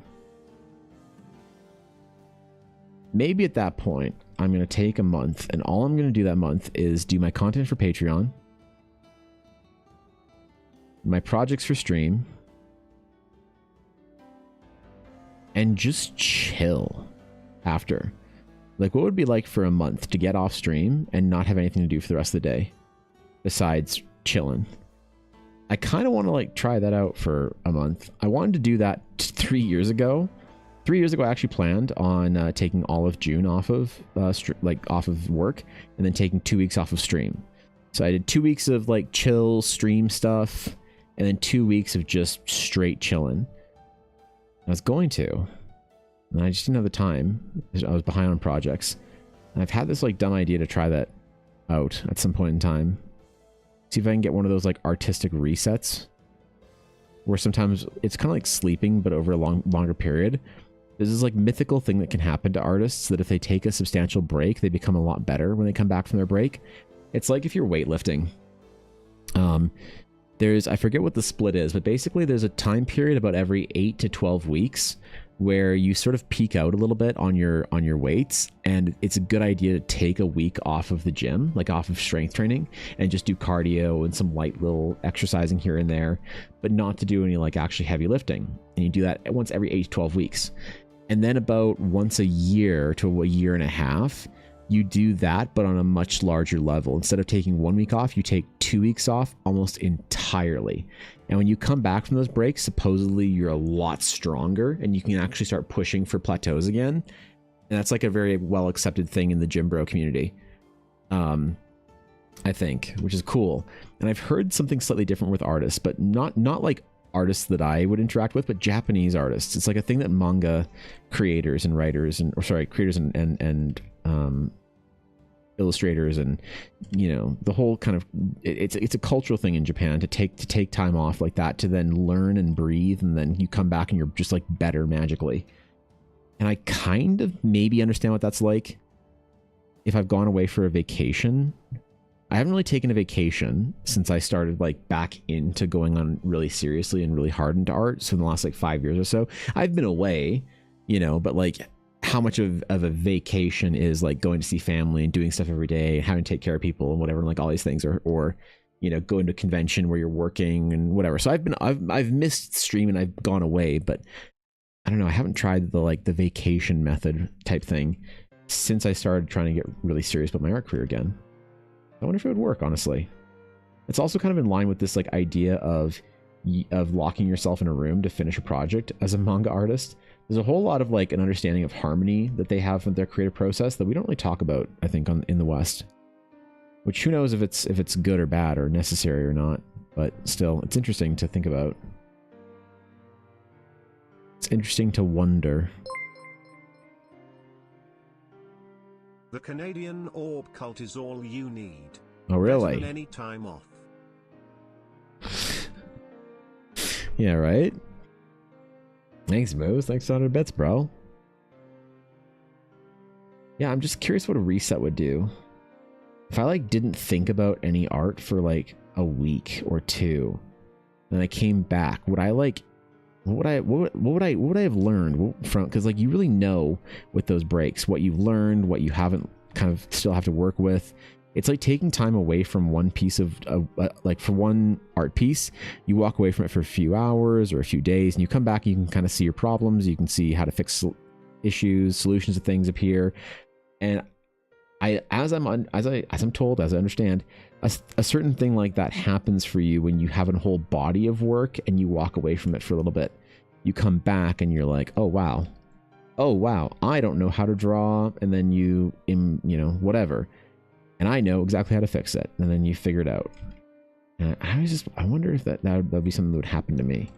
Because I also know artists that just never relent. They just never take time off for the process, ever. They draw like every day for at least 4 to 6 hours. They're drawing, whether it's work or for home chill stuff. On the weekends when they're not at their studio, they are going to places. They take their kids to the theme park, Disneyland usually, because these are like Blizzard artists and stuff.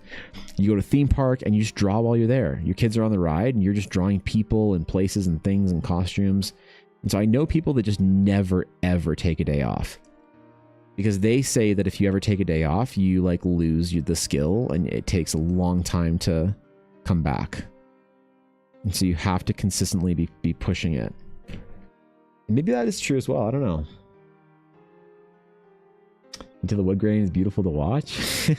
Thank you. Glad you like it.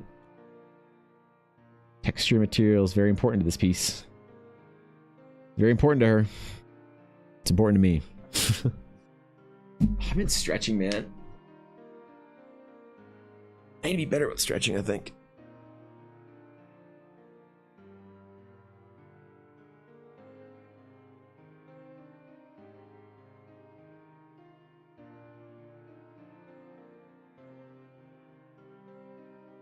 Gotta do both those arm stretches, man. 1 and 2. It's kind of people scaring me. My sister is one of those people. Yeah, I mean, I guess just a different way your brain works, right? It must just be the way the brain works. As far as like, does your brain, how does it handle and like sort and like process? Like, what's your like RAM like? Because some people have very high like brain CPUs, but lower like RAM, you know? And they need time to like sort it away. That's what that time away is. And then a lot of people have like a lot of RAM and sort of lower CPUs in their brain. So they can like take on a lot of stuff and consistently be feeding it information and stuff like that. And then just like once in a while, like every night, whatever information is there is filtered away. And then once in a while, maybe a little bit of a break, but not really. You know, like people, some people need to sleep when they study. Like everyone should sleep after they learn something. That's the way your brain works. It's a mechanism of the mind. It's not you work differently, I work differently. You will learn and keep and retain more information that you like process when you sleep. But to what extent is different for people as I understand. And that's pretty interesting too.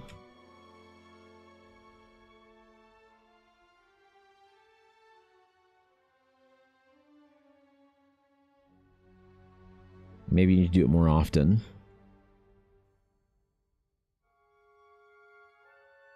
I had this old artist and writer that I knew, and he was an instructor at the school that I went to at my art school. And I only ever had him for one class, and he was pretty phenomenal. But he's this old English dude, and he said that every summer he had to take a holiday, which is a dramatic English way of saying a vacation. He had to take holiday because if he didn't find himself for at least a couple weeks a year sipping on a drink in a cafe on the Riviera, or people watching in some foreign country, where off in the world, that he couldn't think straight for the rest of the year. And he managed to like build this process of like creative sort of like pressure that would build up and build up and build up, and then he'd go on this holiday every year, and he would release it all. And then when he would come home, he would sequester himself in some room, you know, of his house or whatever, or he'd find somewhere to go to for weeks. And he'd come home and just work and work and work and work. And then he'd emerge from that, ready to get back to his life. But he'd have just this sense of like purpose after he sort of like got back from that retreat or withdrawal. It was interesting.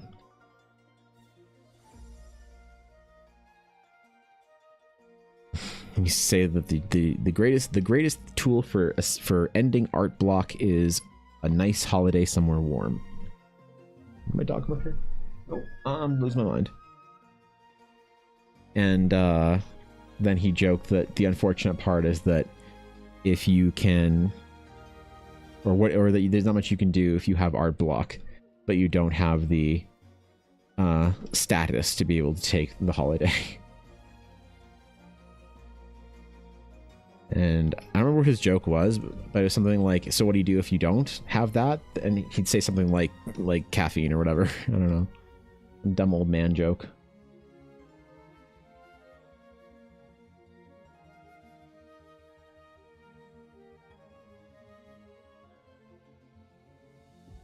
No music? Wait, what? I have music avail. Really? You can't hear shit? Is it too quiet? My stream too quiet? It's about where it usually is. Maybe some weird sound mixing going on. No music, really?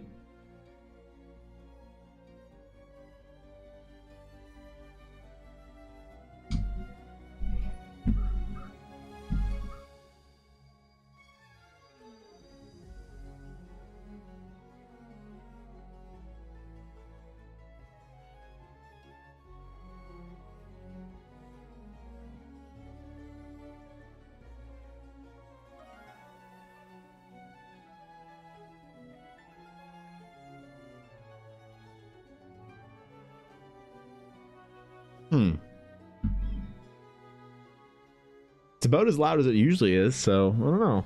It's weird. I mean, is my music like, I know my music gets like louder and quieter depending on the track, but has it been particularly quiet today? Is that a thing?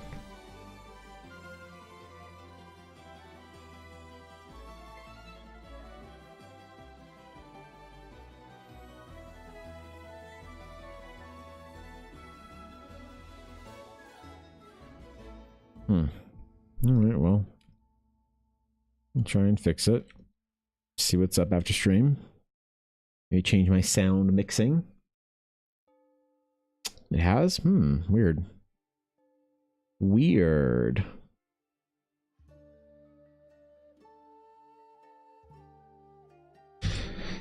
Okay.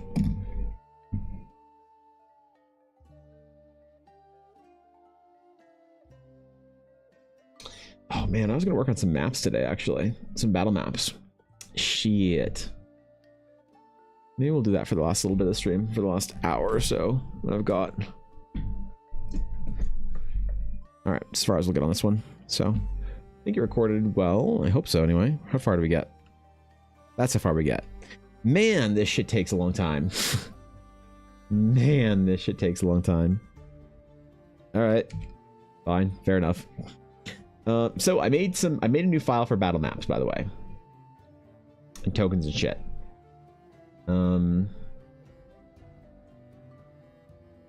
Horizon concept sketches.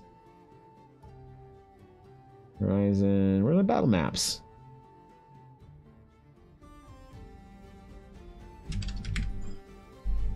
Horizon battle maps. So I started doing some very quick little sketching bits of the maps. This is the one that is in the cave. And so I don't know to what degree I'm going to finish these for the beta. It'll probably be a little bit cleaned up, more cleaned up than this, but it might not be much more cleaned up than this for the beta. Is this acceptable for said beta, do you guys think? Something like this, but a little bit cleaned up, more cleaned up, obviously. Maybe we'll do like one rock for a minute here, just real quick, so you guys get a chance to see what it would look like. Also, I definitely don't need this piece to be this big. It's killing my 20 by 30, 9,000 by 6,000 pixels. Could probably be like...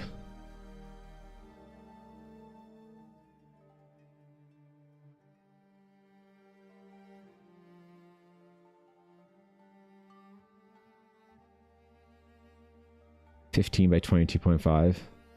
Probably better. Let's see if, because like the hatching needs to be reasonably Ooh, even that's a little bit.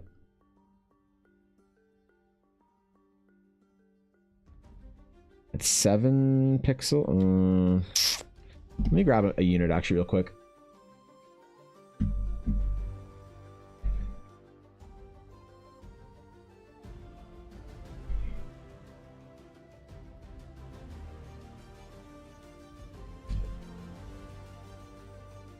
Let's grab Ella. Got her on here. We're gonna grab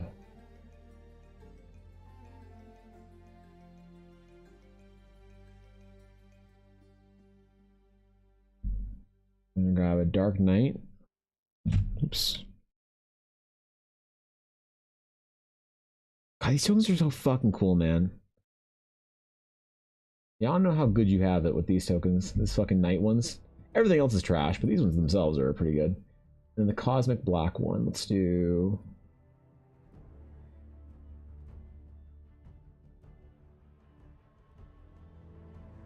Okay. Tokens are big. Ooh, what the fuck? So Ella is single unit, single square. Oops.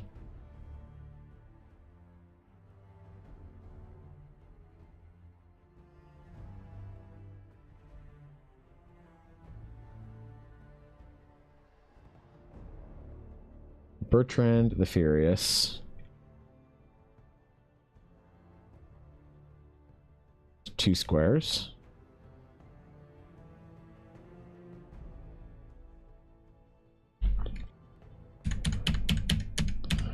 Come on, bro. There we go. Then our Cosmic Black Dragon. How big would he be? Probably like what? 8 squares across. So about that. Is that how big a dragon would be? Colossal Black Dragon. Yeah, why not? Why not? That's good enough. It's like VGT or whatever it's called. I've never done or used stuff like this before. Yeah, it's kind. Well, this is a map that I'm making. So ideally, what you can do, in blue, is the game is all based in a digital format. So the maps would be used for a VTT. You're correct. And then you could place these like digital tokens on it. So yeah. So if you're in Roll20 or whatever, this is how you play the game. So you have your little token. This is your hero. This is the dragon. You know, fight said dragon. Fight the dudes. Whatever. You move them around. Or what you could do is you could print this map off at like Staples or something, an adequate size, and then I don't know. Maybe I'll have instructions for how to print it off at a proper size or something. So, because this would be what? How many inches wide is this? 1, 2, 3, 4, 5, 6, 7, 8, 9, 10, 11, 12, 13, 14, 15, 16, 17, 18, 19, 20. Oh god. 2, 3, 4, 5, 6, 7, 8, 9, 30. I'm 32. Was it 30 or 32 across? I think it was 30 by 25 or whatever, or 20 or something like that. 1, 2, 3, 4, 5, 6, 7, 8, 9, 10, 11, 12, 13, 14, 15, 16, 17, 18, 19, 20. So this is a 20 by 30 map. Yeah, so you could print this off on a 24 by 36 piece of paper. Now, like I said, I do want to fully paint these maps out so that they look more like painted battle maps than just the sketch versions. But I'm thinking for the beta, I might have to just relinquish that dream and have it just be a sketch. But let's take our Black Dragon away here. So ideally, this is maybe what an encounter would look like on this map. We got to kind of test it out. So if I search for tokens, I want to see if this map is too big, maybe, for the group. So where's Abyssals? Undead? No. God Knights versus Eldritch. Perfect. These are not the tokens I'm going to use, but these are a good base for them.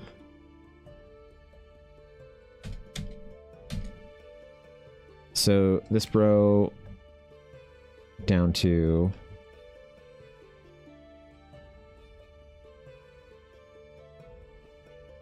guys here.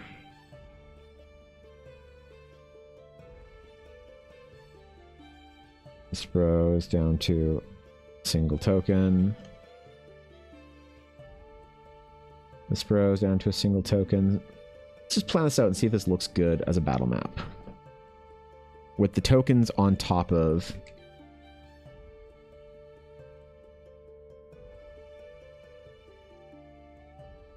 So let's just say that a couple of these guys spawn...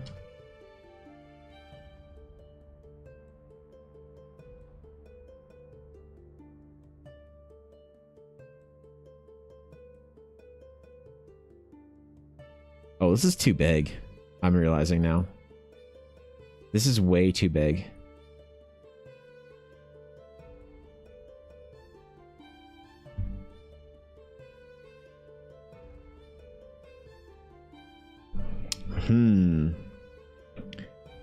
This is far too large of a...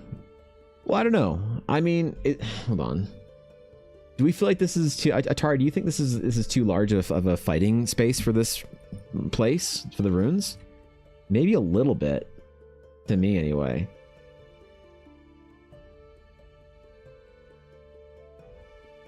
Or maybe not.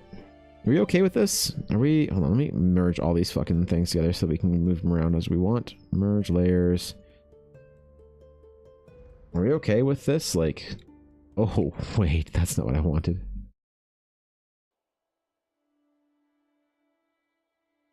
There we go.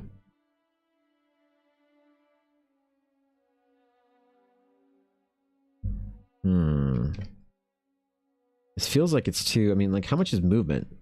So how long would it take you to get from one square to the other? So 1, 2, 3, 4, 5, 6. So one full dash to get from one side of the thing to the other. Or 1, 2, 3, 4, 5, 6, 7, 8, 9, 10, 11, 12. So you could dash a little bit more than halfway across the arena this way. Ooh, I don't know, man. It doesn't feel that bad. You want large spaces and some falling rocks to force movement. Fireballs of 40-foot diameter, so that's about 1/3 of the map. This is also meant for level 1 encounters, so we have to balance this for a group of level 1s, potentially level 2s. So, the square 5 or 10. The square is 5 feet. Yeah. I'm just thinking about, like, if this is going to be okay with movement and stuff. So let's say you start the adventure, you've got Ella, and you've got your knight, because this is one of your party characters. Why not? We gotta squish him down, though. Sorry, knight. Sorry, Bertrand. That's you, right there, bro. Where are my other tokens? Hold on, I might have some better tokens than this for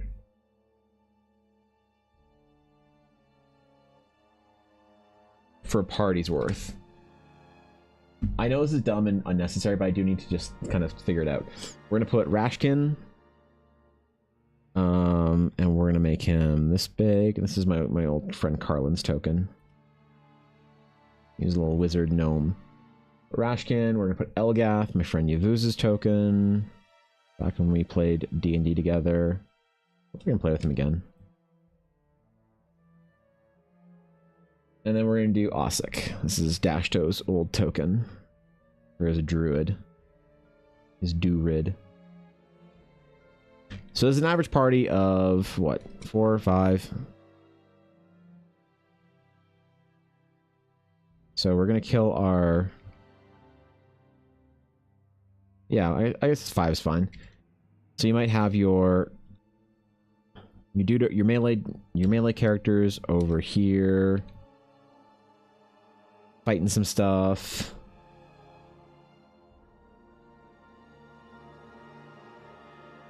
Maybe your mage jumps up on top of this little structure here. Your druid is fighting stuff over here. Is this too spread out?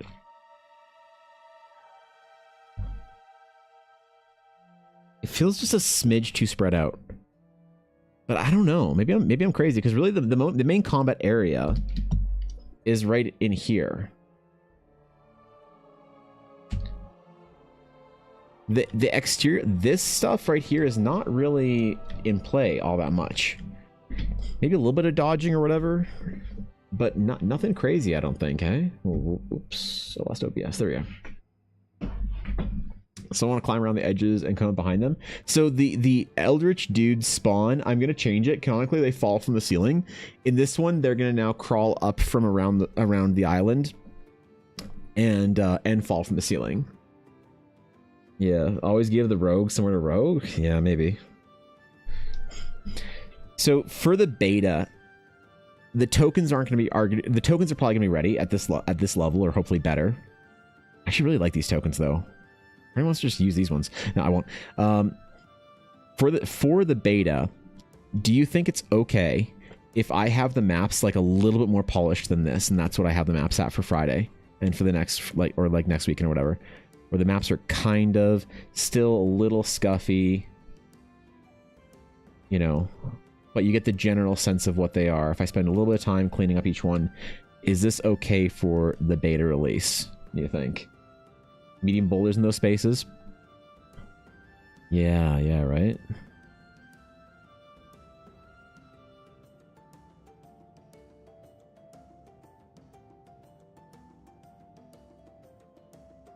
As far as quality goes, I wonder if this is enough. It's tough to light these maps too, though, right? You're kind of implying if you have a dynamic lighting, like how does Says Peku light their maps? How do they light them? I think they light them from light sources in the map. So either if it's outside, they have a general pretty top-down, easy to think of light. It's interior, they have light sources, and they kind of keep the whole thing in like loose shadows.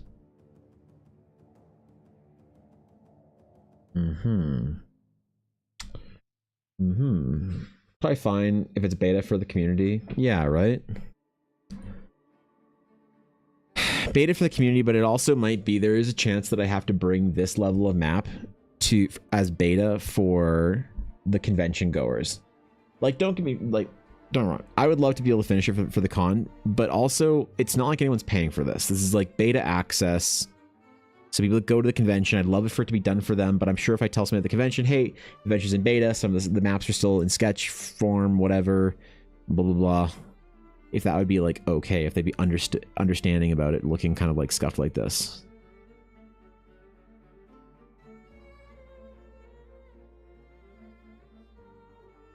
Can work with this just as is. And the question is, do I then paint it out, or do I make this more of a sketch style?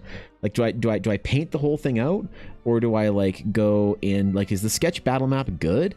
Like, I'll go in then and try and like kind of do what I do, or I'll try and like kind of make a sketch version of the map.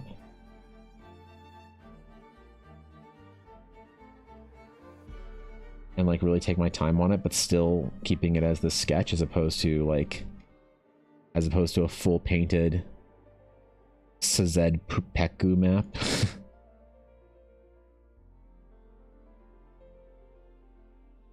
And it'd be more like something along these lines for the finished product. Because part of me knows that like I know people say like, bro, the kind of battle maps that you find in even official adventure content is like not, you know, all that up to whatever, so don't worry about yours. But part of the issue is there a bit of a disappointment in somebody knowing that I'm an artist and there's art for everything and sketches for everything for this adventure, but the battle maps weren't fully painted in. Like the tokens even were painted, but the battle maps themselves weren't painted. Is that just disappointing? Because even if it's the kind of thing where like no one can bother you, or not bother you, no one could blame you for like not spending 40 hours painting out a map, would it be disappointing? Just like kind of gut check, because that's important. People tell me all the time about like commissions and art and prints and stuff like that. Like, Evan, nobody expects your prints to be like this or to be of this quality or whatever. And it's like, well, I don't expect it, but like people can get kind of disappointed if it's not. If you can't rationally expect it, but did you expect it from me? And if you did expect it from me, whether it's rational or not, then it's disappointing. And when somebody's disappointed, they might agree and logically realize that their disappointment is stupid, but they'll also just be like less interested in it, less enthusiastic about the project. There's lots of things like that that I can reference in my own life. Things that are like, you know, oh, whatever so-and-so project is like so cool, I'm so happy to do it. And the client is easy to work with, and I think it's all like good. And then they're just kind of disappointed that I didn't do something else or like bigger. I'm like, oh, well, what did you want to see? I'm like, well, I just really want to see like this kind of like a background, whatnot. I'm like, oh, I mean, like we didn't agree to do background. Do you want to pay for a background, I guess? And they're like, no. And they just kind of like by all means, they're not blaming me. I'm like, no, I'm not in the wrong at all. But they're just kind of disappointed. And a disappointed client is just like less likely to engage or come back to you, even if it's fair. How many TV shows have you like been like, yeah, man, that TV show would be awesome to watch, and then you're like, oh, but it's not on at this day of the week, so you'd have to like watch it on after it comes out. You're like, oh, you just kind of like lose a little bit of like, you know what I mean, lose a little bit of steam or wind or whatever. It needs to create more contrast in the characters and the monsters from the environment. Another consideration, which I don't like, but is a thing, is does this map fit on a screen using Roll20? This should. This is small enough, I think. I'm pretty sure Roll20 can accommodate up to like 40-inch maps. I'm almost positive.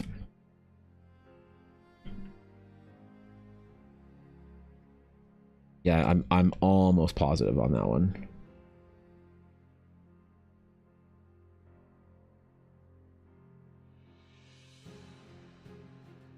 So maybe I finish one map, maybe I finish this map like all together to show like proof of concept of what it looks like, and then I have sort of like sketches, like I finish one map to this degree, this one, and then I have proof of concept sketches for the other maps, so you can kind of see like what it's gonna look like when it's done.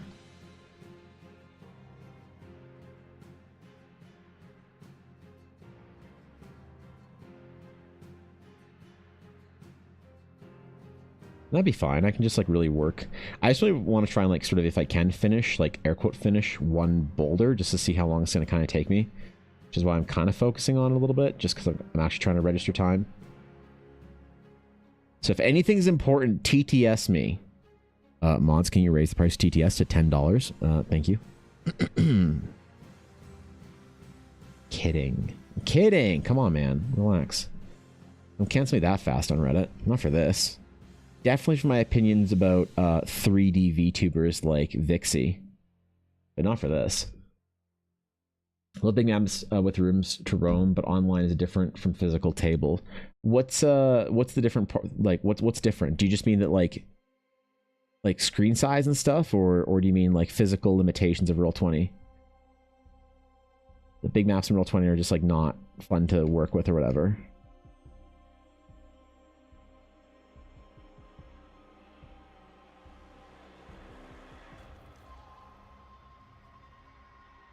Also, I wonder if I should do like sort of colored lines to indicate areas of the map that are occupied versus not.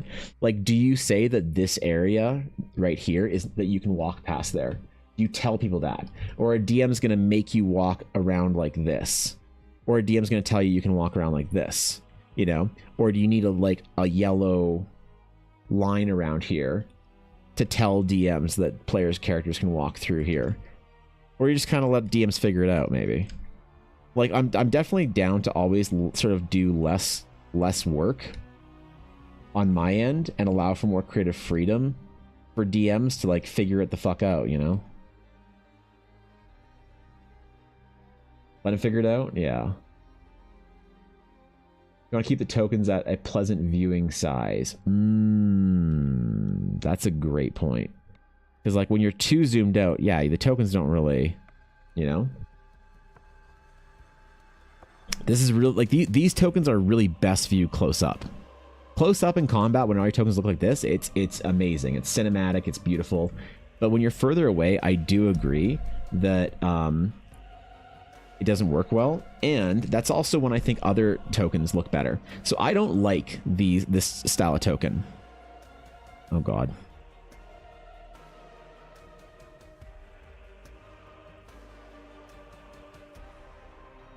What the fuck? What did I just do?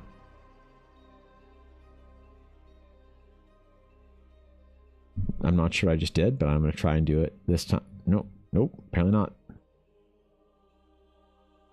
Okay, we're not dragging. We're just doing this. So I don't like these type of tokens. I find them incredibly lame. I make them for people because they use them. And I think that one of the applications of them is that, yeah, when you're far away, looking at face icons is like way easier to see than seeing like the silhouettes of your characters. I just hate these. I think that they're so unimmersive and lame and whatever, and I don't love using them or making them. I mean, I'm sorry, not that I don't love making them. It's just a cropping of a person's token, so it's like I don't care, and I do it for everybody anyway because I feel like that's the thing that you do for your games for the most part.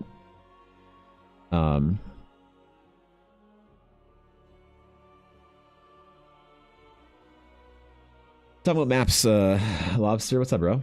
Color of what squares the runes occupy is helpful. However, the more muted colors, maybe husband is colorblind, so if they say red is or made it red underneath, he's being the one to DM would probably not see it.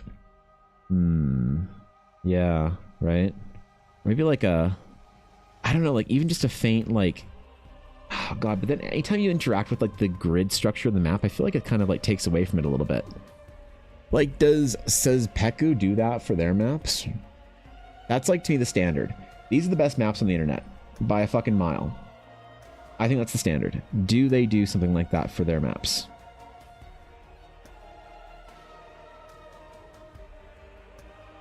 So, night, day, broken. I love they do all this shit. Broken thing, different time of day.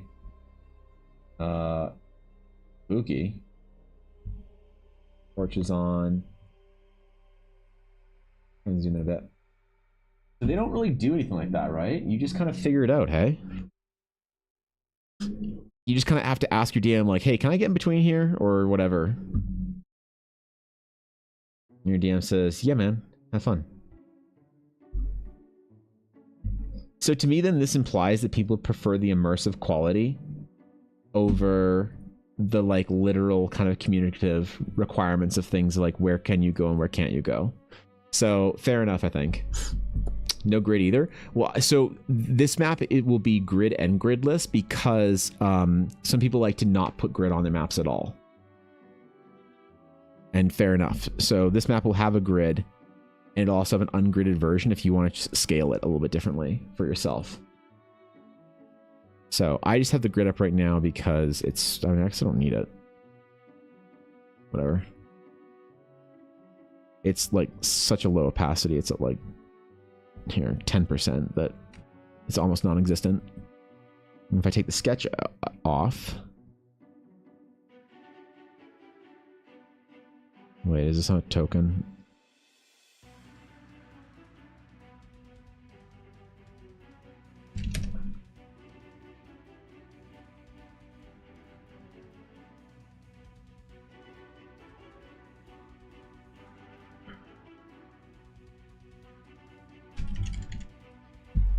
And then I can go in here. Oops. The fuck? I can kill some of these lines. I'm trying to figure out like a general kind of top-down perspective like thing. Sort of like mostly fit with the rest of the map. It's kind of like not quite three-quarter, not quite top-down.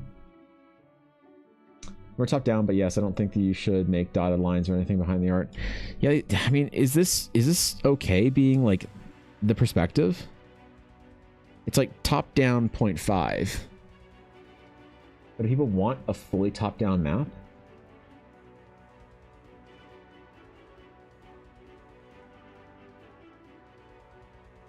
So this is like forced perspective. So the taller building goes back, the walls go back, but is everything for the most part top down? Let's look inside a tavern.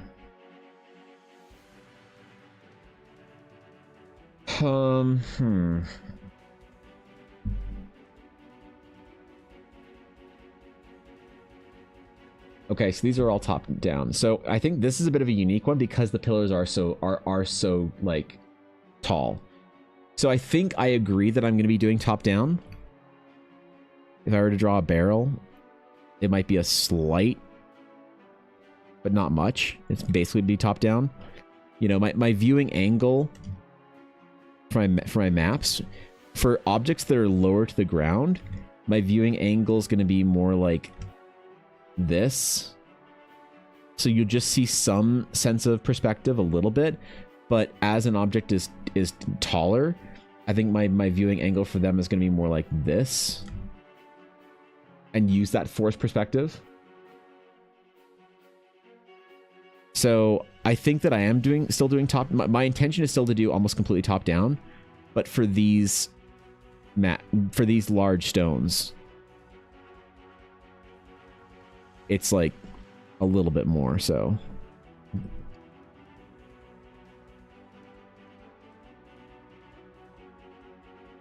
we'll see what this looks like.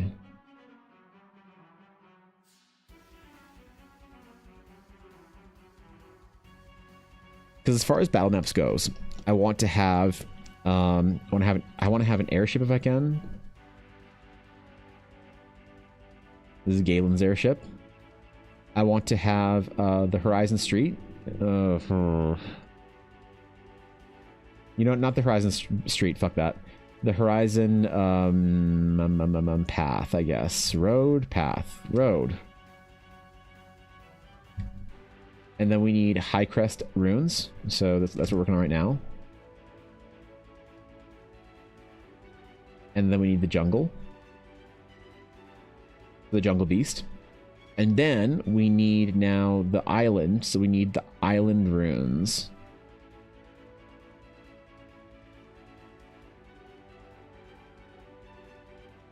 So the airship is for a random encounter, so it can be smaller.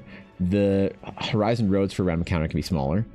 Really, High Crest, the jungle are our main two side quest encounters, and then the island runes. It'd be nice if there was another map in here that was for an island path.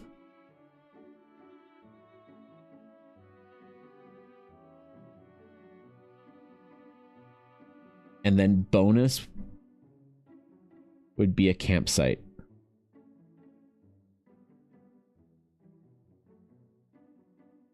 So that's a lot. So we're definitely not doing the bonus campsite. That can get dumpstered. Fuck that. The airship and the road, these are all like 0.5 like sketches. These are not going to be huge or involved or in depth. Really, it's just these four that are going to be, or the island path, sorry. This is also 0.5. So it's like 1, 2, 3, 4.5 maps.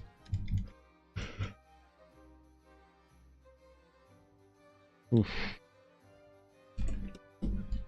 Town square. Do you want a town square map? Is it useful to have a town square map when I don't have any written encounters there?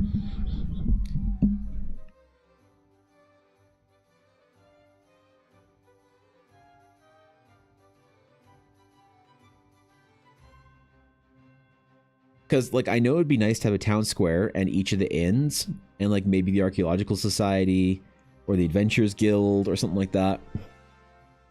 I know those would be happy. Gives a place for players to move through if there is an encounter.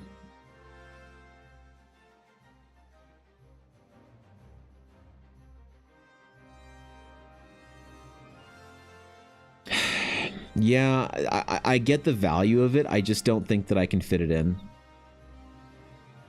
In the full kickstarted version of a future adventure, I absolutely agree. We would put everything in, but I think for Horizon, I don't think I can fit it in. I don't think I can budget it in, unfortunately. So, all right. Well, if it's more along this sort of like level of things, I'm here's hoping that like the sketch maps would be received. So I'm going to try and finish one map. I'm going to try and finish all the maps to this like initial sketch level, and then finish one map to the full extent and see how it goes. But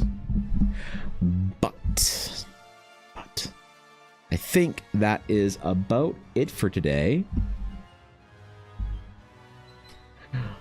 So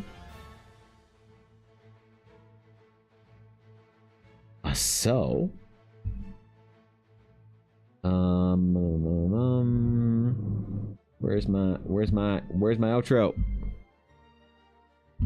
Help. Okay, found it. All right, cool.